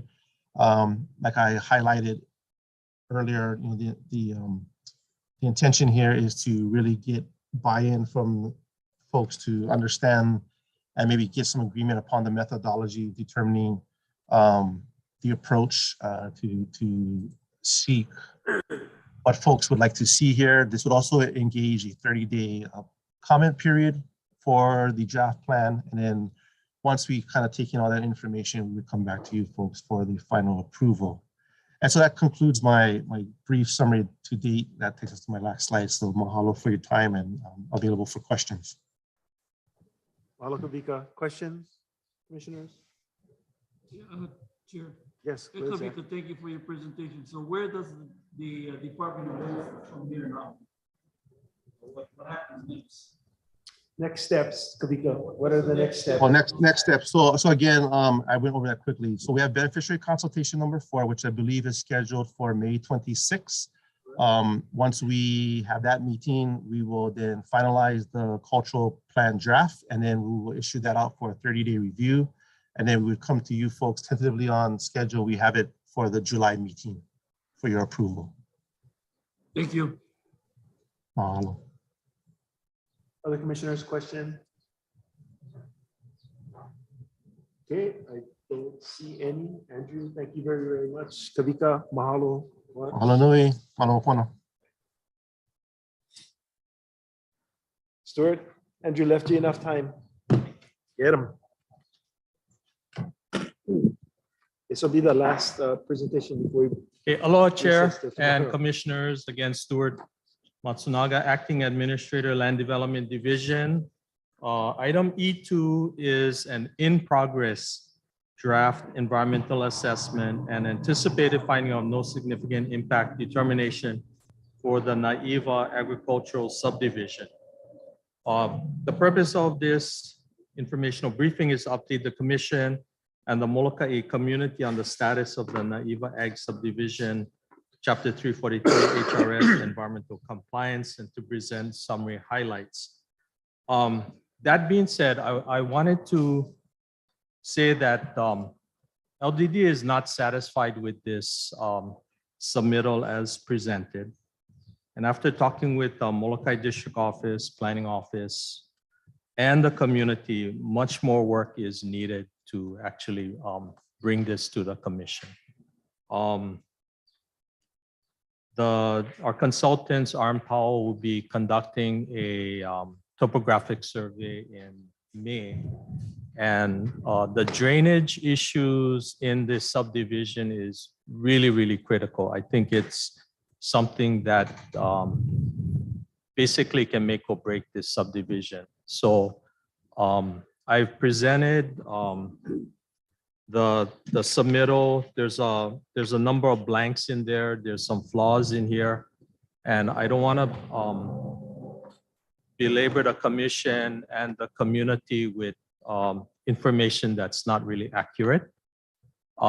We did prepare a PowerPoint presentation, and I want to commit to the community that we're going to be having additional discussion coming out on the ground in the field with lessees and do a better job with this. Okay, questions for Stuart? Commissioners? Yes. Go ahead, Zach. Stuart, thank you for your presentation. Now, so you're not satisfied. So what more do we need to do now, and how long will it take to move to the next step or the process? Okay, the next step is we need to have that topographic study done. I did have some discussions this morning with lessees who mentioned about the drainage in that area.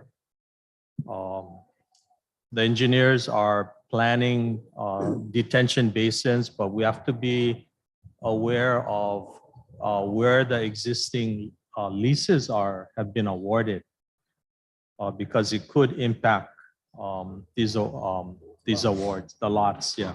Because, back in 1986, 56 lots were offered for award during acceleration. They range in size from 4 to 8 acres. There have been some changes, and we need to just continue updating that with the Molokai District Office and then with those who are actually on the ground. There are a couple of houses and people occupying the lots. And so we have to try to see how that topo study impacts the drainage and the safety of that subdivision. So I feel that we need to do that and continue working with the lessees. How long will that take? We're still thinking that we can complete this in the summer of this year. Okay.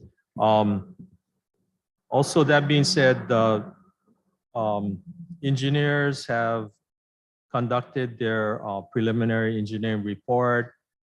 They are starting to work on the designs. The good news is that there is potable water in the subdivision, and this was something that the department constructed a number of years ago. We want to take advantage of that and see how that impacts the lots. We're continuing our discussions with Department of Ag on the irrigation system, and we're not really quite there yet to understand all of that.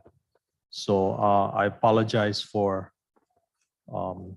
this is not ready, but we wanted to bring something to at least to the community on where we are, and also to state that we want to continue to work with the community on this. Okay, commissioners, questions for Stuart? I want to thank him for his frank self-critique of where we are today and commitment to doing better. It's not all the time that somebody's willing to bring that to the table. I do want to question from this morning, Cora asked about a settlement plan. We would not need a settlement plan for this subdivision, as it would just normally be assigned to whoever's next on the list. Is that correct? Correct. So in back in '86, there was a lot layout set up, but it wasn't really based on topo. It was just a real quick and dirty subdivision. This is what acceleration was, is to prepare an on-site plan, offer for award. It was subject to final meets and bounds and completion of EA and all of the other infrastructure studies. So, that's where we are. So we do have a settlement plan. I will, it's shown in the submittal. And so I will, again, talk to Cora about that. And I know she was anxious to see that. So what you see in the submittal is how the lots were laid out. And there are currently 51 lessees who have been awarded. So they actually have award leases, 99-year leases. And then when the subdivision is completed, then the leases will be amended with the formal meets and bounds from the subdivision approval. So at that time, I think typically what we've done in accelerated subdivisions, because of lack of infrastructure and not the ability not to be able to farm or occupy the lot, that we asked the commission for consideration to amend the commencement date of the leases. Commissioners, any questions? No. Okay, thank you, Stuart. I would like to announce that agenda item E3 and G1 is going to actually be covered in tonight's community meeting. If you're interested, we'll have that. And then plan to defer agenda items D1, G2, G3, and G4 to tomorrow's agenda. Okay, so apologies to Andrew. We didn't get through the day. G2 also? Okay.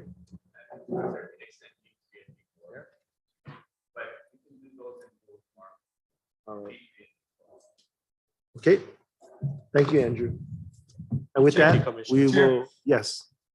I'd like to make an announcement. So tonight, for the community meeting, Kalamazoo Homestead Association will provide dinner for everybody. Mahalo to them. Okay, I'm just letting you guys know that. Thank you. And that's at 6:30, starting Yes. 6:30. Okay. Yes. Okay. So mahalo, we stand in recess. You good? You need anything else?